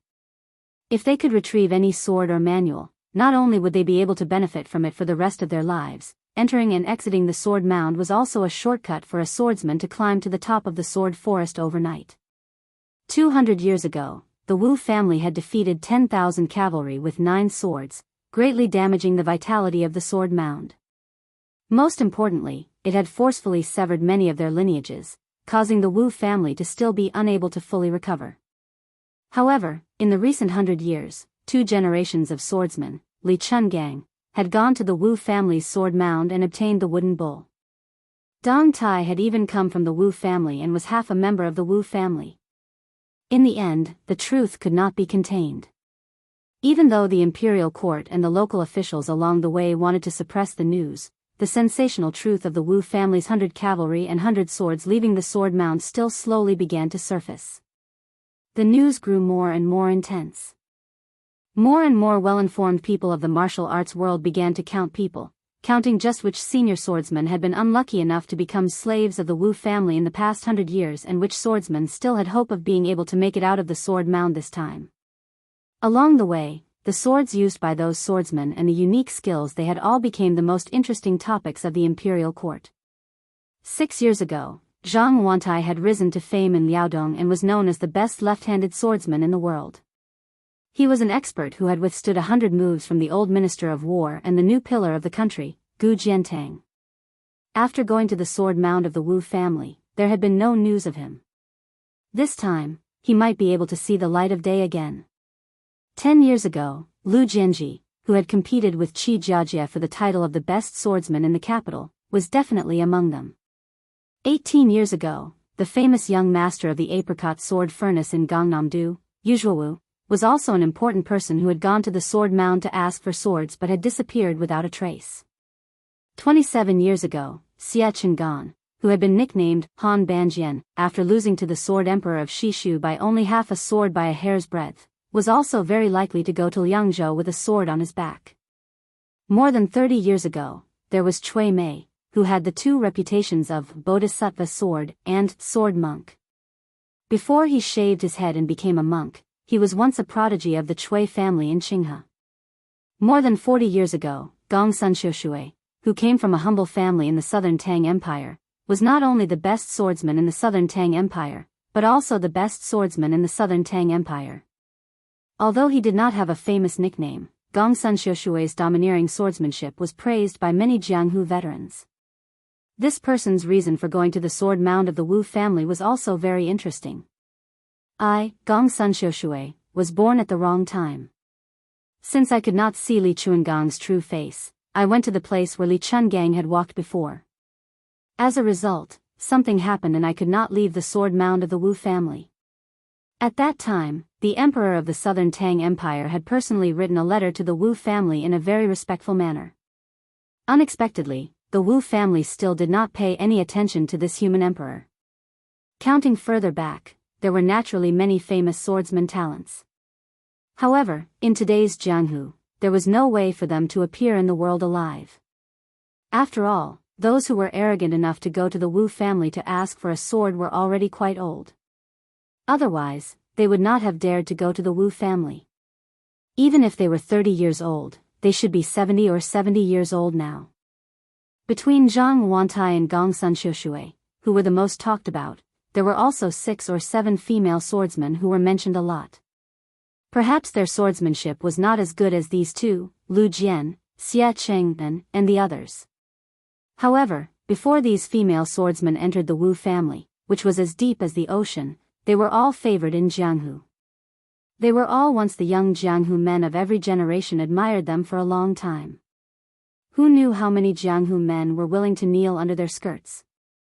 Of the 6 or 7 women, the last one, the literary sword, Nailan Huayu, who had unfortunately entered the Wu family's sword catacomb, was the most imaginative. After all, it was not too long ago, and she was a woman who had made it onto the rankings and won the Rouge rankings twice in a row. Even now, many of the Jianghu masters who had made a name for themselves would smile when they talked about this outstanding swordswoman. Then, they would smile to their juniors and say something about the same thing. Somewhere in Goddess Nailan's territory, there is a perfect combination of movement and stillness. The scenery is beautiful. If these martial arts masters had their wives by their side, most of them would glare resentfully.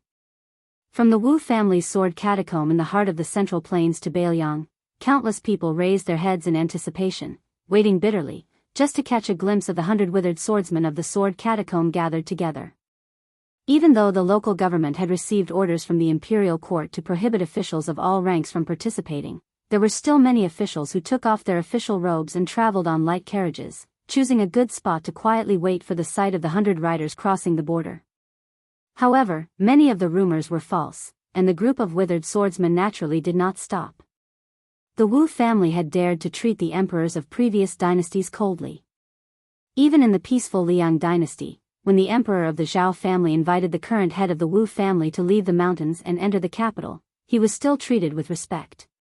This caused many people on the line to miss out on an opportunity, and they all beat their feet and stomped their chests, feeling regretful.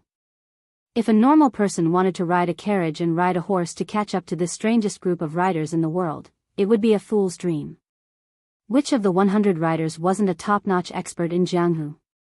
Even if a Jianghu expert could barely keep up, he would only dare to watch from afar, not dare to get close to disturb them. This was also the most breathtaking event in Jianghu.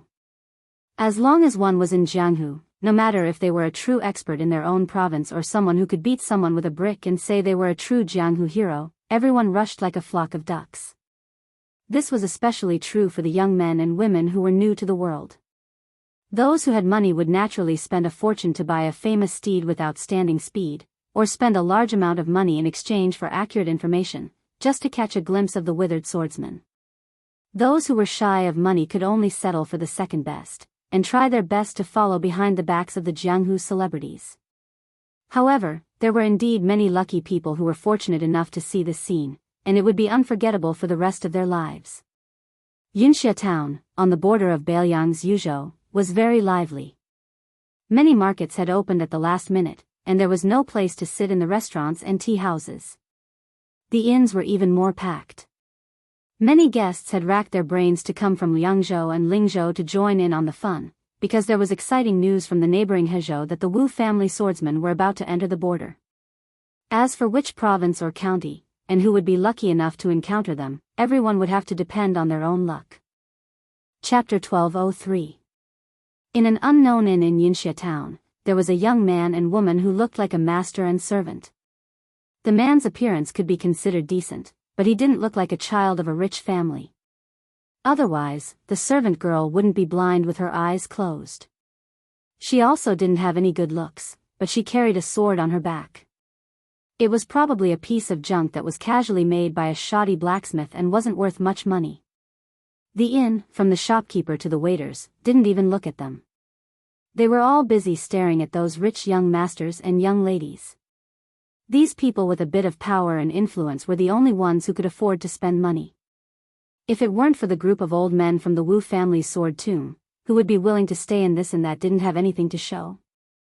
If it weren't for the young man's persuasion, the shopkeeper would have already kicked the master and servant out of the inn after paying the deposit. There were only a dozen or so rooms in the inn. Including the side rooms that were hurriedly cleaned up, there were less than 20 rooms. It was a matter of who would stay in the inn. The shopkeeper was kind and in the end, he endured the heartache and didn't kick the two poor fellows out of the inn. However, he wasn't willing to look at them. Every time he looked at them, it was like watching a few taels of silver slip away from his hands. It was too infuriating. Today, the young master and servant pair had already occupied the table by the window on the first floor of the inn. To put it bluntly, they were trash that occupied the toilet but didn't want to take a dump. They also didn't order any wine and only ordered hot tea that cost the least. The waiter's face was cold as he slammed the plate of food that came with the tea onto the table. His voice was not soft as he muttered to himself, "Tea, tea, it's tea every day. Our inn's guests who drink tea every day and don't drink wine are really unique." The young man in green robes pretended to be stupid and laughed. The servant girl with the broken sword on her back was probably blind and deaf. In any case, she was indifferent to anything that was said. After the waiter walked far away and went to a table of rich guests to serve them as if they were his ancestors, the young outsider curled his lips. After seeing so many people, I feel that when bushing is the most suitable. Sigh, I really don't understand this world. The woman sitting quietly across from him didn't say a word. If a woman with outstanding beauty was so demure, she could be seen as a lotus flower by men. Unfortunately, her appearance was ordinary, and in the eyes of others, she could only be seen as rigid and boring. The young man who shared the same table with her did not seem to find the woman in front of him boring. He said to himself, "Cui Hua, after we left home, we walked from the north to the south, and then from the southeast to the northwest. We have walked for more than 10,000 miles, but I have been eating that jar of pickled vegetables that you pickled every day. I really want to change my taste a little bit. Really, I just have that little thought." The woman with the vulgar name suggested in all seriousness, "How about we make some pickled cabbage and pepper?" The young man said bitterly, "Isn't that still pickled cabbage? But I can't eat spicy food." The woman thought carefully for a moment and asked, "Stewed meat with pickled vegetables?" The young man swallowed his saliva and said awkwardly, "It's good, but we can't afford meat." The woman gave a faint "oh" and didn't say anything else. This wasn't a problem that she wanted to think about, so she didn't think about it. She had always been like this. The young man didn't continue to dwell on this problem. It was a habit that had become second nature. In fact, he didn't get tired of eating pickled vegetables. It was just that she didn't like to talk. He just wanted to find an excuse for her to talk to him. Wu Luding felt that he would never get tired of eating pickled vegetables in his life.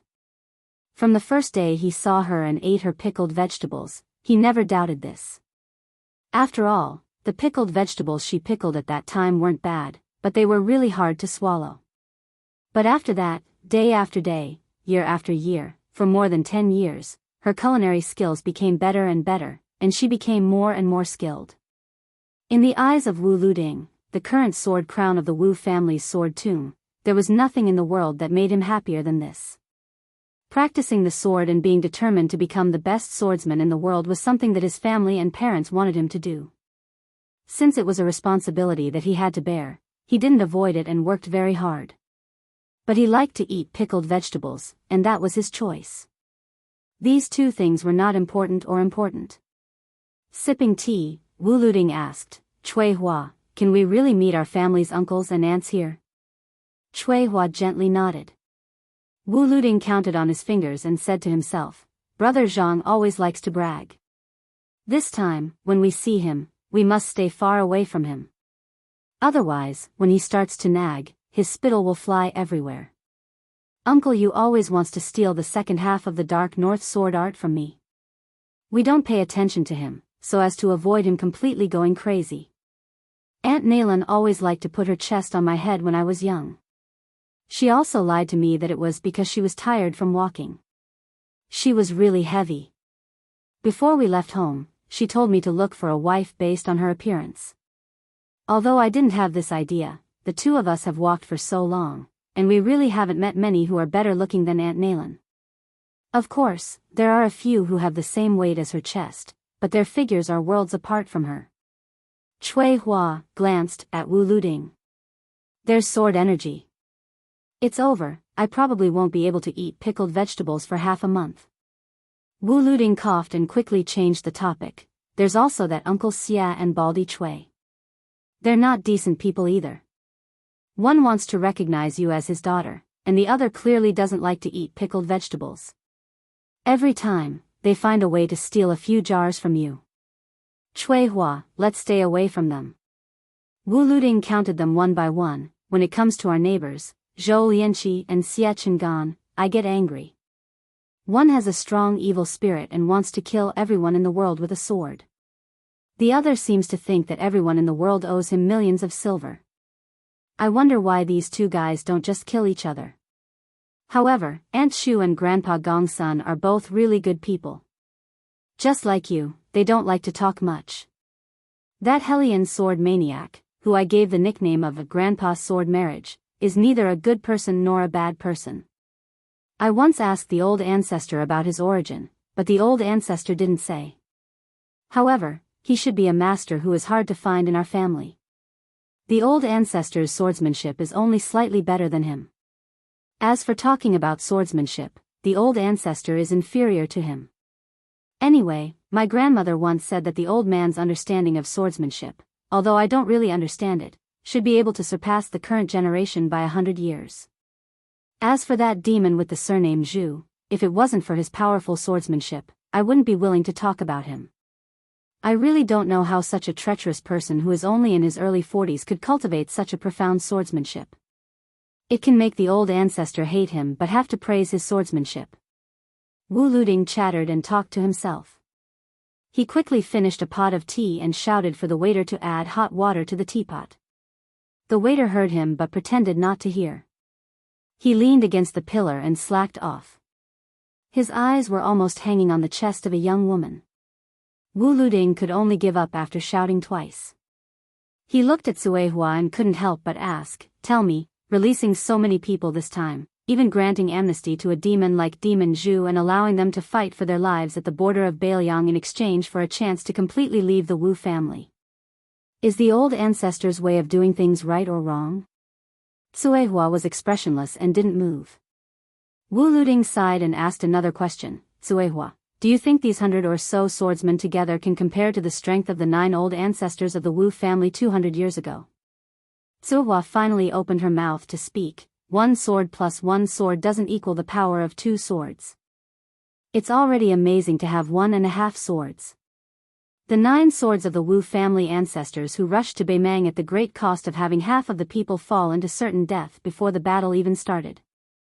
Only then did they construct the sword formation recorded in an unknown ancient record. Its power was unparalleled. Even if the current world is led by the peach blossom sword god Dong Tai, Wang Xianji's eldest disciple Grumu, Tai, and cities Qi Jiaj, Tangshi's sword Saint Lu Baijia, and Longhu Mountains Qi Xianxia, it's a total of 9 people. Even if their realms are much higher than the 9 ancestors of the Wu family, in terms of killing power against tens of thousands of cavalry, they may not be much higher. Chapter 1204. Wu Luding actually didn't take it to heart, but he was pleasantly surprised to hear Cui Hua say this in one breath. Cui Hua had obviously seen through his thoughts, and very quickly went back to her silent meditation. Wu Luding sighed, and rubbed the stubble on his chin with the palm of his hand. Don't talk about the number 1 swordsman in the world, I'm afraid I can't even be considered in the top 5 right now. Even the top 10 is a bit uncertain. But the old ancestor has made such a big move, I'm too embarrassed to drag you up there. Cui Hua, I'm very depressed right now. The last sentence was something that Wen Bushing, who shamelessly freeloaded on food and drinks in the small house in Great Peace City, often said often. In fact, Wu Luding missed the word crotch, but after Wu Luding followed suit, he couldn't eat pickled vegetables for 2 to 3 months. From then on, he only dared to say now and not crotch. Cui Hua didn't want to talk, and Wu Luding also felt indescribably sad.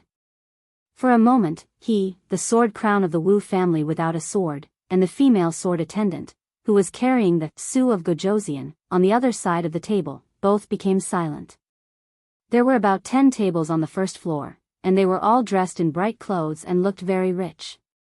It was said that Beiliang was poor, but just like other places in Liang, there were actually quite a few rich people. The guests of these inns were all talking loudly without stopping until they shocked people to death, or they were pretending to be experts and talking nonsense. It wasn't that so-and-so beside them had once known so-and-so, and that so-and-so behind them was a great swordsman who had successfully entered the sword catacomb and retreated. It was just that their words were noisy, and everyone agreed with each other. There were also many people who were startled. In fact, everyone was well aware that if someone really knew a top Jianghu swordsman, who would be willing to stay and drink in this kind of inn? Even more so, no one would have thought that not far away, there was the sword crown of the Wu family, whose name had already shaken the north and south of the river, as well as the female sword attendant, who carried the second most famous sword in the world on her back and understood Li Chuangong's 2-sleeve green snake. Even if Wu Luding announced his identity and background, no one would be willing to believe him, nor would they dare to believe him. In the eyes of everyone present, if you were really Wu Luding, you wouldn't have the face to come out and mingle in Jianghu without more than a dozen experts to serve you tea, give you water, massage your shoulders, and massage your back. How could you even boast that you were the one and only sword crown in the world? Therefore, it must be fake. About 2 hours later, the entire Yunxia town was in an uproar. The 100 cavalry from the Wu family's sword tomb really passed by here. Cui Hua stood up and reached out to her back, gently pressing down on the Su of Gojoseon ancient sword. Originally, the Wu family cavalry was going to circle around the city according to the rules, but under the leadership of a leader surnamed Wu, they changed their minds at the last moment and made an exception to pass through the city. 100 riders entered the streets of Yunxia town. Only the sound of hooves could be heard. There was no noise at all. Every one of them had the same haggard look on their faces. The oldest had a head full of snow, and the youngest was a man and woman in their 40s. Everyone had a sword on their back, but only one sword. Without exception, no one had a sword on their back, nor did they have a sword sheath to hide it. If you break into my Wu family, your skills are not as good as mine, and you will be my Wu family's sword slave for the rest of your life. This was the rule set by Wu Tsang, who became the strongest person in the world at the age of 31. The Wu family's rule, for hundreds of years, had become the rule of all swordsmen in the world.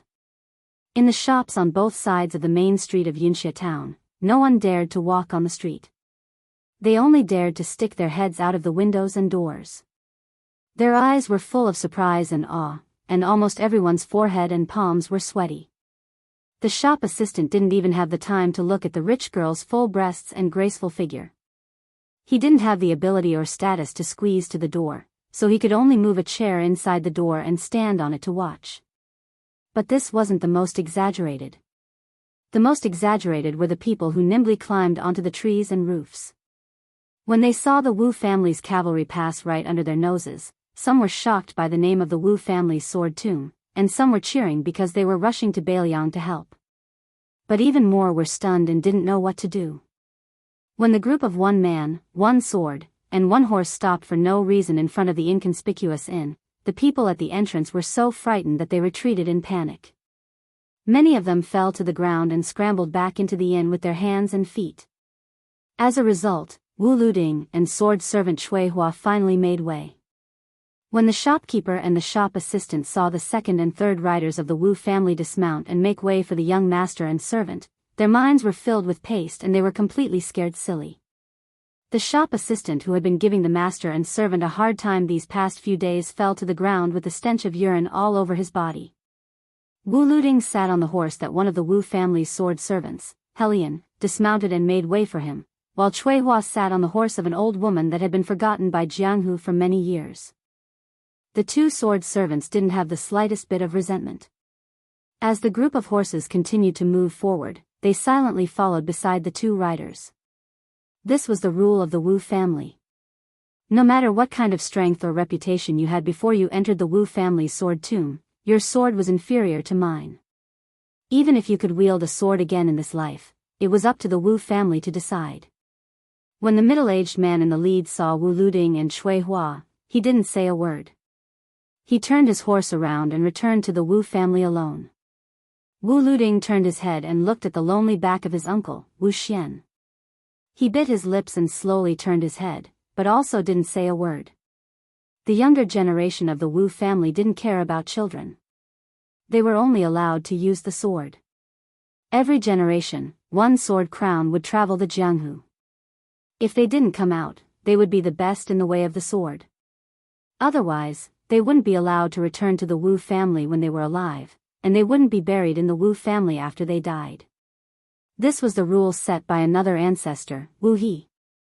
Ever since the Wu family's 9 swords defeated 10,000 riders, in the past 200 years, almost every Wu family disciple who had the qualifications to have one of the 9 words in their name were all outstanding sword embryos who had displayed astonishing talent since childhood. However, other than the 9 words that had never been used, none of the other 8 words were left out. But strangely, other than Wu Luding who had the 6 words in his name, Wu Xian, who had been defeated by Wu Su who later became the king of Bailiang's concubine. Thus, the sword that should have been known by the world was destined to be unknown for the rest of its life, just like its owner. And this time, the Wu family's sword tomb had sent out more than 100 riders. They also wanted him, the nephew who had replaced the Wu family's sword-seeking Jianghu, to be the only person in charge. No matter how outstanding Wu Xian's sword skills were, he could only be a flash in the pan of Jianghu and die of old age in the family. The Wu family was not only ruthless to those who broke into the sword tomb, but even more ruthless to their own family members. In the past 200 years, countless Wu family disciples had only wanted to take a look at Jianghu, but they had died under the swords of their fathers. Countless men and women had quietly committed suicide. Even more so, countless people had gone mad because of practicing the sword and had been insane for the rest of their lives. Wu Luding was very glad that he had been born in the Wu family, where he had lived and died for the sword.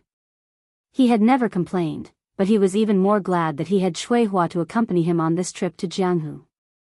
A Jianghu without Shui Hua and pickled cabbage could not be considered Jianghu.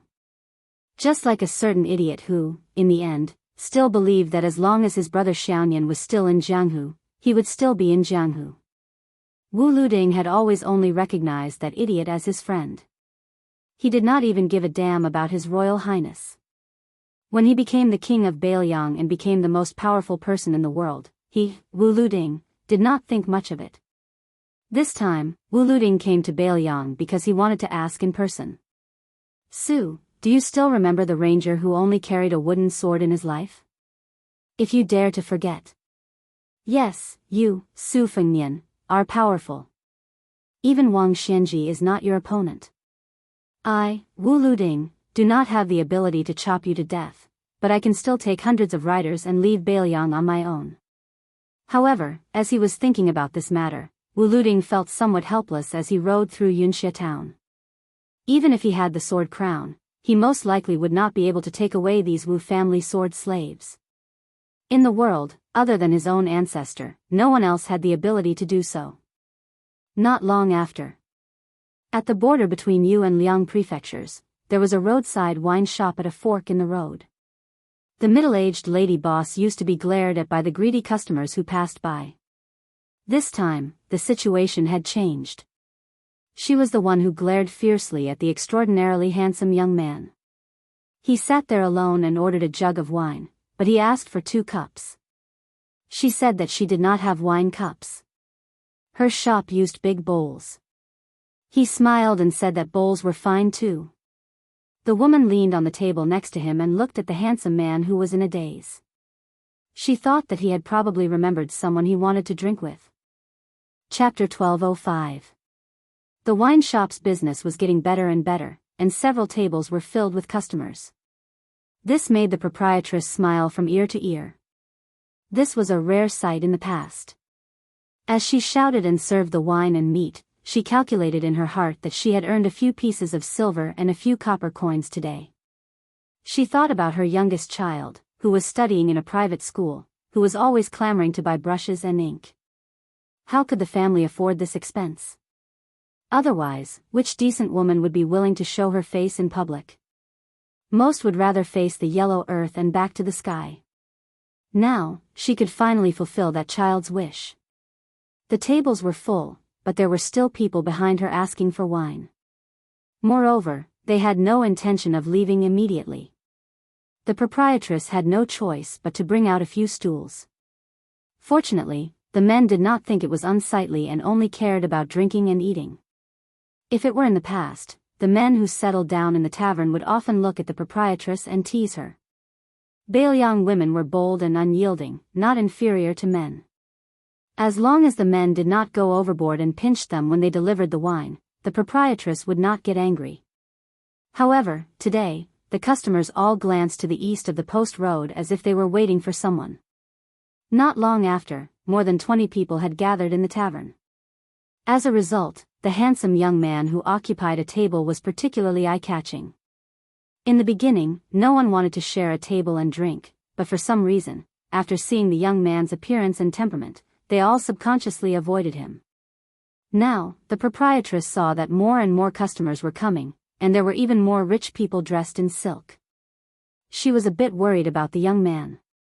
What kind of place was Bailiang? In other places, there was a saying that a disagreement would lead to a fight. Here, everyone had a violent temper that was like knives and sand. Perhaps one more glance would lead to a fight.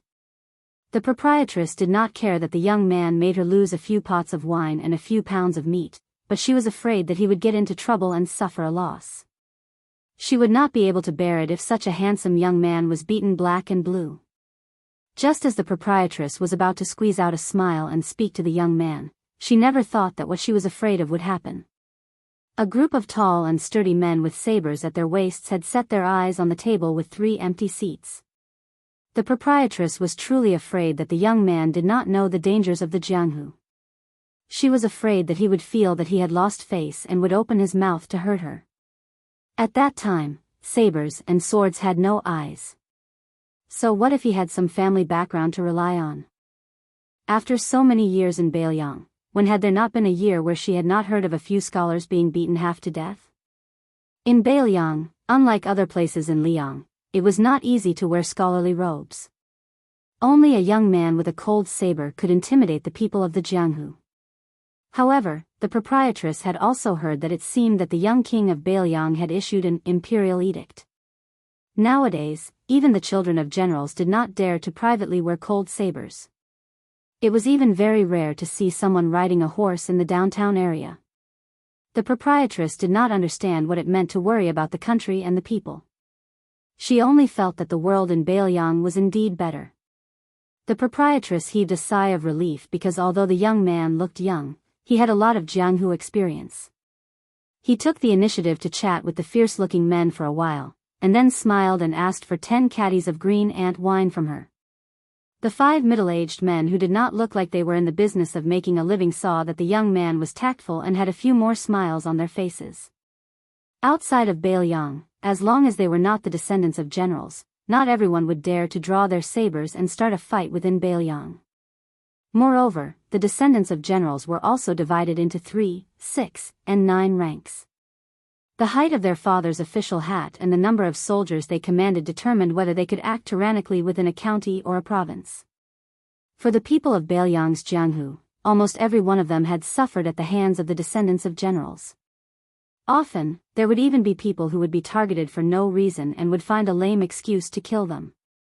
Afterwards, when they reported to the authorities, it would be nothing more than a sentence of small fry using their skills to commit murder. As the descendants of the generals of the Bailiang cavalry, how could we bring shame to our family's reputation? We would naturally lend a helping hand when we see injustice on the road. When the officials forced the people to rebel, the people had no choice but to rebel. However, if they rebelled, they would die. Back then, in the 3 provinces of Bailiang under the rule of butchers, other than the Wudang Mountain, where the immortals and immortals cultivated, which was still considered a famous sect in the martial arts world, no one else could claim to be a big sect in Jianghu. Wasn't the reason why this was the case because they were all harmed by the numerous descendants of generals? Those Jianghu masters who were truly skilled in martial arts were all hired as watchdogs, and in turn, helped the evildoers to suppress the wanderers of Jianghu who did not have any backing. In Yuzhou, there was the Sun family who came from the same hometown as the spear fairy Wuxia. The children in the family were all proficient in the spear, but because they were unwilling to rely on the authorities and the descendants of generals, when the head of the family died, they were quickly exterminated by the enemies of a general. It was said that out of the family of more than 40 people, only 2 or 3 managed to escape. The proprietress, who had seen many customers coming and going, would occasionally think that it was not easy for people like her to make money by selling wine.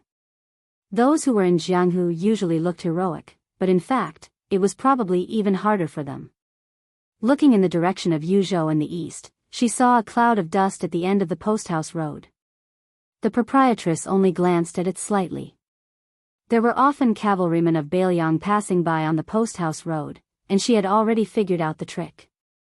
It seemed that there were only about 100 of them, which was really nothing in Bailiang, which was rich in iron cavalry and big horses. The proprietress saw that everyone inside and outside the tavern, regardless of whether they were sitting on chairs or stools, stood up as if their butts were on fire. Their eyes were blazing with passion, and they were even more fascinated than when they saw a naked woman. This made the proprietress somewhat puzzled. Could it be that some big shot had graced them with his presence? She was just a rural woman who could only afford to sell green ant wine. Whether it was in Jianghu or in the imperial court, there were many things that she did not take to heart even if she heard about them. As a woman who was content with counting a small pile of copper coins every day, how could she worry about the great cause of the country for the king of Bailiang? During this period of time, she had heard many customers talk about the Wu family's sword tomb, but she did not take it seriously. She stared fiercely at all the customers who left their seats, afraid that they would take the opportunity to run away with the money for the wine. After being busy for half a day, the proprietress could finally take a breather. She was in the mood to look at the young man who had ordered a lot of green ant wine. She pursed her lips and smiled. Who said that only men were allowed to look at beauties? Women also like to look at handsome men. At this moment, the young man also stood up and stood under the shade of the big locust tree next to the tavern table by the courier road. His hands covered the cuffs of his sleeves. She looked at his side profile and envied him for having a pair of attractive eyes. Moreover, when he looked at her, he did not have the look of an ordinary man who wanted to eat her alive. His eyes were clean, just like the old well in the village. The water from the well was exceptionally clear all year round. It was good to drink a ladle of it to quench one's thirst or use it to make wine. The proprietress could not help but laugh out loud as she thought about it. She wondered which family's young woman was so lucky to be stared at by such a handsome young man every day. If it were her, she would be willing to eat less and save money to buy rouge and powder that she had never used to apply on her face. The proprietress was right. There were indeed 100 riders coming from here to Liangzhou. However, even a woman like her, who did not know what Jianghu was, could see that the 100 riders were not ordinary. The riders were all people who used swords. They were not armored and carried crossbows like the cavalry of Bailiang, nor were they dressed in bright clothes like the retainers of important people. Everyone's face was as hard as stone. Many of the swordsmen looked to be in their 70s, but when they rode by, their waists were like erect military spears. Their spirit was not something that the old people in the village could have. Especially when the 100 riders looked at the tavern almost at the same time. Not only did the proprietress retreat in fear, but almost everyone else also retreated.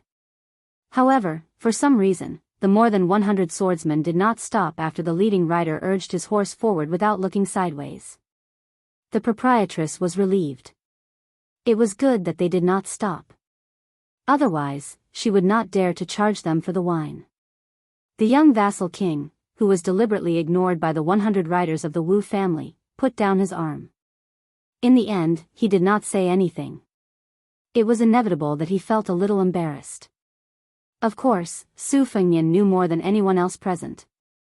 Wu Luding, who was in the lead, intentionally turned a blind eye to Su Fengnian, and the sword slaves behind him could only continue forward with sword crown.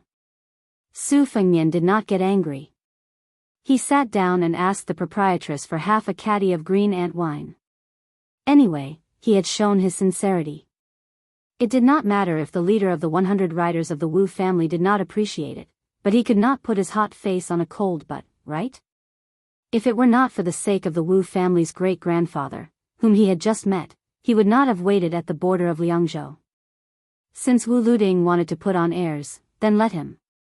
Su Fengnian would not make things difficult for him. Su Fengnian calmly drank the wine. In his mind, he was weighing the strength of the 100 riders of the Wu family. Wu Luding and the 6 or 7 people behind the second rider, Cui Hua, could all be considered top-notch experts. If the battle was in a stalemate, and victory or defeat was only a hair's breadth away, who could stop these 100 riders and 100 swordsmen? There was no need to consider Tuoba. As long as the martial god of Beimang was on the battlefield, he did not need anyone to protect him. Hong Jingyan should be able to handle it, and Murong Baoding would probably not be able to handle it. However, in a battle between two armies, the legend of taking the head of a general in the midst of an army of 10,000 was very rare in the spring and autumn period. Especially with the appearance of several types of large crossbows that were easy to assemble and astonishingly powerful, it was very difficult for someone to achieve the feat of breaking through a battle formation or even entering and exiting a few times. It should be known that a fish-duck treading crossbow, which was made by the joint efforts of several elite soldiers, was so powerful that it was known as the 50 Flying Swords, in Jianghu. That was because within the range of 500 feet before the fish-duck treading crossbow's power had decreased, a single fish-duck treading crossbow was equivalent to a flying sword of a sword immortal. It was difficult to dodge, let alone face it head-on. If Wang Xianji had not broken Gao Shulu's physique. Su Fengnian thought of this and laughed at himself.